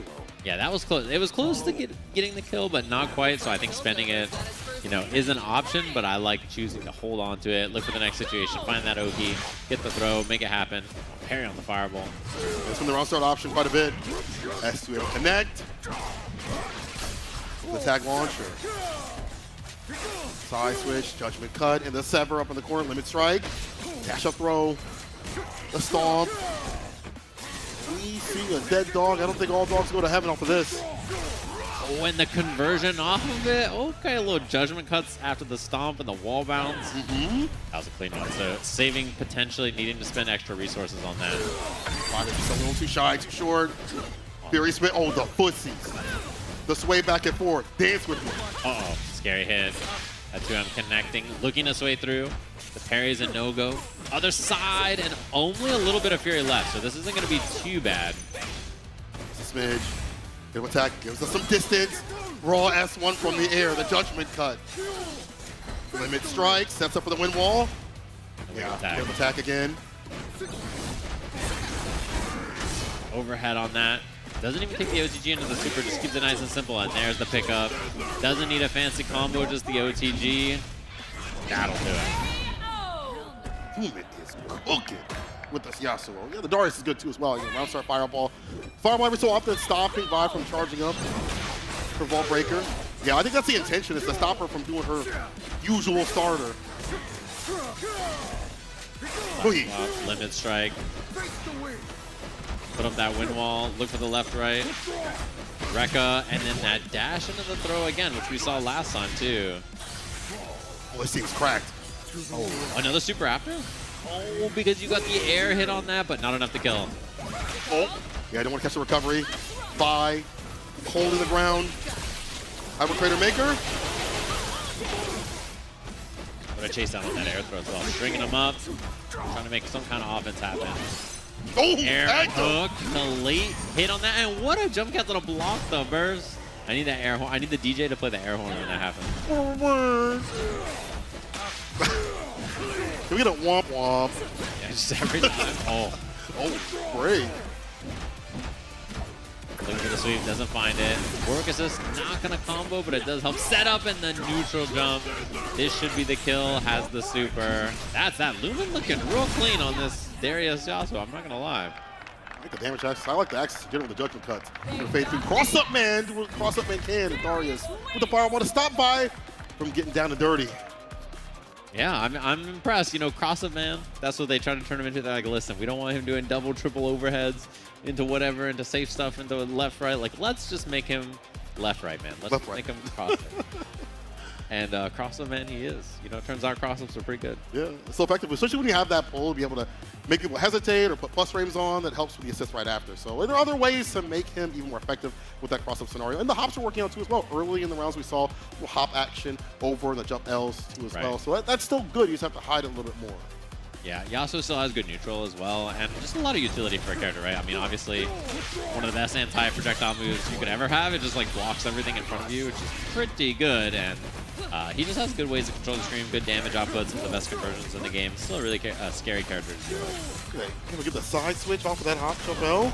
Still effective. I mean, they've nerfed some things here and there, mentioned like the anti-fireball play, but it's still effective. It's still good. It's still Yasuo. Right team, still shine. We've seen with the RE teams, things like that. Now, with Darius, I haven't really seen much of this one, but this looks clean.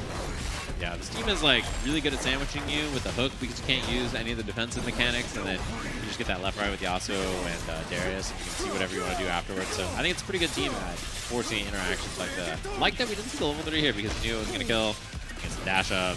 That would get the kill afterwards. Tornado, so very smart. Very good routing. The This damage. combo is cool too. Yo, this is fire. Into the super. Lord in heaven. Lumen. Also, give attacks as well. Like the defensive calls from Lumen overall were really good. Just on his own, even without the characters being considered here. That's one working out. Get the follow. Yo, Lumen, I'm looking at you to get top 8 closer to Chef. Cancel a block up burst as well. Lots of tricky stuff. And it looks like setting up on our stage here. We got some players that we saw earlier as well. This is going to be our losers bracket match, right? Because we saw Noah lose earlier. So excited to see this.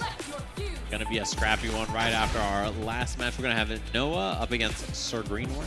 A match that we saw earlier. Both of them looking pretty solid, but running into some pretty tough matches in our winner side of the bracket. So this is going to be the loser side now.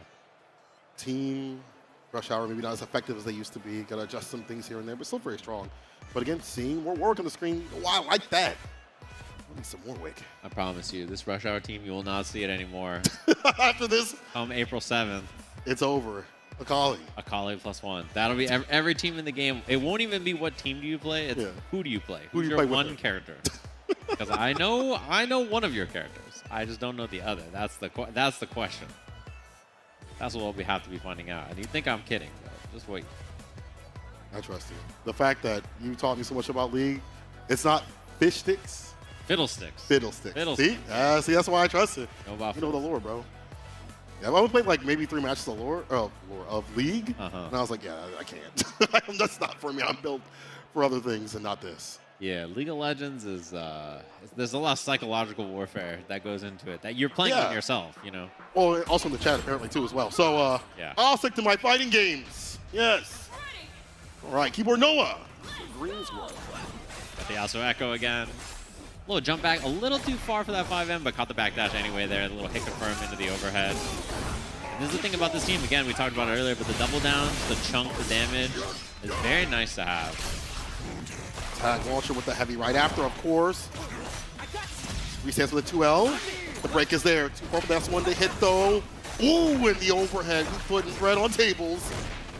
Yeah, it's unfortunate that Yasuo took all that damage before a break was even available. Drops the hit confirm, and then the double tag using freestyle to keep the pressure up, kind of save the scenario in the scramble. Oh, 5M. Smash it. Okay, Sever was able to hit, get a confirm right after it. Towards the corner with the tag launcher. Oh, excuse me, limit strike. On the other side, yo, the pickup on that though. Yeah, I didn't realize, I think there, that the stance age had hit earlier, so that Yasuo didn't have another reaction. Otherwise, I think there would have been a different combo under than that. That's going to be bad news. Into the corner here. Easy kill. Nothing fancy. Doesn't even need the headless at the end. Damn, you hear him drop that axe. Donk! It hit the floor. Yo! God damn. You're swinging on people? That's not regulation. It can't be. It can't be. Yeah, Warwick Bite there. One nice thing about that for the opponent is that Warwick Bite doesn't hit multiple characters. So if you ever get Happy Birthday and he knocks you down, he can't OTG Bite and hit those. Ends the combo a little early for you. Block is there in the 5M right after on the dash up. Looks like Barrage with the pickup. Do we go for the super? Of course we do. That blood and go for the double down. Yeah, now Chip is very scary as well. Wake up Time Winder. Throws the Mega Time Winder as well. No tagging Yasuo, so a lot of fight you got to do with Echo here. If there's a gap, it's going to be a tag, yeah. But he dies. He just tanked it for him. Oh, so unfortunate. Couldn't tag him out. Now with the tag launcher, well, you were eating a hefty amount of damage. He's in blood after this, too, as well. This is bad news bears. And the OTG super afterwards as well for an extra bit of damage. Oh, he was looking for the bear a little too early. Very dominant play here, Sir Greensworth. We're right back into it. No waiting, no hesitating. Round start time, while it does get the confirm right after, though, we're fine. And really, round start with that? Like in season 1? Like in season 0. Yeah, we see a lot of round start time winder plus call assist to keep it safe. That's a very common option. Nice, I like that as well. 2H doesn't find it, using the double tag to keep the pressure up. Cross up, man. There he goes. Flying through the sky, and again, another cross up. So let me strike at the end of this, Sever. Counter hit. Wow, that was a deep car. That is not easy to get the car at that range. Sometimes be a little finicky, so you have to be kind of careful, and this should be the kill. Oh, rewarded after all those down 2 H's. So we're now on the back foot. This is way more than what we're more used to seeing over at the locals, from what I hear, and solidify things. Or can we push this to super? One more touch after this. We get a perfect. It's off the table, but still, it's a one-touch scenario. Greensworth needs a miracle to win this round. Yeah, I was going to say, I'm not sure, too, because you don't have a lot of backup with the Darius in the back, with no tag available as well, so it's going to be tough. No on the board. Trying to tag in. The 5M. Berserker Barrage, super. Yeah, you take the damage on this, too. This is huge damage. And it's tough to break because, you know, by the time you get a chance, you're already, like, pretty deep in the combo. Oh, that's both. Yeah, you got to get him out of there. Run. Run. The 5M, he does get it on the other side of things. Yeah, well, apply that glide. Yeah. Oh. Hook. The super. Yo, your health bar. One more touch, plus Rain City. Oh, dashes in, gets the block, saves Warwick. After he took quite a bit of damage there. Echo is so low. All right, forcing the break, which is a big win here for Noah, even if he loses a round. And the overhead coming through. Hey, Greensworth. Put himself on the final round. Oh, I like that. Delaying a little bit, waiting for him to do something after the cross-up. I'll try to strike and get opened up. Yeah, that was a good check. That little stand jab, ready for it after seeing the dash cross up there. He didn't have a lot of coverage. Didn't have like a echo assist to keep that Yasuo stuff tight, so pretty smart decision. Gets the jab check. Set point for Greensworth, just like this. Pick up a Warwick to start things off. 2, take him through the corner. Install. Get up attack. Mention weaker on the mix here.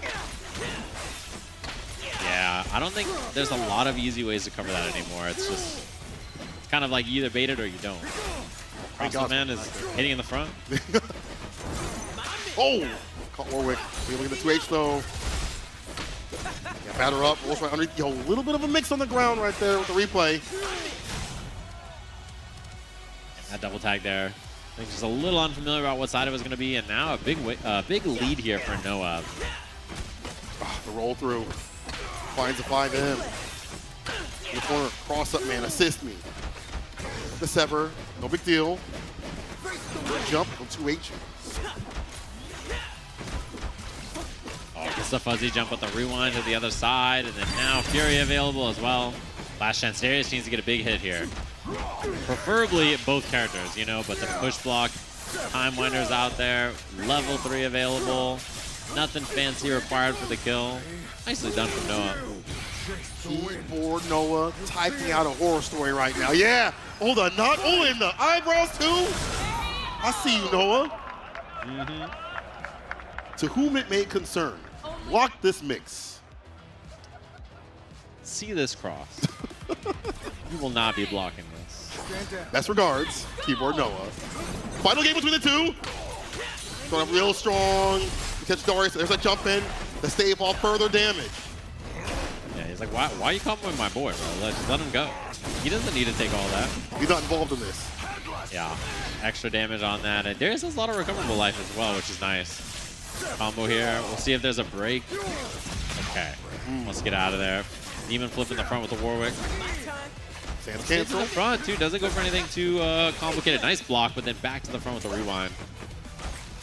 Up lob. Now covers the ground approach. Cross up man. Go! The cape is on. Go! That's who he is. Wow, that combo off the one-hit fireball in the tornado. Doesn't get to confirm off the Asagi, and that's going to force the break. Keep Echo alive. I freeze him in place. Shattered in time. For this. One bar kill. Nothing too fancy. No in a good spot. Despite a lot of scrambles in this, I think like a pretty scrappy round, and that's going to be a nice pickup. Backdash S1. Finds the mark. Tag launcher. Super the tail end of this once again. Catch the cutscene. One more air throw. Hold on. Noah. You're nasty for that, man. You're nasty for that. You can do it like that. Yeah, On this stage. That was like knowledge that the tornado was not going to kill. So like, all right, let me look for something afterwards. Let me get the air throw on this tech scenario. So like that from Noah. Good recognition. And still goes for the overhead. That was the mix-up last time that got actually beat by the wake-up attack. For the knockdown here, lob. Not as good as they used to be last patch. You know, you could lob, get the super, that kind of stuff, but not a thing anymore. And then this time, a parry on cross-up, man. Finding ways, finding kryptonite against him. Pick him with the super. I raw S1 from the air. And now, get the knockdown, get the limit strike, extra meter, lob. Immediate lob just hitting. And that's the kill. So Noah in a really good spot here. Set point scenario. Throws out. Here's a tag. Trade scenario. Way better here for Noah. Which damage. Again, aerial S1 working out in the cut. We got the bar at the bottom. The tag launcher to start things off. Go for the gun that's going to expend way more in terms of damage potential. Oh, I thought he was going for another air throw. I was about to lose it on this stage. There's the break, though. For the Hasagi. And just gets clipped from behind by the Time Winder. Unfortunate. That's the problem with Warwick. He's kind of a thick guy. Yeah, he's a big dog. So like some situations like that, you think you're going to be safe. You think you're not going to get smoked. You just get clipped by being a large lad in situations like that. That's the problem with playing Warwick.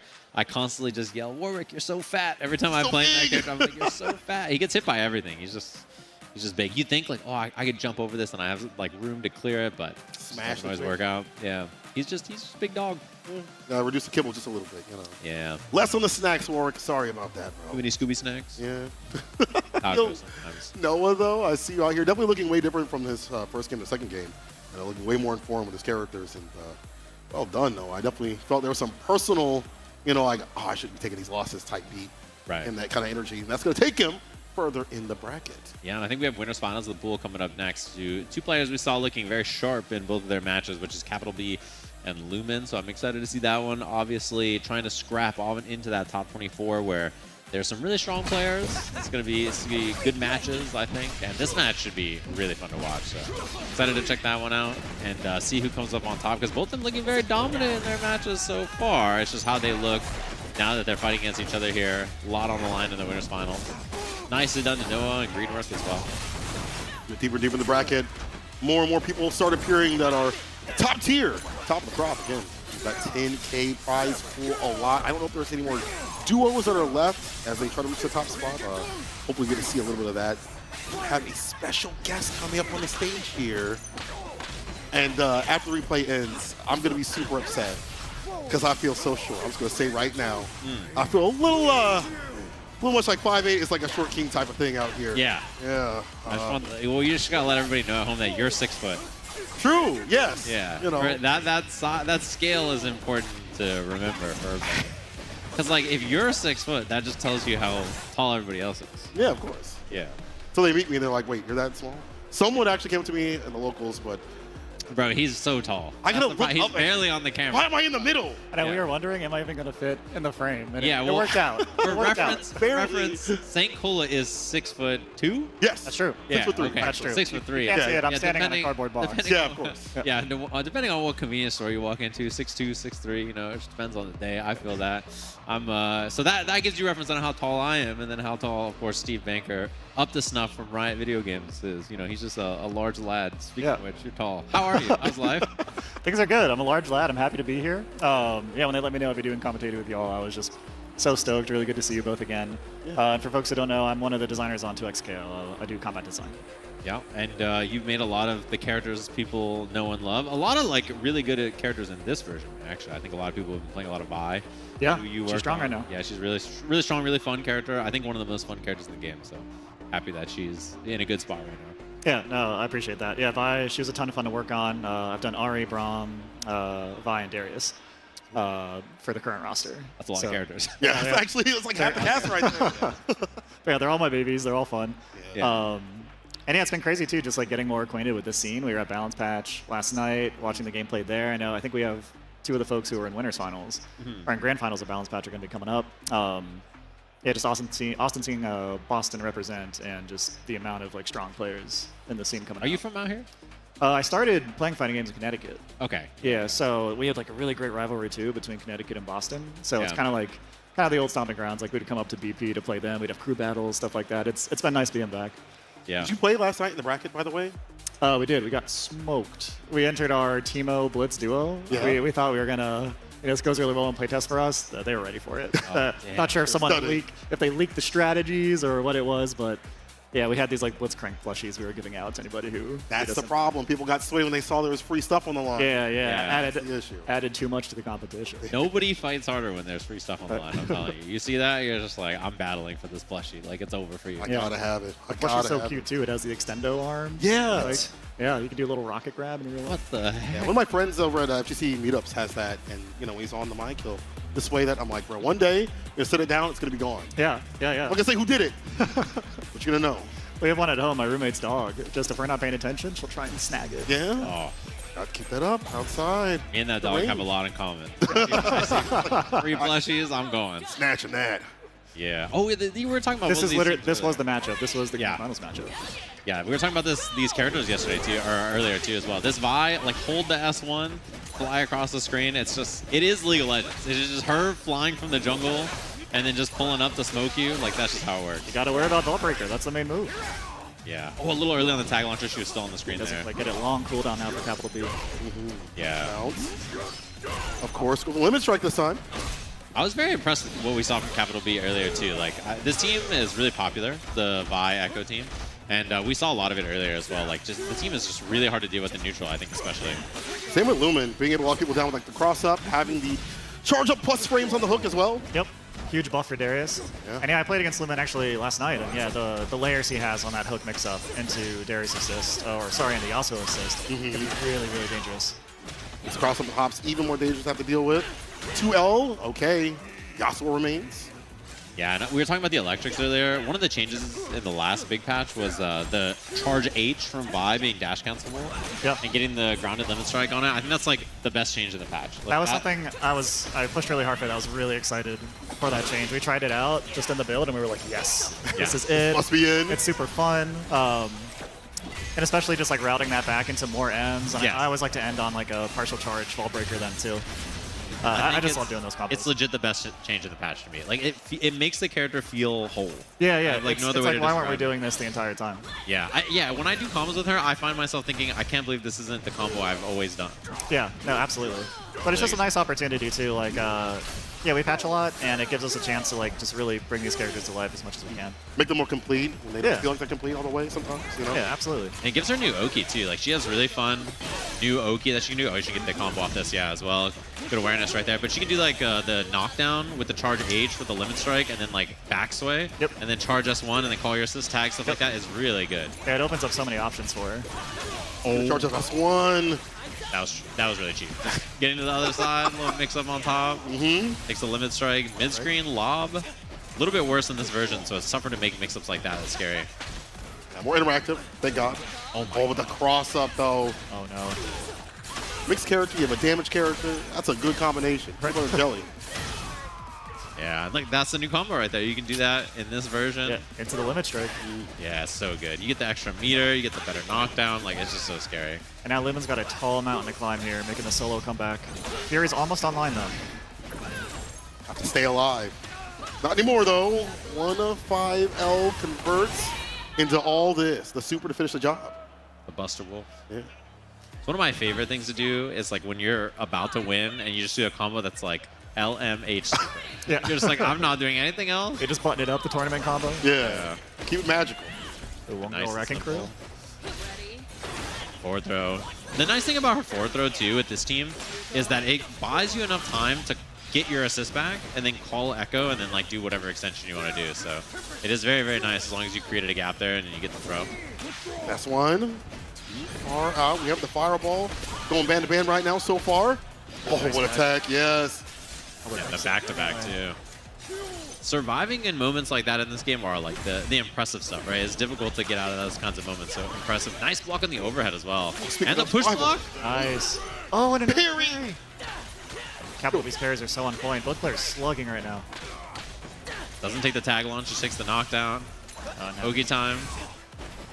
Yeah, it's tough to like with Echo now. It's tough to deal with like roll plus wake up attack plus all this stuff. You really have to be sharp to deal with all those things. And people, they've come up with some setups, but it's not like before where you just covered everything kind of without having to worry about it. Right.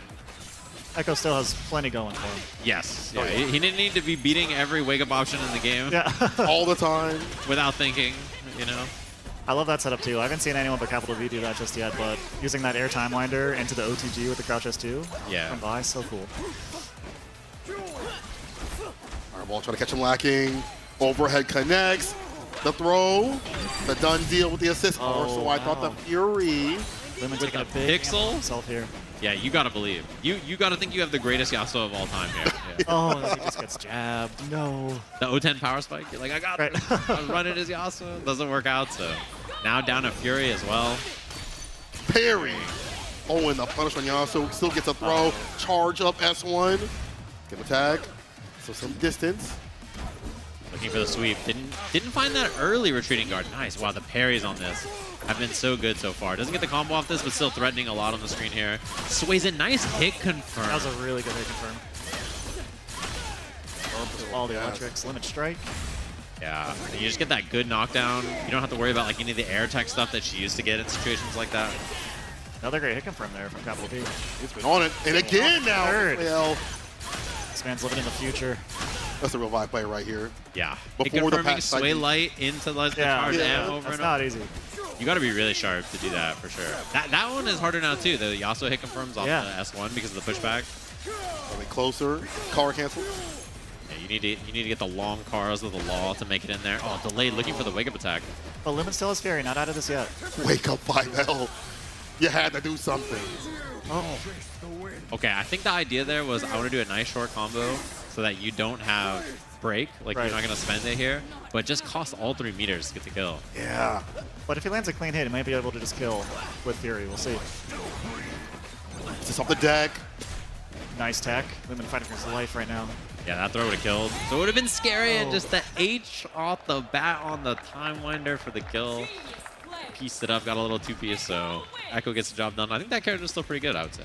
Yeah, maybe. You know, you see the results with him being not everywhere, but like other enabler character over Yeah. at TNS and things like that. Yeah, he's definitely running rampant right now. Character's very strong. I always describe you as you make characters for the hardworking man. Yeah. You The 9 to make- 5ers. You make that. I was like everybody who like they get off work. They're like, oh, I'm gonna clock in for a beautiful day of 2xKO. That's who you make characters. Yeah. The adults with jobs. You know, you got the Dariuses, the Vise. Like you're working on characters that you finish. You take your overalls off after you get done with work, and you Yep. clock in. Listen, I mean, for me, at the end of the day, it's got to feel good when they hit you. Oh, okay. Yeah. You know? And those are champs where I feel like, oh, when you're on, if you're landing the special moves, you're doing your combos, it's just gonna feel great. Yeah. That's what we're shooting for. You see what Kyohei's doing, and you're like, this guy has no job. You're like, what is this going? Unemployed combos. Yeah. You know. You're just like, what is going on with Marlon Pie today, bro? Yeah. But no, Kyo's great. And honestly, I feel like all our designers, we sort of like synergize. Like we all sort of have our lanes that we really like and the styles we like to play. It doesn't always reflect in our character. Because, we make champions who are a little bit maybe different than what our comfort zones are Yeah. as players. But yeah, we're lucky our design team just has so many different like varied play styles that we can kind of cover the gamut. Yeah, because you brought up Ari earlier, who is like pretty different from basically every other character. Not only in the game, I feel like actually, but all the ones you worked on too. Yeah, for sure. I think yeah, with Ari, we were sort of going into it where we wanted that strong, like, hey, you're someone who knows tag fighters. This is going to be the champ that you sort of pick up and like really feel at home with. Maybe as you like branch out into the other archetypes. Darius was sort of our aggressive all-rounder. Braum was like, how do we translate a support in League to a fighting game, and just really like leaning on the shield mechanics and a little bit of belligerence too. You know, he just a little bit, just maybe. In this current patch, it was supposed to be a sprinkle. We got a little heavy-handed. You know. Yeah. Gotta do this so to survive in versus games. Yeah. But I also like the fact that like you all have like different ideations, but you come together. So like one character doesn't go too far outside the bounds. Like, oh, I'd like them to have this, this, and this, and I'm sure another head on your shoulders is like, hey, nah, let's pull back a little bit. You know, hey, maybe this might be a little bit too broken, a little bit too ridiculous.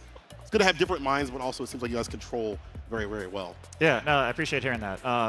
Yeah, and we stay in close contact with each other. Like, I'm talking with Kyo, like, multiple times a week. We're just, like, always sort of bouncing ideas off of each other. And his, like, philosophy, too, about it is just, like, so grounded. He's like a mad scientist in a way. Yeah. That's how I think about it. But working with him has been great. And like I said earlier, just the whole design team, and really everyone on the team, we're all like really, really passionate about the game. Always playing it, finding setups. We have like our GAT team, but then we also have like honorary GAT members who are like our high-level playtesters and our pro players.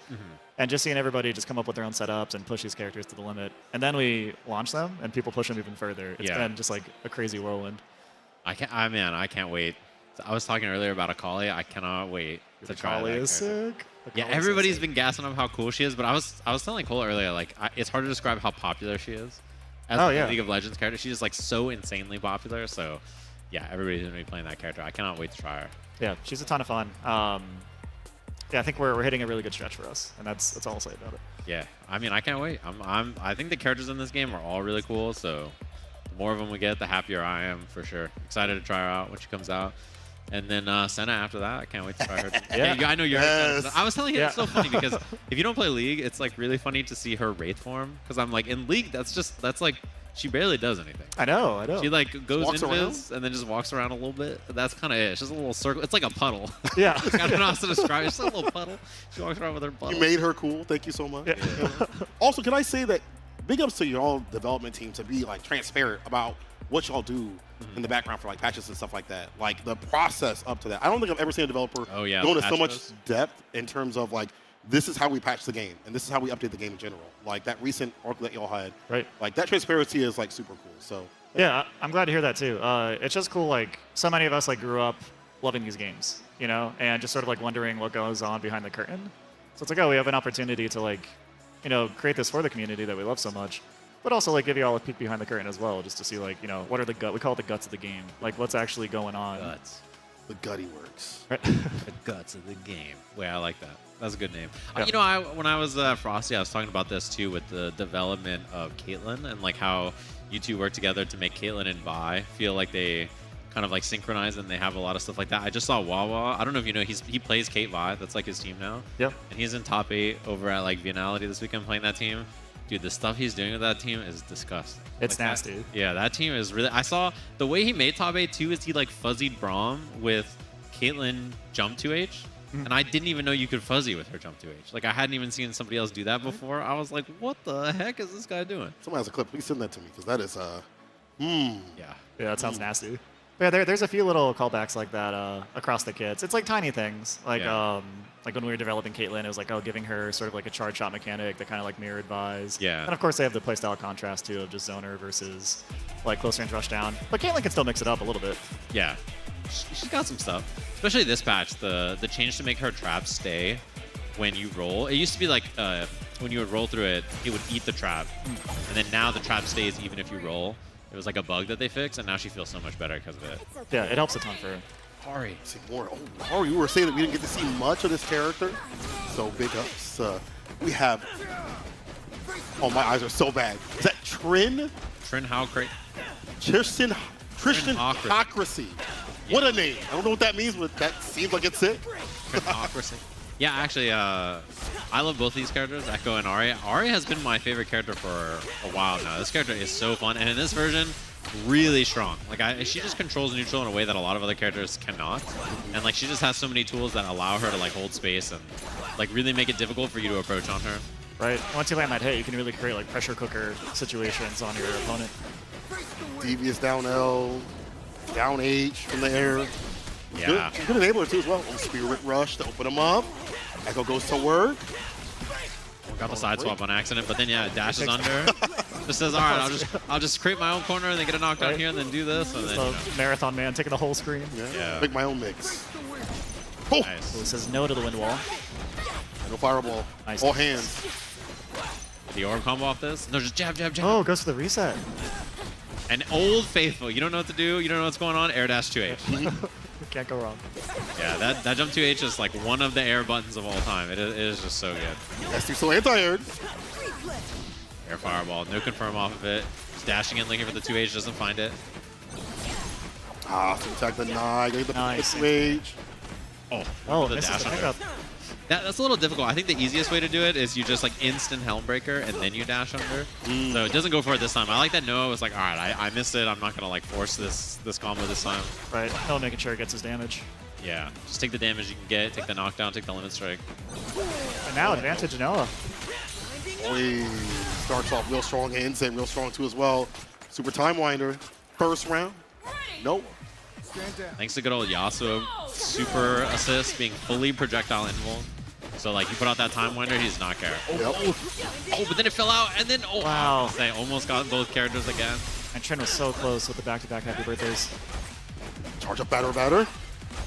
Time winder on time winder, caught the backdash. Big hit into the corner too. Still has assist available, but just gonna go for the lob. Oh, I like this to use the Oki setup. Oh, okay, well it gets the wake up attack anyway. Seen that quite a bit. Nice Trin staying alive. It's so funny because like last match, wake up attack versus the Echo Oki was like so bad to go for, and now this patch, like now that it's nerfed, everybody's just like, I'm wake up attacking, dude. I don't care. I'm sending it. 3 out of 4 times. Oh no! Off the We've seen a back. lot of wake-up attacks in the set. Yeah, actually. I mean, I feel like all day we've seen that. Yeah. Whenever you're in a scrap, you know, it's a pretty good option. I like that too. I like taking the front throw, immediate super into the level 3 so that there's no chance to break and even get some kind of offense going. Yasuo solo was A-OK. Fury. Oh, we start with a super time winder. Fury spot right there, though. This is scary. Really dangerous for Noah here. Yeah, that Fury pop, like, you just need one. It is... Oh, I'm slaying. I thought it was going to be a whip punish. Run, Noah, run. Oh, no, got opened up. You can't block forever. You really can't. All it takes is one time to guess wrong. One. Noah That's choosing to save the break there, too, going into the final round. Holding it for the next round, even though could have popped your own Fury right back at you there. Didn't go for it. Oh, it gets the hit. See if this time, last time there was this hit, Noah went for this combo, but there's already a limit strike, right? Because you actually already hit the stance H on the mix-up, so. One of the reactions. Should be the kill. Nice, got the stance. You do like a little mini Kara into the stance M right there, and didn't even have to spend Yeah, the no meter. super.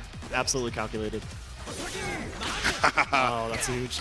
S1 to start things off with the tip of the sword. A little neutral, you know? An Echo just coming in right behind it. Yeah. Turns out, Yasuo pretty good at controlling neutrals though. Yeah. This is so much damage. Yo, the red. Low health character or not, I don't care. Check the red. Throw, oh yeah, I was gonna say throw is gonna kill here, so that's always a threat. Wind wall stab. Trin staying alive has Fury on deck. A lot of chip on that as well. Oh, whip punish with the super? Not quite in time, but I like the idea. Tag assist. Tag. Oh. Yeah, severs. That was chip too. There was just not a lot of good spots for the Fury pop right there. Like I think trying to find a moment, but there was just not a lot of space and time to get it. The kid's like, Mom, why is Yasuo still good? I don't know, honey. I thought Cross-Up Man was dead. He's alive.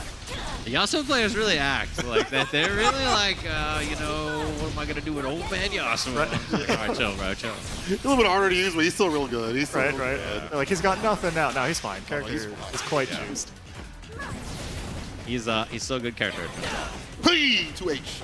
Swinging it out with the 5 Ls there. It's running up. Yeah, and that's the biggest thing about Ahri is using her mobility to create good spots for herself, right? Like she's so good at choosing where the fight on the screen is gonna be. Yep. And like not being like, you know, I'm not really comfortable in this spot here. I'm gonna, oh, nice bait. The Ahri assist. Is it standing reset or it just takes the combo? Yeah. Nice thing about that is it creates a wall for you. That Echo combo normally doesn't work, but the Ahri assist, she stands there and it like creates a wall. Yeah, and locks the screen so you can do like the corner combo mid-screen. It's one of my favorite things about playing this team is that you got that combo from like wherever you wanted to on the screen. Yeah, that's a huge point of power for them.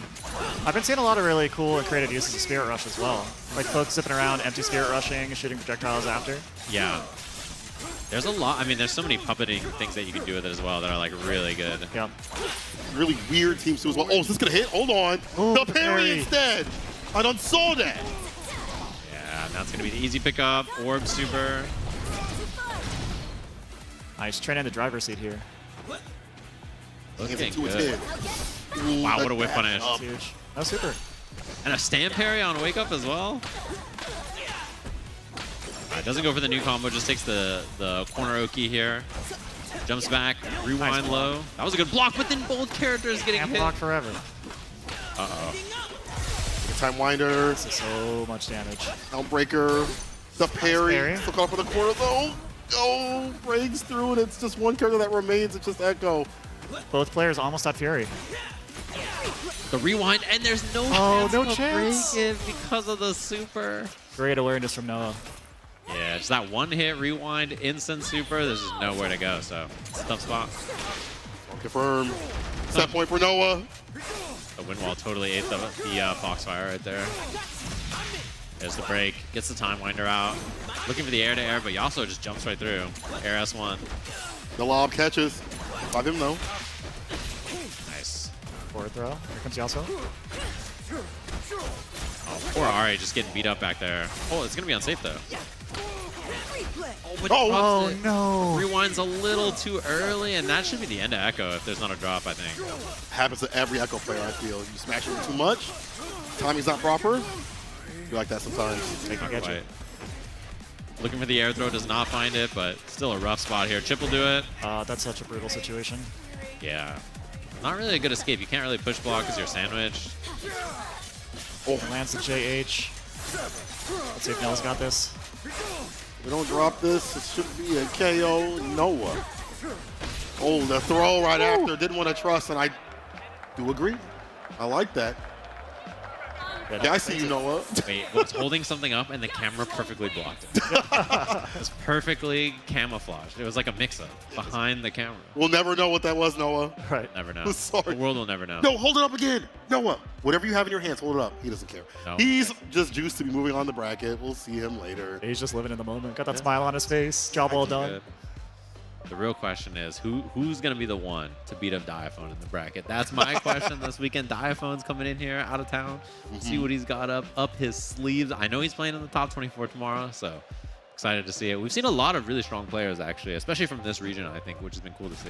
Yeah, the Boston scene is really, really strong. They're letting us know at Balance Patch they have, like, I think almost like 10 or 11 challenger players just going to their tournament. Yeah, it's a really, really strong scene. Wow. You could be playing on round 2 of losers. High level. And they don't, and if I'm not mistaken, don't they have like for their like monthly tournaments or like maybe their bi-weekly, I don't remember which one, but they have like segmented like 2XKO tournaments, and then they've got support for Street Fighter tournaments and Tekken tournaments. Like they have like focus support for those tournaments for like people getting better and better. I remember talking to Verso about this yesterday. He's like, we hone things in with 2XKO to make sure like our scene is like really good. They get what like 10 to 15 to 16 players, 10 on the lowest days, but 16 to 20 plus on higher days. So quite a few people coming through to play out just at Balance Patch alone. Yeah, they said it was packed last night, too. That's what It was crazy. It was like, I felt like I was sort of like squeezing through people just to get to any of my setups. So we probably had, I don't know, like 60 or 70 people in there. There were no casuals. 74. 74. Ooh, That is 74. Thank you, Verso. God that is a dang. gang of people. Yo, A lot of gamers. like PAX or not, that's wild. You know, like that's insane. Yeah. Oh, James is coming up, too. Is James from this region as well? I think so, right? I don't James is know. playing? I think Yeah, so. I think so, if I'm not mistaken. He was playing Against there last Bruce, night. it's Called me old. calling you old? Yeah, he was like, oh, what Street Fighter did you play? Street Fighter 4? And I was like, oh, I played Street Fighter 5. He's like, oh, yeah, I thought you were older. And I was like, damn. Man, That's old. That's Street what Fighter I 5 was is saying. old, That's man. what I was saying. Street Fighter 5 is like over 10 years old now. You know? That's true. That's real. I'm put just, too, You know, like- if you started in Street Fighter 5, you're like an adult now. Just you got a job. You got like a. Damn. Crazy. Yeah, he said that. I instantly felt like my knees calcified. Your Yeah. knees, You know, yeah. The gray hair arthritis. starts showing. Yeah, yeah. You shrivel up. It's poking out of the beard. It's Oh brutal. my. Sorry to say. That's old. Oh my God. Fighter 5 is old. These kids have no It's respect. a retro game. It's a retro game. It's classic rock. on the radio. Sorry to say. Oh. An old man game now. If you're like, I was there playing Street Fighter 5. Sorry, man. Right. Okay, Grandpa. Yeah. We're drive rushing. And we're tagging, too. We're turning green now. We're turning green. Year 2026, everybody turns green. You're like, no. League has a fighting game? What do you mean? We all turn green. Yeah, but this should be a good match. I actually don't know what team James is on in this version because a lot of people have swapped teams in the last like patch and a half or so because of all the changes to like all the characters. So I'm curious what people are playing. A lot of people have swapped to Ari Shells. Is one of the big ones. And she's really popular. Vi is really popular. Alawi is really popular. Those are like the characters that anchor down a lot of the teams in this version of the game. Yeah, and it's been awesome just seeing like different strategies, how players are choosing, even with like less conventional picks, how they're pairing them up with some of these more like stable shell partners. Yeah. To create something that really works for them. Okay, it looks like it is the Yasuo Ari now. Okay. I love the frame perfect Ari skin. It's so the frame perfect Ari skin is really good. It's actually leaving the store in like a day or two. I think the 31st of March is the last day for frame perfect. Y'all about to get my money right. I can't lie. The problem is I already have like 3 Ari skins. Like I have Arcade, and then I have Snow Moon, and then I have I might also have the B one. Am I misremembering? So I was like, the B one is sick. Yeah, the B one's wrong. I like the B Teemo actually. The B Teemo? Yeah. It looks like he's wearing a little diaper. It's so like funny. he's just standing there like little beehives for the mushrooms. Yeah. Man, I'm mad that the Teemo skins, they all have different, like the presence on the Heartseeker, and like they all have their own effects, and they make me mad because I'm just like, oh, he's so cute. It's cool. Teemo has so many like props, which are like his little like artifacts in the game, like his bugle, the mushroom, all that. So our skinning team does a great the skinning team does a great job of just like playing with those and really bringing them to life in the skins. Yeah. The funny thing about Frame Perfect too is like, I really, really like the Ari skin. The Echo skin, I think it's pretty cool, but the Ari skin, I'm like, oh, this R1's sick. Pop. It is really good. Also, Arcade Blitz. Yo, the Gundam? Yeah, Come on. It's sick. Fire. It's so sick. Mobile Suit Blitz. Dude, I do love the bee Blitzcrank. There's a little bee in his like chest cavity. Yeah, it actually, if you look closely, it has like little animated expressions too. Wait, word? It makes faces. Yeah. It really screams cute. when he supers. Yeah. When he does like the super, yeah, during like, the bee super freeze. the bee gets hyped. It has its like anime power moment. Oh, okay. He's going Super Saiyan. Nice. Yeah. No, it's great. Super Crank. Shout out to Bee Blitzcrank. All right. I never seen a lot of Blitz in the first place, so yeah, good to witness that costume. Bee Crank and Arcade. I play a lot of Ari Vi in this version, so I play the Arcade skins so they can match. Which is you got it. If you can sync it up, yeah, you're obligated. That's like the goal is that both of your characters get a skin in the same bundle. So you're like, yes, one bundle and I get both. Okay, hit the high roll. Yeah. This team, like Blitzcrank Darius, is a pretty popular team, I think. I actually see it quite a bit online, especially with Double Down. It does 1,000,000 damage. Yeah. Like it is like a 2-touch team. It's very scary. One of the people I see playing the most is WinZero. WinZero is like a challenger player who plays Blitz Darius and has the Mastery 100 skin on both, by the way. So that's Aura. Wow. Yeah. That's commitment. Crazy. James is a really solid player. I've seen him play a lot of, I think Yasuo Echo before, and then now on the Yasuo Ari because, change of those characters. Fireball confirmed. Oh, a lot of miss on the combo. Boy, big whiff. Darius on the bench right now. Blitz by yourself? Ooh, kind of hard. Yeah, we'll see. Ari in the background, in the shape the way she wants to. Yeah, this is going to be tough for Fruit. I think with this much meter, you could get pretty close to killing here. You can like Orb Super. You have Tag Launch still available. Oh, is it going to be like the... Yeah, I think it's going to be super into like... Era Suit. Yeah, super again. Oh, it drops it.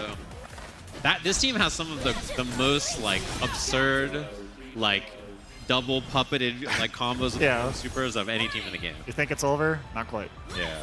The Ionians, man. They're Freestyle. Oh. 5L. Able to convert too much though. Short the 2L right after. Nice. Using that air fireball. Couldn't quite get the pickup with Yasuo, but I really like the idea. Ari air fireball is just such a good like screen control tool to threaten with. Nice whip punish. Smasu putting the bleed on. Oh, that was empty low. Yeah, the threat of the air dash there was too much. Yeah, I like using the Rekka with this team for mix-ups like that. One of the things they do very well. Okay, take the Limit Strike. Fireball comes out. 2M for a little lift with timing there. Rekka mix-up again. There's the air dash. Bro. It's too much. What are we blocking? Yeah, that's like the premium mix with this team if you can get it. It's like Yasuo, Rekka, and the S2. Wow, what an air. Yeah, James in complete control here. Oh, Little drop, but still has the hit, has the level 3 available. Don't look away. Level 3, as you mentioned. The finger snap. I like the Ionia on the pants in this outfit. I think it's very good. that is cool. Yo, dominance from James. Okay. Yeah, James looking really strong in game 1. What in the hell is this Yeah, right. team? I know that face. With a little chin scratch. Yo, how do I block? You don't. The nod. Yeah. Like you know, but you actually don't know. Yeah, everybody does the FGC nod. Yeah, all right. What do I do here? I saw a clip the other day of Lucky, the Smash player. He like dropped his water bottle cap. Yeah. And he did the nod. Yeah. The FGC nod. Like Yeah. you can do the nod on anything. Like it doesn't matter what it is. It's like Yeah. It transcends. yeah. They cut off in traffic, you do the nod. Right. Yeah. Drop your soul, you do the nod. You get pulled over for speeding and It's like, nah, Right. Yeah, you got me, They hand you the Right. ticket, you got me. Next, Yeah. we go next, we go next. yeah, you go next. I didn't know the matchup. Oh, 2H just whiff. And that's like the openings we've seen so far actually has been like James trying to anti-air on the jump backs and just not getting it. Oh, Oy. that was clean. I like that. And you get the orb combo? You have time? Wow, I'm surprised. I'm surprised you had the hit stun from the air starter. Double down, the limit strike. This And the is bomb is scary. out. Oh, get Oh, it back. doesn't even matter. Blocked and baited. That was a cool setup. It was like put Ari out, have her do S2, have Yasuo dash up and block in case there's wake up attack. There's a lot of coverage right there. Oh, he's crossed up, man. That's so nasty. Go cross up, man. Right. Save the day. Oh, no. Twitch wasn't able to reach. Oh, he was hunting for a 2H, but wasn't able to confirm. No big deal, though. It's such a big lead. Oh, a little early on the throw. Looking for the air dash. We. French Blitzcrank. Oui. Mahli. Sweet. Oh. Fireball, hit confirm. That's the nice thing about that assist. You just do grounded fireball, call assist. On block, you get pressure. On hit, you get the combo. James is just playing with so much confidence right now. Yeah, definitely a very strong player. Someone I expect to do pretty well this weekend. Can like it. Dash up 5L. The party started. Takes the limit strike on the double belly flop. Oh, 2H. Looking to punish some kind of jump back or something like that. Almost gets it. Switch recovery. Baits out the burst. Side switch. A little late, but then takes the OTG afterward. The air horn on the first. You'll watch this back and be like, why me? Why me? Why? I get the air horn? Oh, is it time? I think it might be time. The super? Jump air S2. Oh, missed the air S2. Yeah, slight drop on that combo. That combo is hard. It takes a lot of practice to get the right like whiff, and then you get the jump air S2 into the RA extension. Yeah, James still with 2 characters alive. Yeah, just so much control and like so much confidence. Yeah, Freak's just having a hard time breaking through that first character. Get it into a 2v1 or a 1v1. Noosh looks like it's difficult. Oh, the sway back into the sever, clipping the L. Up out, getting smoked out. Wake up attack. A little bit of space. Oh, this is a huge starter. Gets the burst. Oh, that was a big call out. Actually does have the hit. Dashes all the way in, finds the throw. Had Yasuo assist available, and then there's another get up attack. Creates some space, and then gets Ari, but at That the was so cost, wild. That was the so wild. cost of your life. Just, it's like, I finally got a character. Oh, Oh, thumbs up. nobody has me. 2H has me. James got that 2H. I see you. Oh, you're playing with that? What's that ancient hardware? That's older than Street Fighter 5. Dust it off the scrolls. Just enough. Yeah. He said, We found it on an archaeological dig. Yeah. unearthed. How old is the GameCube? Probably older than him. Probably. Yeah, definitely. I'm trying to think. That's like 20 something. Like it's pretty old. Great console though. Yeah. It is a great console. Yeah. Did I remember GameCube's got a lot of bangers. growing up at like the Walmart, my parents were shopping, they'd have the Beautiful Joe Yeah. on the GameCube. I'm like staring all the way up at the screen up there Yeah. playing Beautiful Joe. Incredible game. Your neck is It's like crazy because you staring up seems insane. I know. Yeah, you're probably Yeah, like that seems staring down like this. impossible. Come on. I was tall as a kid too, but those monitors were Yeah, they were tall. way up in the air. You remember, like they had like the setups that like all the things with the giant thing at the TV at the top. Why were they so tall? Now that I don't think about it. Who are they making that for? Yeah. We're human beings. And the controller was like way down here. You're just like, you had oh. to stare up. Or like it's a bold stylistic choice, you know? Yeah. TV, they're putting it up on a pedestal. Aesthetic. Yeah. They wanted you to. Yeah, they wanted you to look up in awe. Yeah. Honestly, I would buy that. Yeah. As They the were just like, you motivation. have to stare up and just be like, this is what the future. I have to buy this game, Mom. Yeah. $70. I don't care. Yeah. Soul Calibur on that system. Yeah. GameCube was godlike. Ooh. Well, thanks for joining us, of course, by the way. It's fun to chit-chat. Yeah, Hopefully you've absolutely. been enjoying all the matches so far. It's been a good time. If you guys are here, you got to get some sets in, play the Riot devs, beat them up, get beat up, enjoy your lovely matches here. PAX Arena, $10,000 2XKO tournament. We're going to take a short break, and we'll be back with more action in just a little bit. See everybody.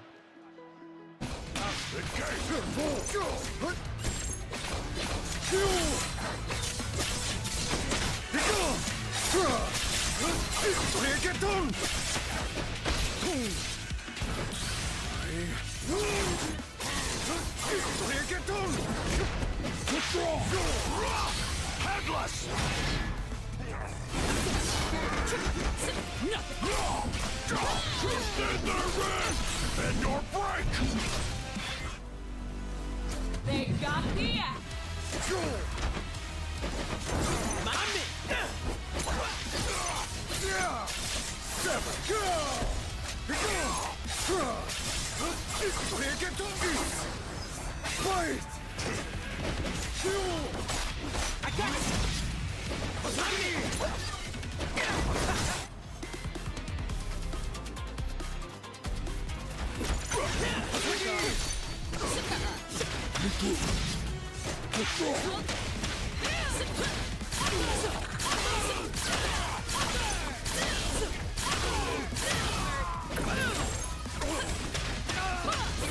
Knuckle up.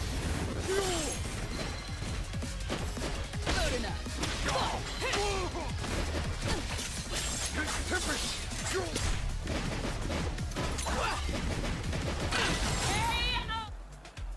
Gee. Winding up. I'm it. Knockout. Knockout. Yeah, let's do that again. Winding up.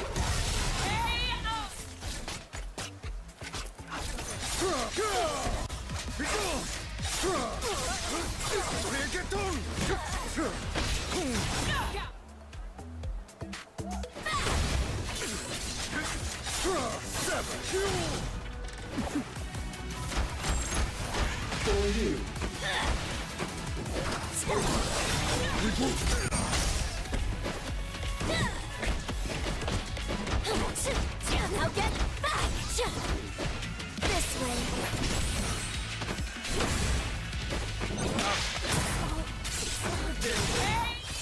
Yasuo wins!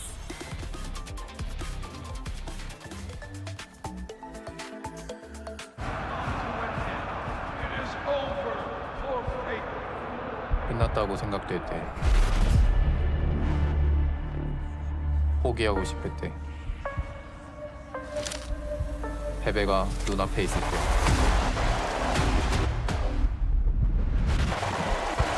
기억하라. The game is never over.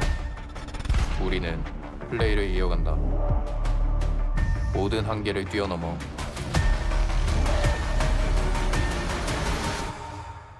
우리의 모든 것을 건너 우리는 자기 자신과 싸움에 승리한다.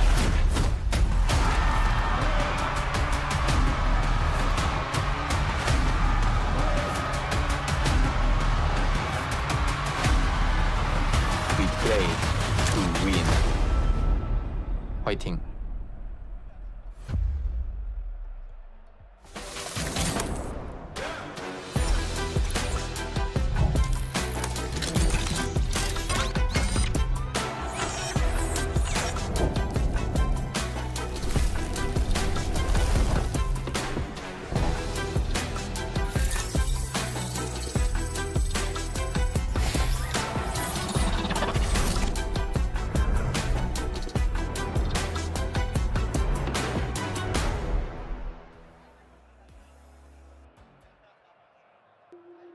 Whether it's sunglasses outside, blue light glasses inside, or night driving lenses in the dark, Zenni has affordable eyewear for everyone.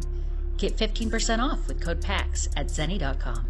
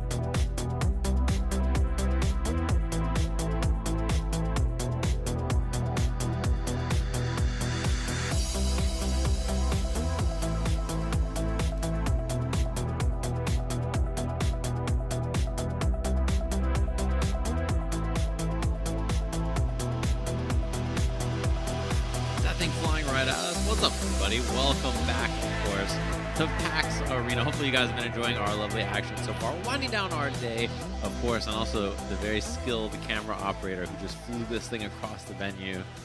I'm impressed, I can't lie. That seems like it's difficult to do. And we didn't even get crushed in the process. Yeah, it's nice. Do something like that at all. Not the duck or anything. Okay, now you're just doing tricks on it. All Now right, you're just showing yeah, off. okay, All right, bro. my bad. Cool. The camera off was like, yeah, let me just do this real quick. Let's head on over to Elliot. Oh, now you want me? Wow, that's loud. Oh my God, I was right next to a speaker. I think I just deafened. Oh, oh, wow. How you doing, PAX? Yeah, what's up? You enjoying 2XKO? Yeah, I got a couple of pennants to give away. Some PAX Land pennants. I had no idea what these were called. I thought they were flags. Are they not? Are they not flags? They're flags, aren't they? Who thinks they're a flag? I've never seen someone want a flag so much in my life. This man needs a pennant like I need pennants. Here you go. You are very welcome. Loving the t-shirt, loving the energy. Anyone else want a flag that bad? Whoa! All right, yeah, fair enough. That's easiest prize anyone's ever won. My God. And in the deaf ear as well now. Woo! And then what's this? Oh, it's a PAX Land t-shirt. This is kind of cool.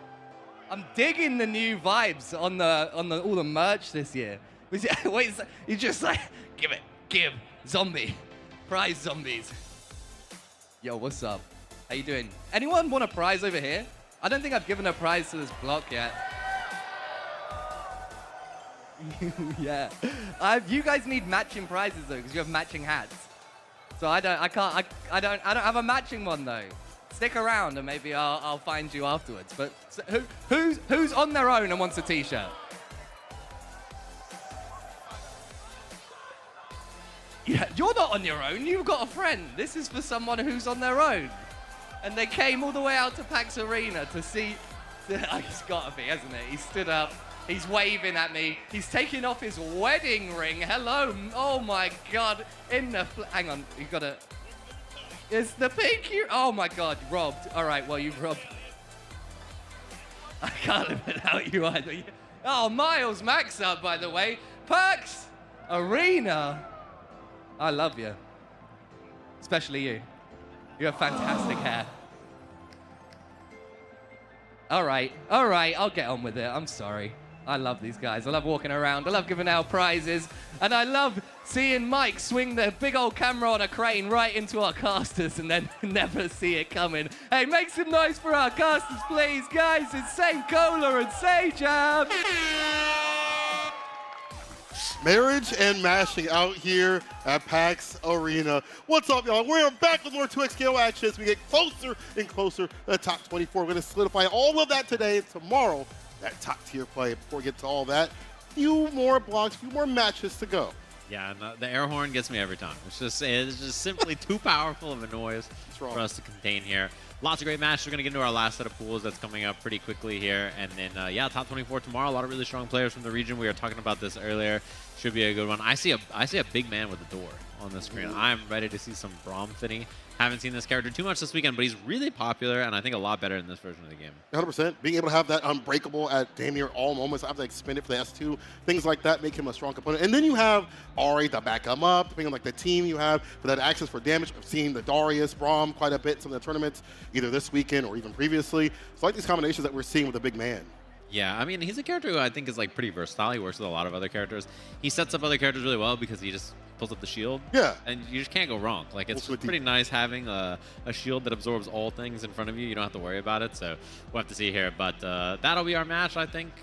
It's going to be an interesting one. I think it looks like Braum Vi on this side versus Vi Warwick. These are teams that want you dead. They're trying to fight. They're trying to scrap. So I'd be excited to see that. Very quick scrap if they land that hit. All they need is one initiation. One charged up Vault Breaker. One nice little overhead from the side of Warwick, depending on. Well, what about the assists? I see them hovering on Twix assists. I don't know if that's going to be the case, though. Maybe two charge up like Vault Breakers. Maybe that's like the key or they're looking for. Talking to one of the players on the ground from the locals, they were like, yeah, I used to use this.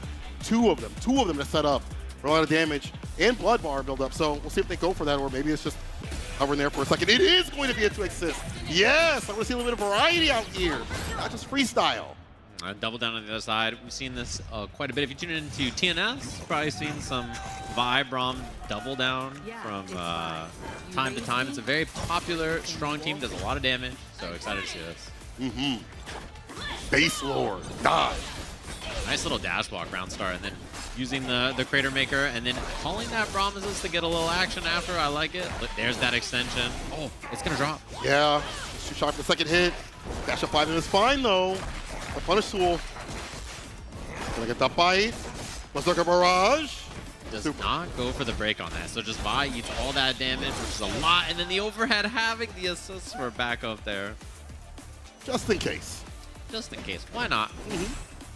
Looking for the door. Does not find it with the jump air S2. Finds the low, though, into the sweep. Oh, and a little miss. Doesn't get the combo afterwards.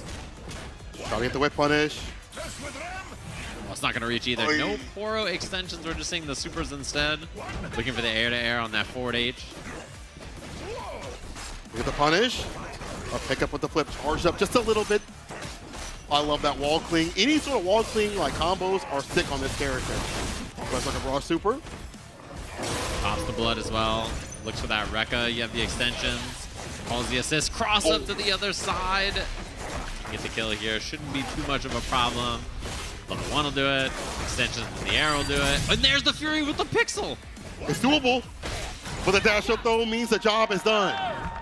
I like that violent burst. Just like the last second, like, you know what? I'm doing it. Like, just the confidence. You gotta believe like it's Sunday service, man. Sometimes. But not that time though. Yeah. The super. I was wondering too. I was like, oh, it just wants to save the burst for the next game. That makes sense. Or the next round. Or that makes sense. And then just spending it on the last big of life. It's just like, oh no. Like the little dive combo here. You brought it up earlier. We haven't seen any of the like down S2 into the assist things, but that's one of the things that makes this team really scary to deal with as well. On that Vi, double assist, tick throws, just tough pressure to deal with. It still has a lot of blood here on this Warwick. Go for the Crater Maker. 5M! Immediately. Right to violence. So that's why they're using it to assist. It's for the vault, or not for the Vault Breaker, for the Crater Maker. Instead, off the back for the side switch. Yo, you are nasty for that. Locking them down, getting the cross up. Extra little bit of damage at the end, down S2. Carving out a little bit more, and now the Fury is available, but one hit will kill. Plus, backdash 5M, the distance on that normal is exquisite. That's a perfect play. Yeah, it's tough to deal with this Warwick character, I think, unless you have armor already. The character like Braum, because you're just sitting there thinking to yourself, like, dude, what am I going to do? What am I going to do in this situation? Get myself out of here. So it can be really difficult, I think, to create space and then like try to get the armor on there and then play the game. So is there a button situation, changing the buttons? Oh, maybe. So we saw some drop combos, possibly. The routing was wrong, but maybe buttons being an issue might be the reason. Or do you switch to a different character? Oh, different team. Locked back in. It's going to be insane if it turns out the buttons are wrong that entire time. They like didn't fix them. And they cook. Yeah, what if Base Lord Doll is like unbelievable now? Just has like the sickest ROM combos you've ever seen in your life. The new stuff. Oh, round star throw. I don't know about that one. That's a bad look. That's we gotta go back to the controls real quick and change them again because Lee. That looked a little scary to me, of course. Oh, and the win for the 2-out, couldn't get it. There's the break. And the tag as well, which is not something we saw last time. Aris, I feel like this is a button check. I don't know, like, I don't know. that work? I don't know. That makes me a little scared. Hey, looking worse. We saw previously. Let's see if they can kind of get a handle on things. We still recommend the assist behind, of course. The throw right after, though. OTG, the DP, and the maximum spider. Not quite enough to kill. But the G situation after goes for the flip. His little jab check, takes the sweep, gets the tackle afterwards. Gonna spend the super. A little bit of damage, corner push as well. Wait, double? That doesn't work. To my knowledge, at least. Lord, oh yeah, there's a tag behind that, an assist behind that. I wonder if it was a double down attempt to try to use the buy super after, maybe, is my guess. Maybe. Overhead nicely blocked that time. Rekka assists afterwards to get the combo. A little too far for the Ares one. Finds the low, and that should be that. Wato looking good. And pops the blood. Yeah, why not? Just let you know about that life. That's a cool aura killer too. Yo, all of his costumes are pretty excellent. Round start over. That's how you know you're in their head like the back of the eyelids. He just gets hit low, forcing the break on the other side. Rekka series again has the assist available. Overhead. Oh my god. That's a lot of damage. That should be the kill just like that. No scaling on this. This is a really short combo. And the nice thing is you do overhead plus back assist. If it hits, it get combos because it's an OTG, and if it's on block, you get plus frames. So really good either way. Love the adjustments to the Nerfs character, finding ways to make him work. And boy, is he working right now. Pops the blood. Rekka, this is coming through once again. This time goes to the low. Again, doubles out, and then from the back door, we see the cross-up happen. Bar at the bomb to extend. Yeah, shouldn't be any kind of problem to find the kill here. The bite, the down S2, the super, and this is just a Warwick masterclass. It's just everything going right for this character. Well done. That's it. I can play more if you want. What? You see the, was that two? Was that two? I can run some more if you want. One submission. There we go. All right. You've had enough. Yeah. Hey man, go to Balance Match if you want more matches, okay? Yeah, you know, Balance Match tonight. Head on over there, get some more games in. I think it's just casual, if I'm not mistaken. Yeah, I think so. So, get your work in there. Okay. Pin? What is that pin? I can't see. It looked like quarter circle forward or back something. I don't know. I saw arrows, so. That's not in this game, bro. Some kind of input. Yeah, I don't know what the input was. I don't know those inputs in this game. That's true. Good stuff. All right. Yeah, that was clean. I think that's one of those things is like when you have a team that's optimized to like let one character just do the work. That's what you see right there. That double assist just enabled Warwick to just run whatever kind of mix-up you wanted to do. Overheads, lows, the cross-ups. When you have blood available, just really hard to deal with. And the blood combos too as well. The cancel off the blood were very, very optimal. Like sometimes I watch a Warwick player and they pop blood and they're like, yeah, I'll do some like simple stuff here and there. Oh, the Zelda costumes? I don't know what that is, but that looks dope. The cosplays. The cosplays are fire. Did you see the GDQ run they did earlier for Zelda? There was like a back-to-back dual race at the same time. Oh, I did not have to watch that back. There's so many cool things out here at PAX. I see y'all. What's up? And the straw hat. Big Luffy fan. What's up, y'all? What up? Yo, let's get active. What up, Everybody PAX? hanging out. Riot Video Games in the crowd. The straw hat. Oh, the straw hat. You brought it up earlier. There's Luffy. Oh my God, Luffy. Big One Piece fan, so you know.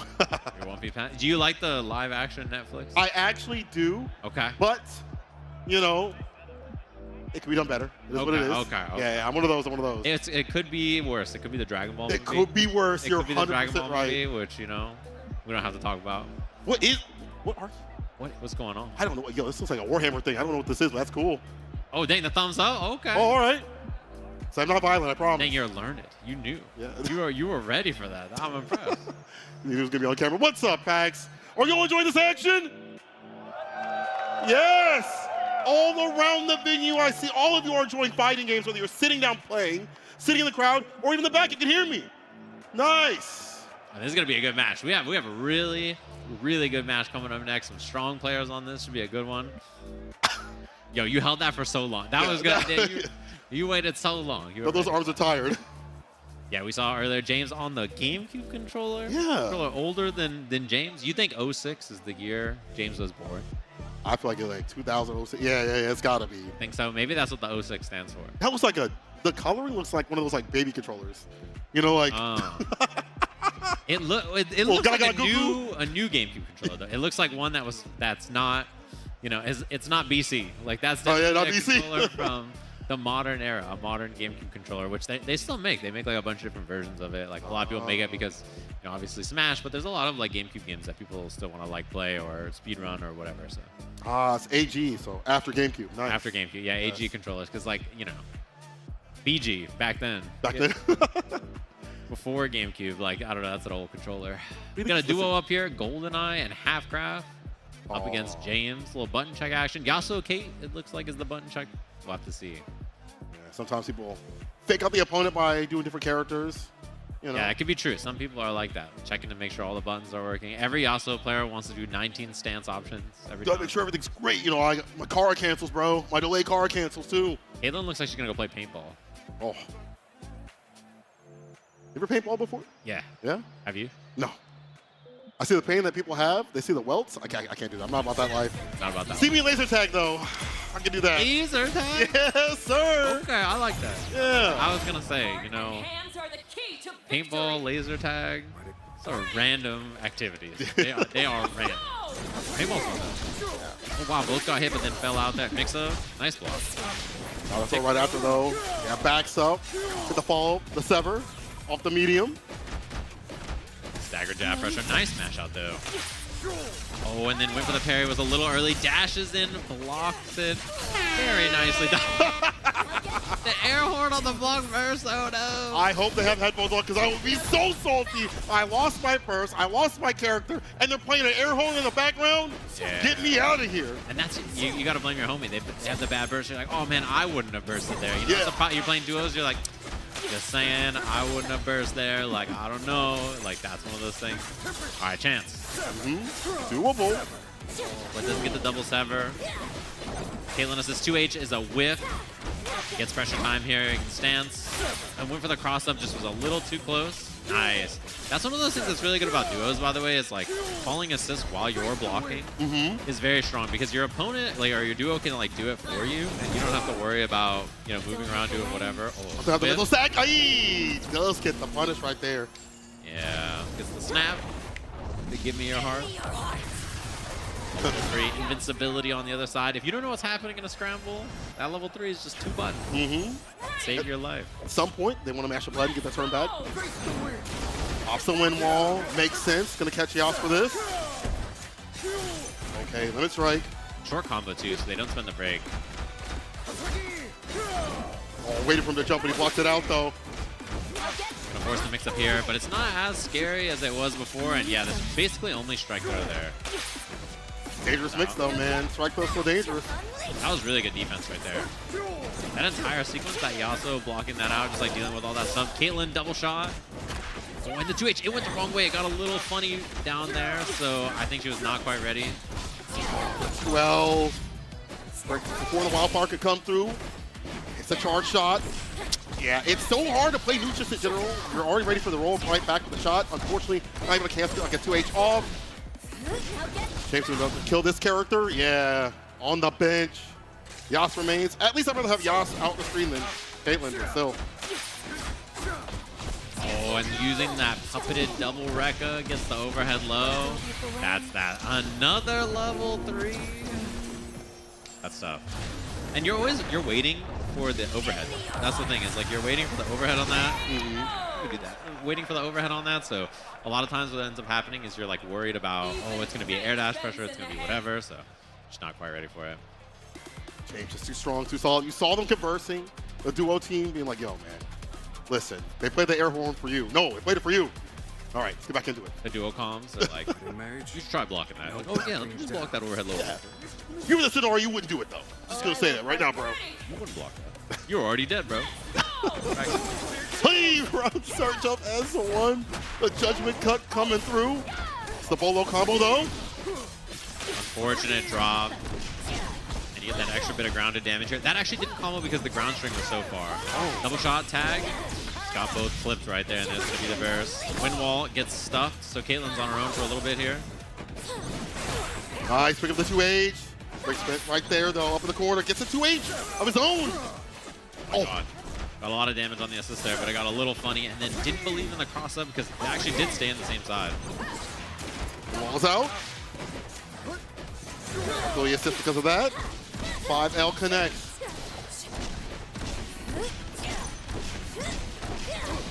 It's going to be good damage here as well. Has the super. This should be the kill. Although, yeah, I was going to say, you do need to spend another meter. Okay. James cleaning it up. Caitlyn on the lonesome. Dang! Round start from the skies. Dropping it down. Yo, what a read. That was actually wild. And one thing, too, is if you have meter there when you do the dive, like the spirit row straight down, you can actually get the combo off it, but just didn't have it there. This Rekka mix-up, nicely blocked. It's a hop right after the throw. OTG stomp. Just wait for him to come down, get that limit strike. From the Oki. Oh, man, if that would have hit with the win had he ran into it, but we stay solid before roll. Yeah, that's the dangerous thing about committing to igniting the whirlwind right there. Nice, calling the assist and then using that to bait the wake-up attack. This should be able to kill here, barring any draw stance. M or yeah, tag launch. Nice and easy. Spends the shot. Ow! Bro, she got the Guy Fieri hat. I didn't realize the flames on it. It's actually fire. Literally the fire hat. Air thrown again, the new buff that happened. Stand them up. Anti-air 2H. He gets the bola afterwards, doesn't have the combo after, but a little bit of damage. Using that air dash, gets hot right past the Yasuo assist, and then 2H again, looking for another shot. Went for the air throw, didn't hit it. 2H again! Hit it again. 2H the game. Do it again. Do it again. Another option here. 2H! Oh my god! Yo, the parry, the dash up, punish. Not even a punish, actually. The 2H off the jump. Long road ahead, but Ari pretty self-sufficient. She's pretty good in spots like this, even if she doesn't have tag available. She's got good mix-ups by herself. She can put out the dart, go for the cross-up or not. Yeah, baits the wake-up attack. All right, gets the breakout. So even if they lose this round, you know, getting the break here is a pretty big deal, and that's a big starter. This could be the end of Yasuo. It's going to be a level 3 available. Hard to spin the win.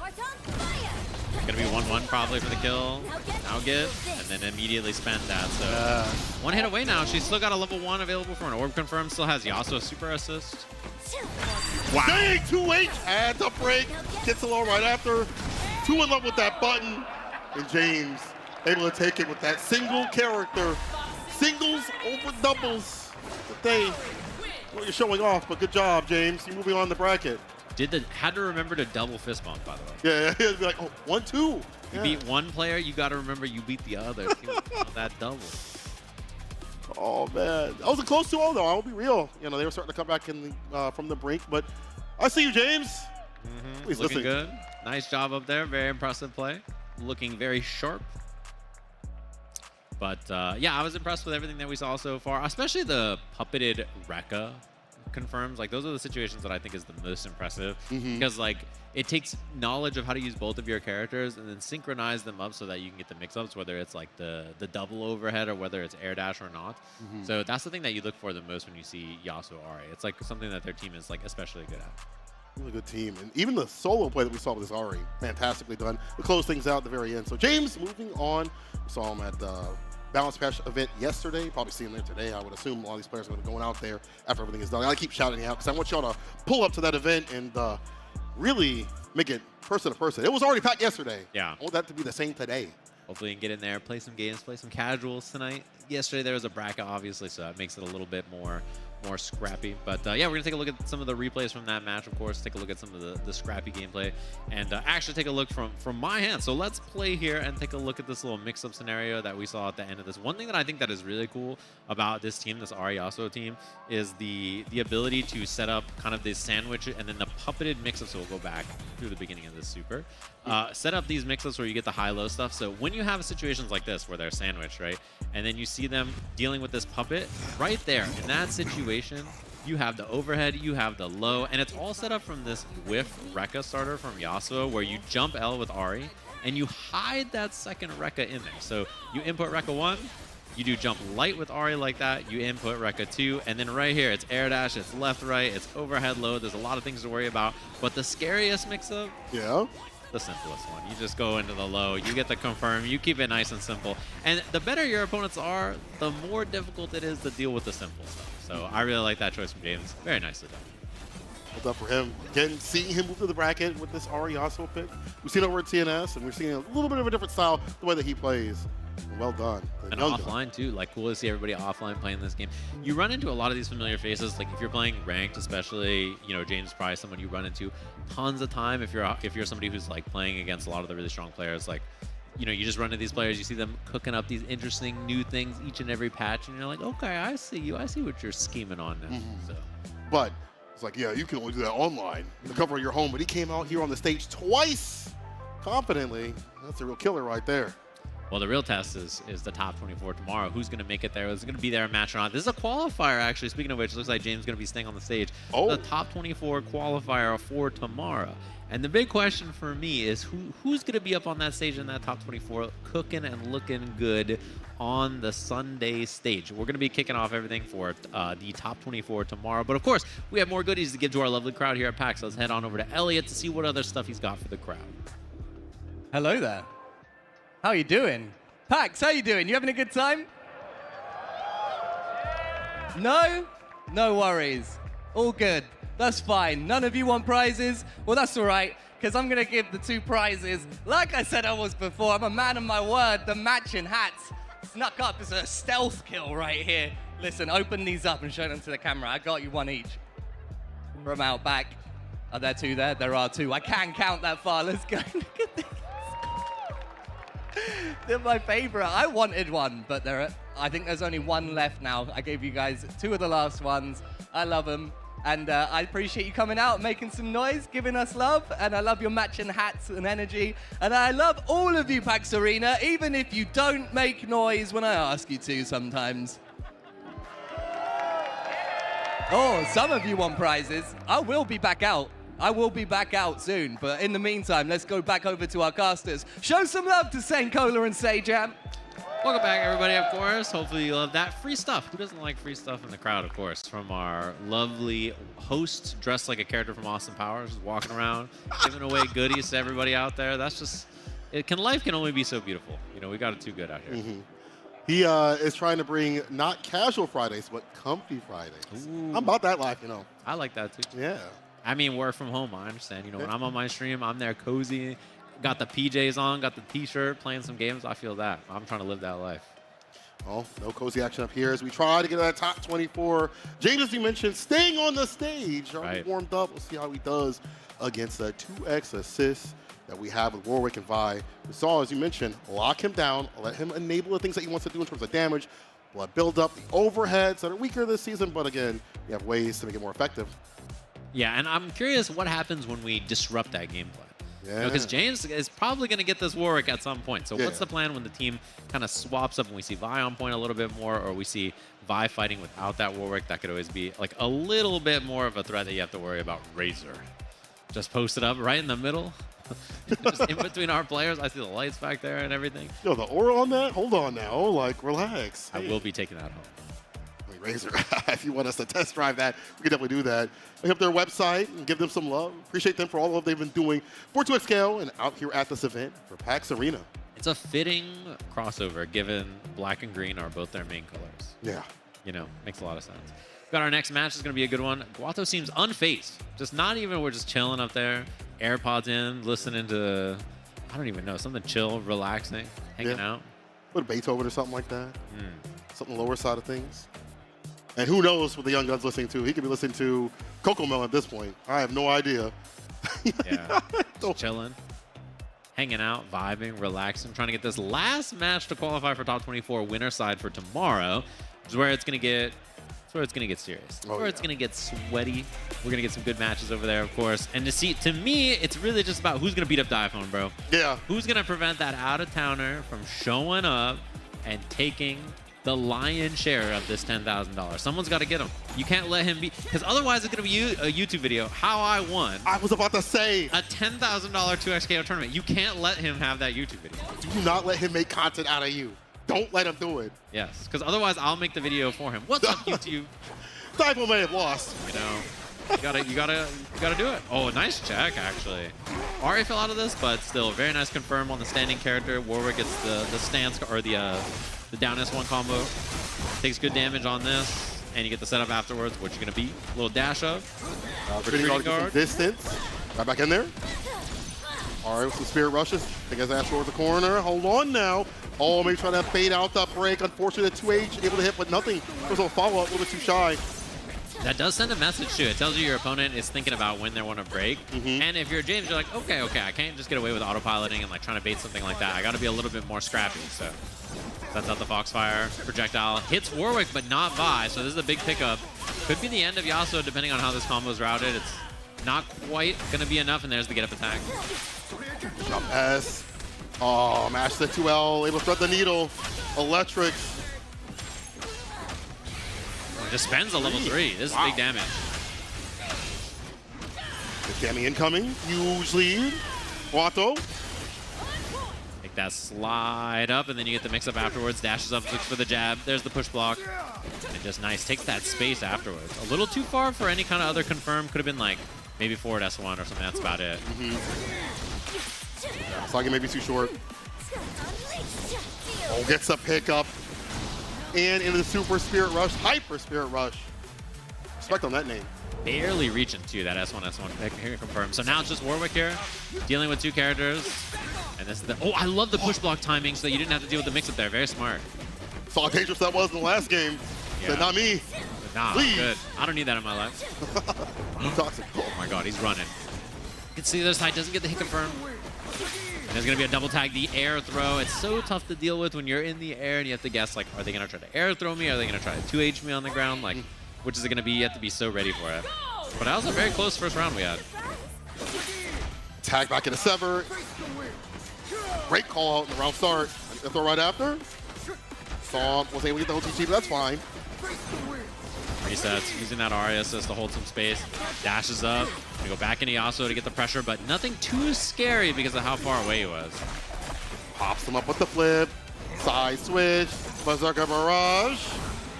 Just spends the super. You get pretty good damage on this. A lot of blood. Not quite on the blood, but pretty close. There's the throw. Stands and misses it. No. Okay, break. Forced to be expended right now. Let's save Yas. Tags him right back in. Get a little too far out. Couldn't get the jump H. It's a dead Yasuo. Yeah, and getting the kill does not get Warwick out, but still in a very good spot. Oh, clean jump in. Was able to anti-air. Break is meant to save Warwick.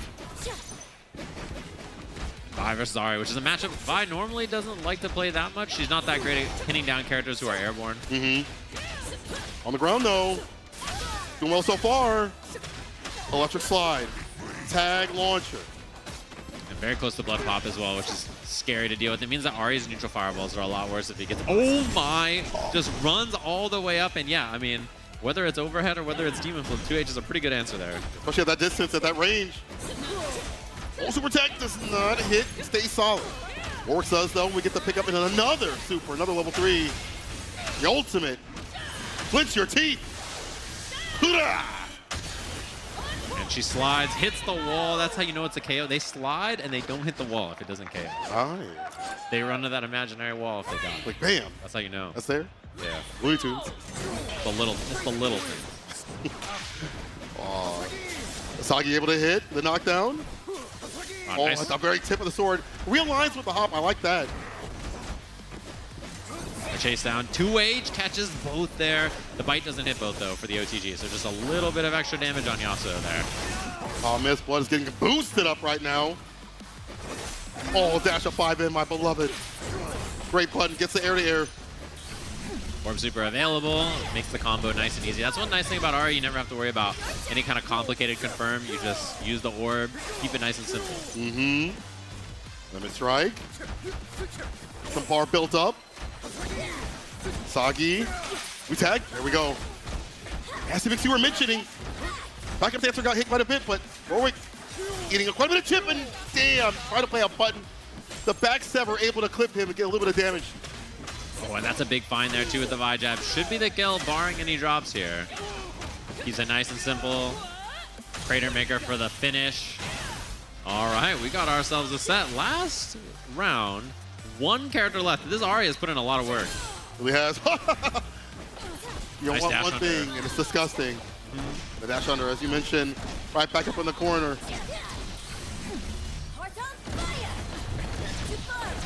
Should be able to kill here with one bar and use the Yasuo to get that extra little bit of damage just to make sure. It's a smidge. Little super tag assist. The kill. You get in. Yasuo assist about to be available as well.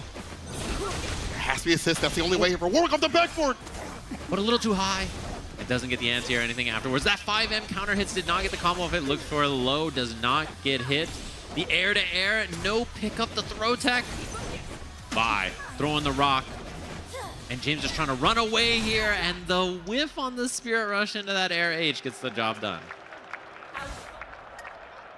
Yo, Magic. They were locked in. Yeah, they were locked in on that match. They were like, wait a minute. Both of them were like, wait, what's going to happen? Who's going to get the dub? Nice air throw. Well, let's start the round off. Is this too far? Oh, no, it's not. Yeah. Oh, but it gets the second part of the pickup. You're right. Yeah, yeah. Yeah, sometimes getting like the jump L there is a little awkward if you're spaced out, so you kind of have to get a deeper dash before the super. In guard. Warwick looking a little low right now. What's up?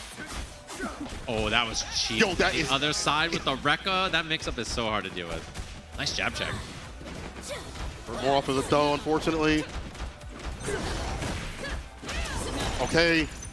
The limit strike, but here's 5M.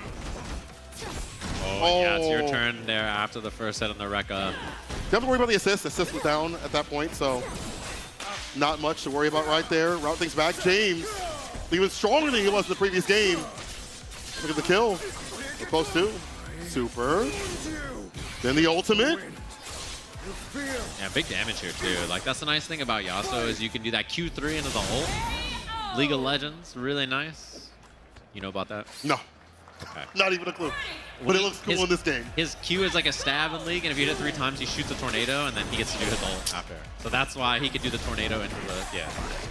Cheap in that game, it sounds like. Yes. Okay. Yes. Cheap in both. It's cheap in both. That's just how it works. As to the maximum fighter, of course, you get the pickup.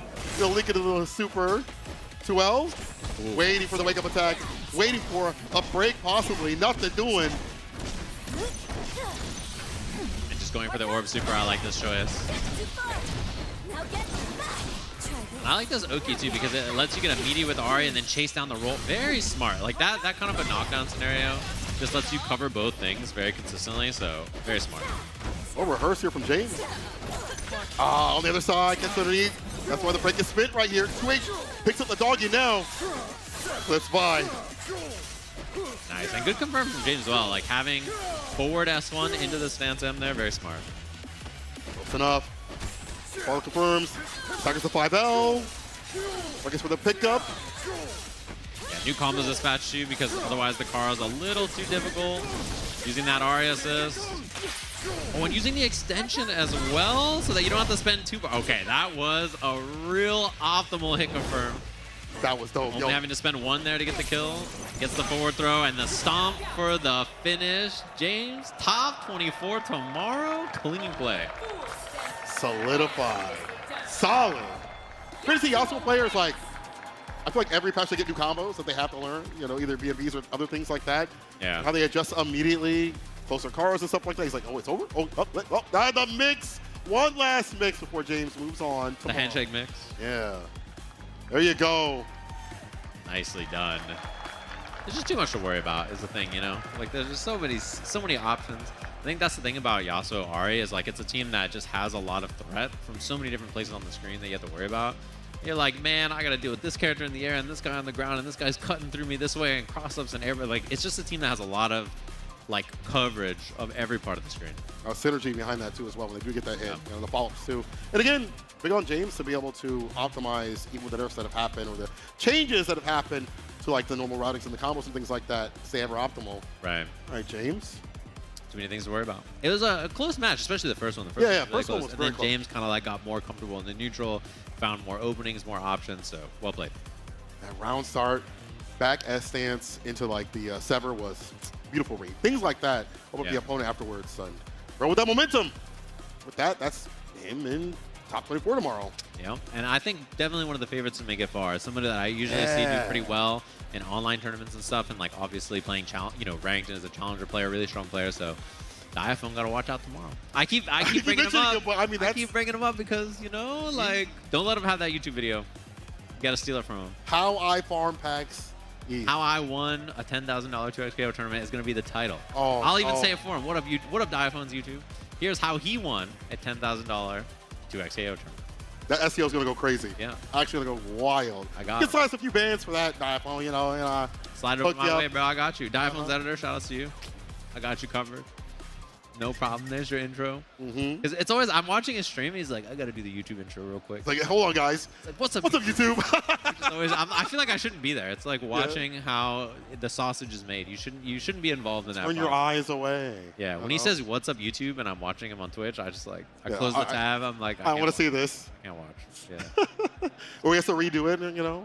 Yeah, he always messes it up. He's always like, what's up, YouTube? It's your boy Diaphone. So here, all right, we got to start. Like, he just like starts it. He's like, all right, let me do that again. He's like, I got to do it one more time. Hard to be a one-take dig. I get it, you know. One Ooh. take. That's Let's difficult. See what's on up here. We got the duos back. Loser Yeah. side. Losers qualifier here for that top 24. Should be a good one. The duo put up a fight, but they were fighting, they were scrapping with a dangerous opponent, obviously, in James. We just saw him make it through on the winner's side. This is going to be the losers qualifier for this pool. See who makes it out. And tomorrow we're kicking things off. We have that top 24, as we mentioned. 10 a.m. Eastern time is when that kicks off, and then it's going to be going throughout the day, and we get our top 8 later in the evening to see who's getting the lion's share of that 10,000 smackaroos. Quite a bit of guap on the dot. You want that green. Even Elliot's smiling for it. I'm going to throw it over to him to see what he's saying. Elliot, to you. I'm saying PAX Land. Look at this. Don't you love the new aesthetic? I'm loving this. I did enjoy the 20th anniversary stuff, but I really dig this whole carnival thing they got going on. Anyone else need to give penance to the Lord above? Who needs to atone, huh? Anyone in the PAX Arena crowd? Hey, I love that. That's an outfit right there. I like the bright orange. It's not a scarf, is it? What are they called? I've totally forgotten what they're called. They have a specific name. Ah, okay. Would you like that? All right, there we go. And I've got one more prize. One more prize. One more prize. Is that copyright? I probably shouldn't. We got, what is it? It's a t-shirt of some sort. Let me see. I'm seeing this for the first time as well. Oh, that's... Actually, no, I'm wearing this. All right, guys. See you later. Make some noise for our commentators. Hey, anyone? This is actually sick. Do you know what? Instead of woo, let's hear something more interesting. Who's got an interesting noise they can make? Oh, yeah. Oh, no. That's in the lead right now. I'll tell you that much for free. Anyone beat that?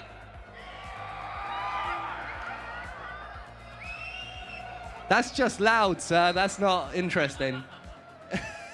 I know it's confusing. They're quite similar, aren't they? Any other interesting noises in the PAX Arena crowd? Actually, no. All right, my guy over there wins 100%, but you do have to make the noise. All right. Well. Woo! Wow, I'm unfit. All right, into the microphone. Horrendous, horrifying, and wonderful. Thank you very much. Have a fantastic rest of your day. Let's make sure. Remind everybody of the big prize, did you just say? We've got, what, like right now? Or do you mean after this? After the next game, we're going to give away a big prize. All right.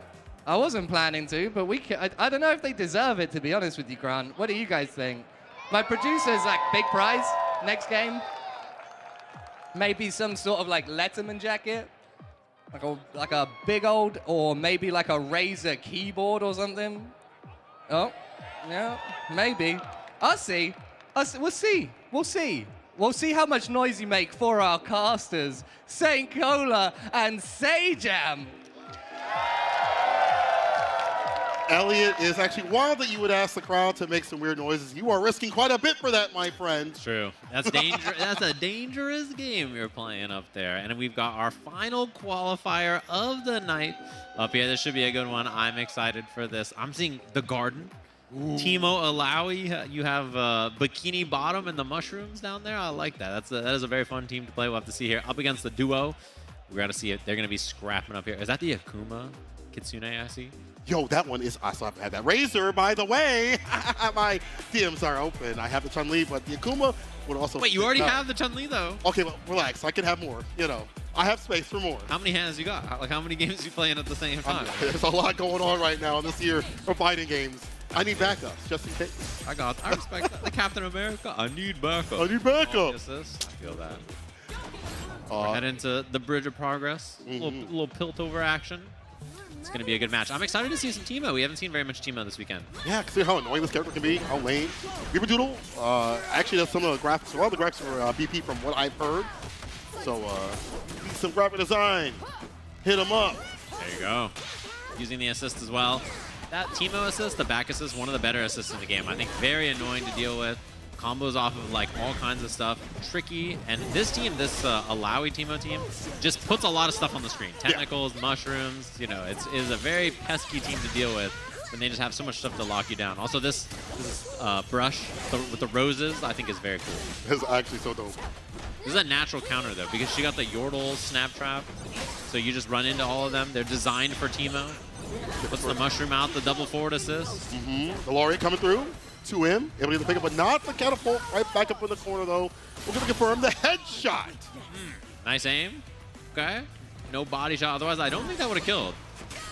Stay never optimal. However, that was going to be a confirm after that. S1 whiffing in the night. Falls in the trap. As you mentioned, this is made for you. The Yordle Snap Trap. She's ready. The Cupcake Traps now. Put out the trap and just goes for the shot. Nicely done to bait the wake-up attack as well. The plan within a plan. Puts down the trap, has the gunshot in case you go for a wake-up attack. Just good coverage. Like that. The assist coming through from Yas. Cleaning things up, add an extra layer. For the duo, the first round so far. Sever back with it. A dash up 2L. Like what I'm seeing so far. Great hit confirms, and this duo was really strong in the match we saw earlier as well. So we'll see if Beaverdoodle has any answers here. Teemo stuck on defense. Cross, double cross. The double-double? Yeah, a little double-double. Oh, tough to see there. And the tentacle gets taken away. Gonna have the shield out as well. Combo off the shield, gets the trap. No side swap. The reaction already been used there. So Fortunate. Wind is out. Got time. Yeah, just trying to cover the approach right there, just in case Teemo wanted to spit some game. Old pass through. Oh, pass through man. Cross up man. Oh, and she might get pushed back. Okay, the trap's still there. Doesn't even need it. Gunshot into the corner, but missed. Overhead, gets the mix-up, gets the kill. Alawi remains off the deck. Unfortunately, that's an air throw straight into the trap with a super shot. Why you gotta shoot Teemo, man? He was just chilling and she just lined it up. Bow. Why does it take that much work to shoot Teemo in the first place? So that head's so damn big, so, you know, probably not that difficult. That's poro violence. That we don't condone that here. Okay. Not here at PAX. Yeah, block it low, smart stuff. I like that we're seeing this approach behind the assist as well, like playing a little bit more Alawi point and then using the double dart assist to get the approach. I think that's a pretty smart way to handle this. Also with the knockdown, the hop. Get attack. We're trying to be able to break there. Either way, there's the break. Get Teemo out, start to get a little bit of zoning. That's never hit. Alawi just gets clipped there.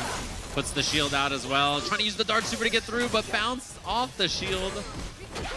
All right, drop it down. Limit strike. Double the cake. Oh, actually rolled for it and still got the grip right after it. And I like trying to use that Alawi assist to set up something cool there with the mix-up. Didn't get it. And little Teemo goes down to empty Hoblo. Right by themselves. Stands cancel. Dancing with them. It's a sever. Wasn't able to get the follow-up though. It's a one-shot though.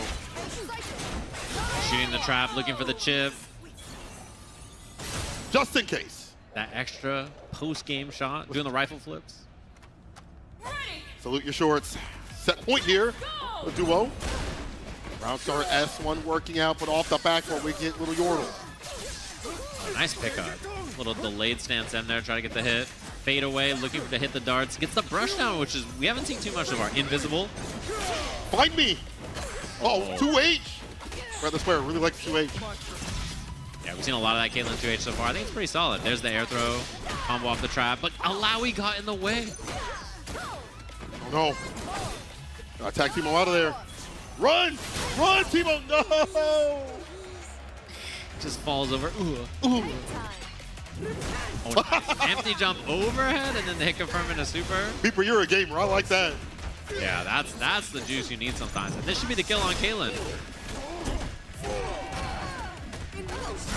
Nice. 6S2, drop him down. Didn't even need the meter or anything there, so definitely a very winnable round, this Alawi. And that's a punish. Pops the Fury. What an air throw. Stomp, sever, judgment cut. Now you're up in the corner. Yeah, this is nowhere close to killing with that Fury up there, so just gonna buy some time, get rid of the Fury gauge. Huge lead. Really small lead. Excuse me, I thought it was going to be a bigger lead than that. Yo, that super tag shot is so devious. What? Not actually, super tag. Oh. Oh, the bouncing bullet messed up the combo, and the super, and it gets stuffed at the last second as our duo gets the job done. That's two? Scrappy two, but it's two, of course. Nicely done to our duo here, and well played there from Meeperdoodle, making some good adjustments towards the end there, I think. Yeah. Obviously, I get a little greasy and grimy with the dash up overheads and things like that. Come a little bit later on, it'll be a closer set, but not too bad. Meeperdoodle just shy of top 24, but the duo is moving on. We'll be seeing a duo tomorrow. I don't know if there's any more. Look at the bracket a little bit later, but shouts out the boys coming through. Again, local players. Let's see if they can protect the region from the likes of Diaphone and a few others. I'm thinking there's some other people that are outside of this region. But either way, big ups to them. Good to see some duo play. See how far they can push this. Yeah, I gotta say, I'm curious who won the duo tournament. Now that you mentioned it, I wonder if it was this duo or a different duo. I'll have to take a look on StarGG because I know that was last night after you and I got out of here. So we gotta take a look at the matches from that to see which of the duos it is and if they're still in the bracket or not. But that sets up our top 24 on Sunday, which should be a really good one, of course, tomorrow, 10 a.m. EST. So a little while from now, we're going to have that. And it's going to be going on all the way through to our top 8 to see who gets the lion's share of that $10,000. If it's going to be somebody from here or these invaders are going to show up and get that money. Hopefully it's someone from the local scene. You know, that'd be sick to see. That would be. But an upset is an upset, though. You know, some content is content. So Diaphone, maybe some others out there could be playing spoiler tomorrow. For sure. Have to catch what happens tomorrow. Yeah, I'm excited to see that. And I mean, that's the other thing, too, is like, you know, you get tournaments like this, it draws people in. Yeah. To see who's going to show up and get that kind of stuff. So a lot of great 2XKO action all weekend long. And, of course, here at PAX and all the other events that are happening this weekend. Excited to see who gets that dub tomorrow. It's going to be some really great matches, I think, all day long. So really looking forward to see who shows up, what teams we got, if there's any other duos in there. Because we didn't see some of the qualifiers from earlier this morning, right? Because the matches were happening while there was the GDQ speedrun on the stage as well. So there's some pools during that. And we didn't start our coverage until around like almost 3 today, I think. Like 2:30, 3 o'clock. And there was pools at like noon today as well. So I know those are the ones that Diaphone was in. Curious to see how those went and see if Crocs made it or not. Yeah, because he was in Losers this morning. I saw him. He was like, yeah, man, I made Losers. I'm like, okay, well, wearing a full Kirby suit, by the way. So you know he's about his business. A full Kirby suit? Yeah, he had the Kirby hat and then like a pink suit on. I'm like, man. And I think the Crocs on too as well. Can't have of course. Crocs sucks without Crocs. You know, it's just the whole thing. That's how you get it done. So yeah, I'm excited to see that. I know that Diaphone's last set was pretty close as well. Oh, word. Yeah, so we'll have to see. We'll have to see how that breaks down. But yeah, a lot of great matches all day long. Excited to see our top 24 tomorrow on Sunday. You and I will be here covering all the action all the way to the finish line with our top 8. But we're gonna head down to Elliot to do a big old giveaway. So let's take a look at what he's got for all you gamers here at PAX. Hey, how you doing? You good? What's up? Hey, Say Jam and Saint Cola, by the way. How good are our commentators, PAX? Yeah, oh yeah, you see the prizes. You make some noise now, huh? Now we got the big guns out. I'm gonna make the most of this. All right, PAX Arena. How you doing? Yeah. PAX Arena, how you doing? Who wants the last Letterman jacket of the day? These are sick. And I've already stolen the rest, so this is the last one I'm giving out. If you want to buy one, you could see me afterwards.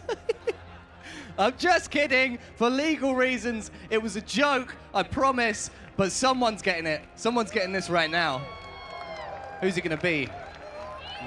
No one in this section. It's going to be someone in another section, isn't it? Oh, you guys are still in the run. Let's give a chance to people over here. Wow. Okay, all right. What's up, people over here? Enforcers, you know that we can't. Imagine. Can you imagine if I gave this to an enforcer? They'd be so... They both have one. You need... Do you know what? This was... They both have one, and I need one. What do you think? Should we complete the trio? There you go. It's a medium. You can change them if I think. I don't know, maybe that one's like a little bit open. I don't know. But if it doesn't fit, I think you can change them out. Go and ask nicely at the merch store. But do you know what? To be honest with you, I was not going to give away another Razer thing. In fact, I already told one of the Razer people, I was like, hey, no more Razer gifts today. We'll do them tomorrow. We'll play some games with the audience. We'll get them up on stage. I'll let you know when we do it so that you can snap pics for your socials and things like that. And then my producer was like, hey, Elliot, get a keyboard and get out there now. Are you sure? You sure? It's a really good prize. It's a Black Widow V4 Pro. Who needs a new keyboard? Liars! I don't believe that all of this many people are running around with broken keyboards. I don't buy it for a second. Who needs a new keyboard? Oh my God. Hang on, I'm gonna have to lift this properly, right? We gotta, okay. Lift, it's all in the back. Right, there we go. Wow, this thing, I'm actually not joking. This is so heavy. This is the heaviest keyboard I've ever felt in my life. And I assume that a heavy keyboard is a good keyboard, right? It must be. Someone is gonna get this right now.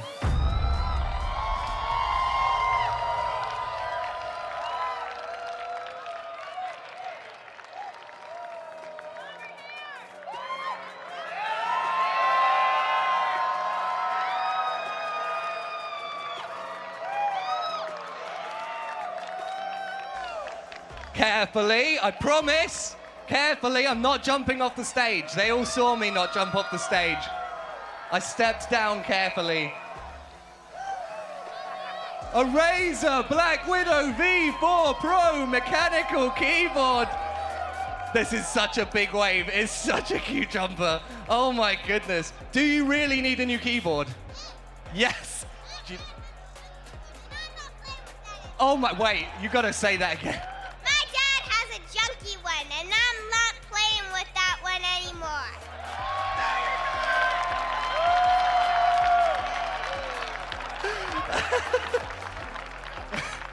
Dad, you're welcome. All right. I can't believe how much stronger than me she is. It's unreal. She took that like it was made of cardboard, like there was no keyboard in it. I'm just kidding. Is that the end? That's the end? No way! That's the end of today. Oh, PAX. It's so sad. Do you want to just hang out? We can just like riff for a while? Good. Production, what do you think of that? I'm sure you guys have got nothing better to do. Silence. Absolute silence. Yeah, that's about right. How you been? You good? You enjoying PAX so far? Loving the mustache, by the way. Phenomenal. How long did it take to grow that in? I've been trying 10 minutes and, or 10 years, it's still coming. All right, my producer is upset. Everyone say sorry, Grant. 3, 2, 1. Thank you. What is that? What is this sound effect? I'm going home. I'm going back to England. I'm getting abused by the production team. Guys, thank you so much for coming out. You are, honestly, today's crowd has been absolutely incredible. My favorite. All of you coming back tomorrow?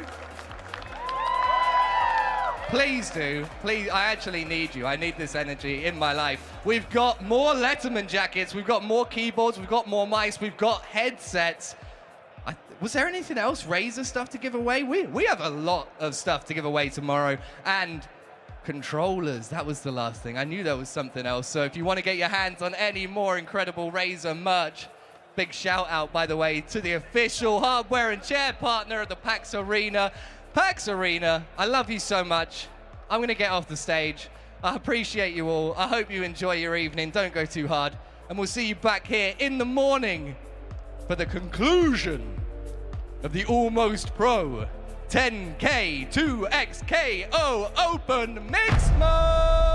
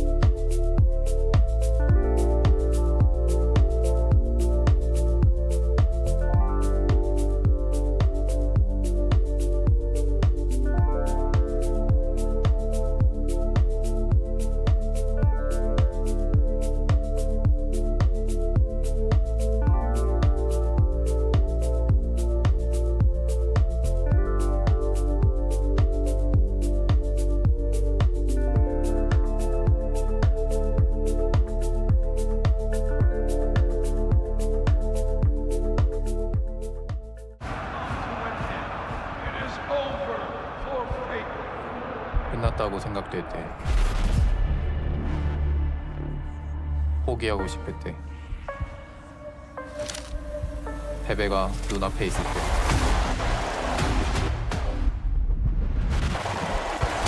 기억하라. The game is never over. 우리는 플레이를 이어간다. 모든 한계를 뛰어넘어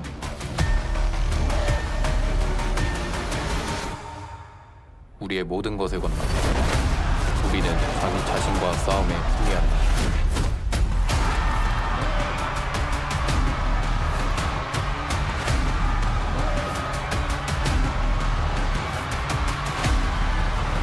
We play to win.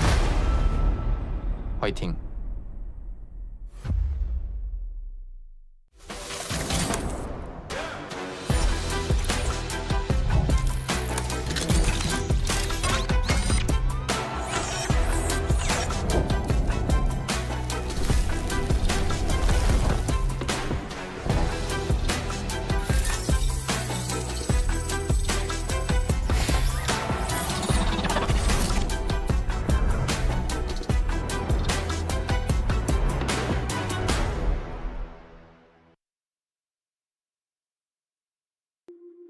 Whether it's sunglasses outside, blue light glasses inside, or night driving lenses in the dark, Zenni has affordable eyewear for everyone. Get 15% off with code PAX at zenni.com.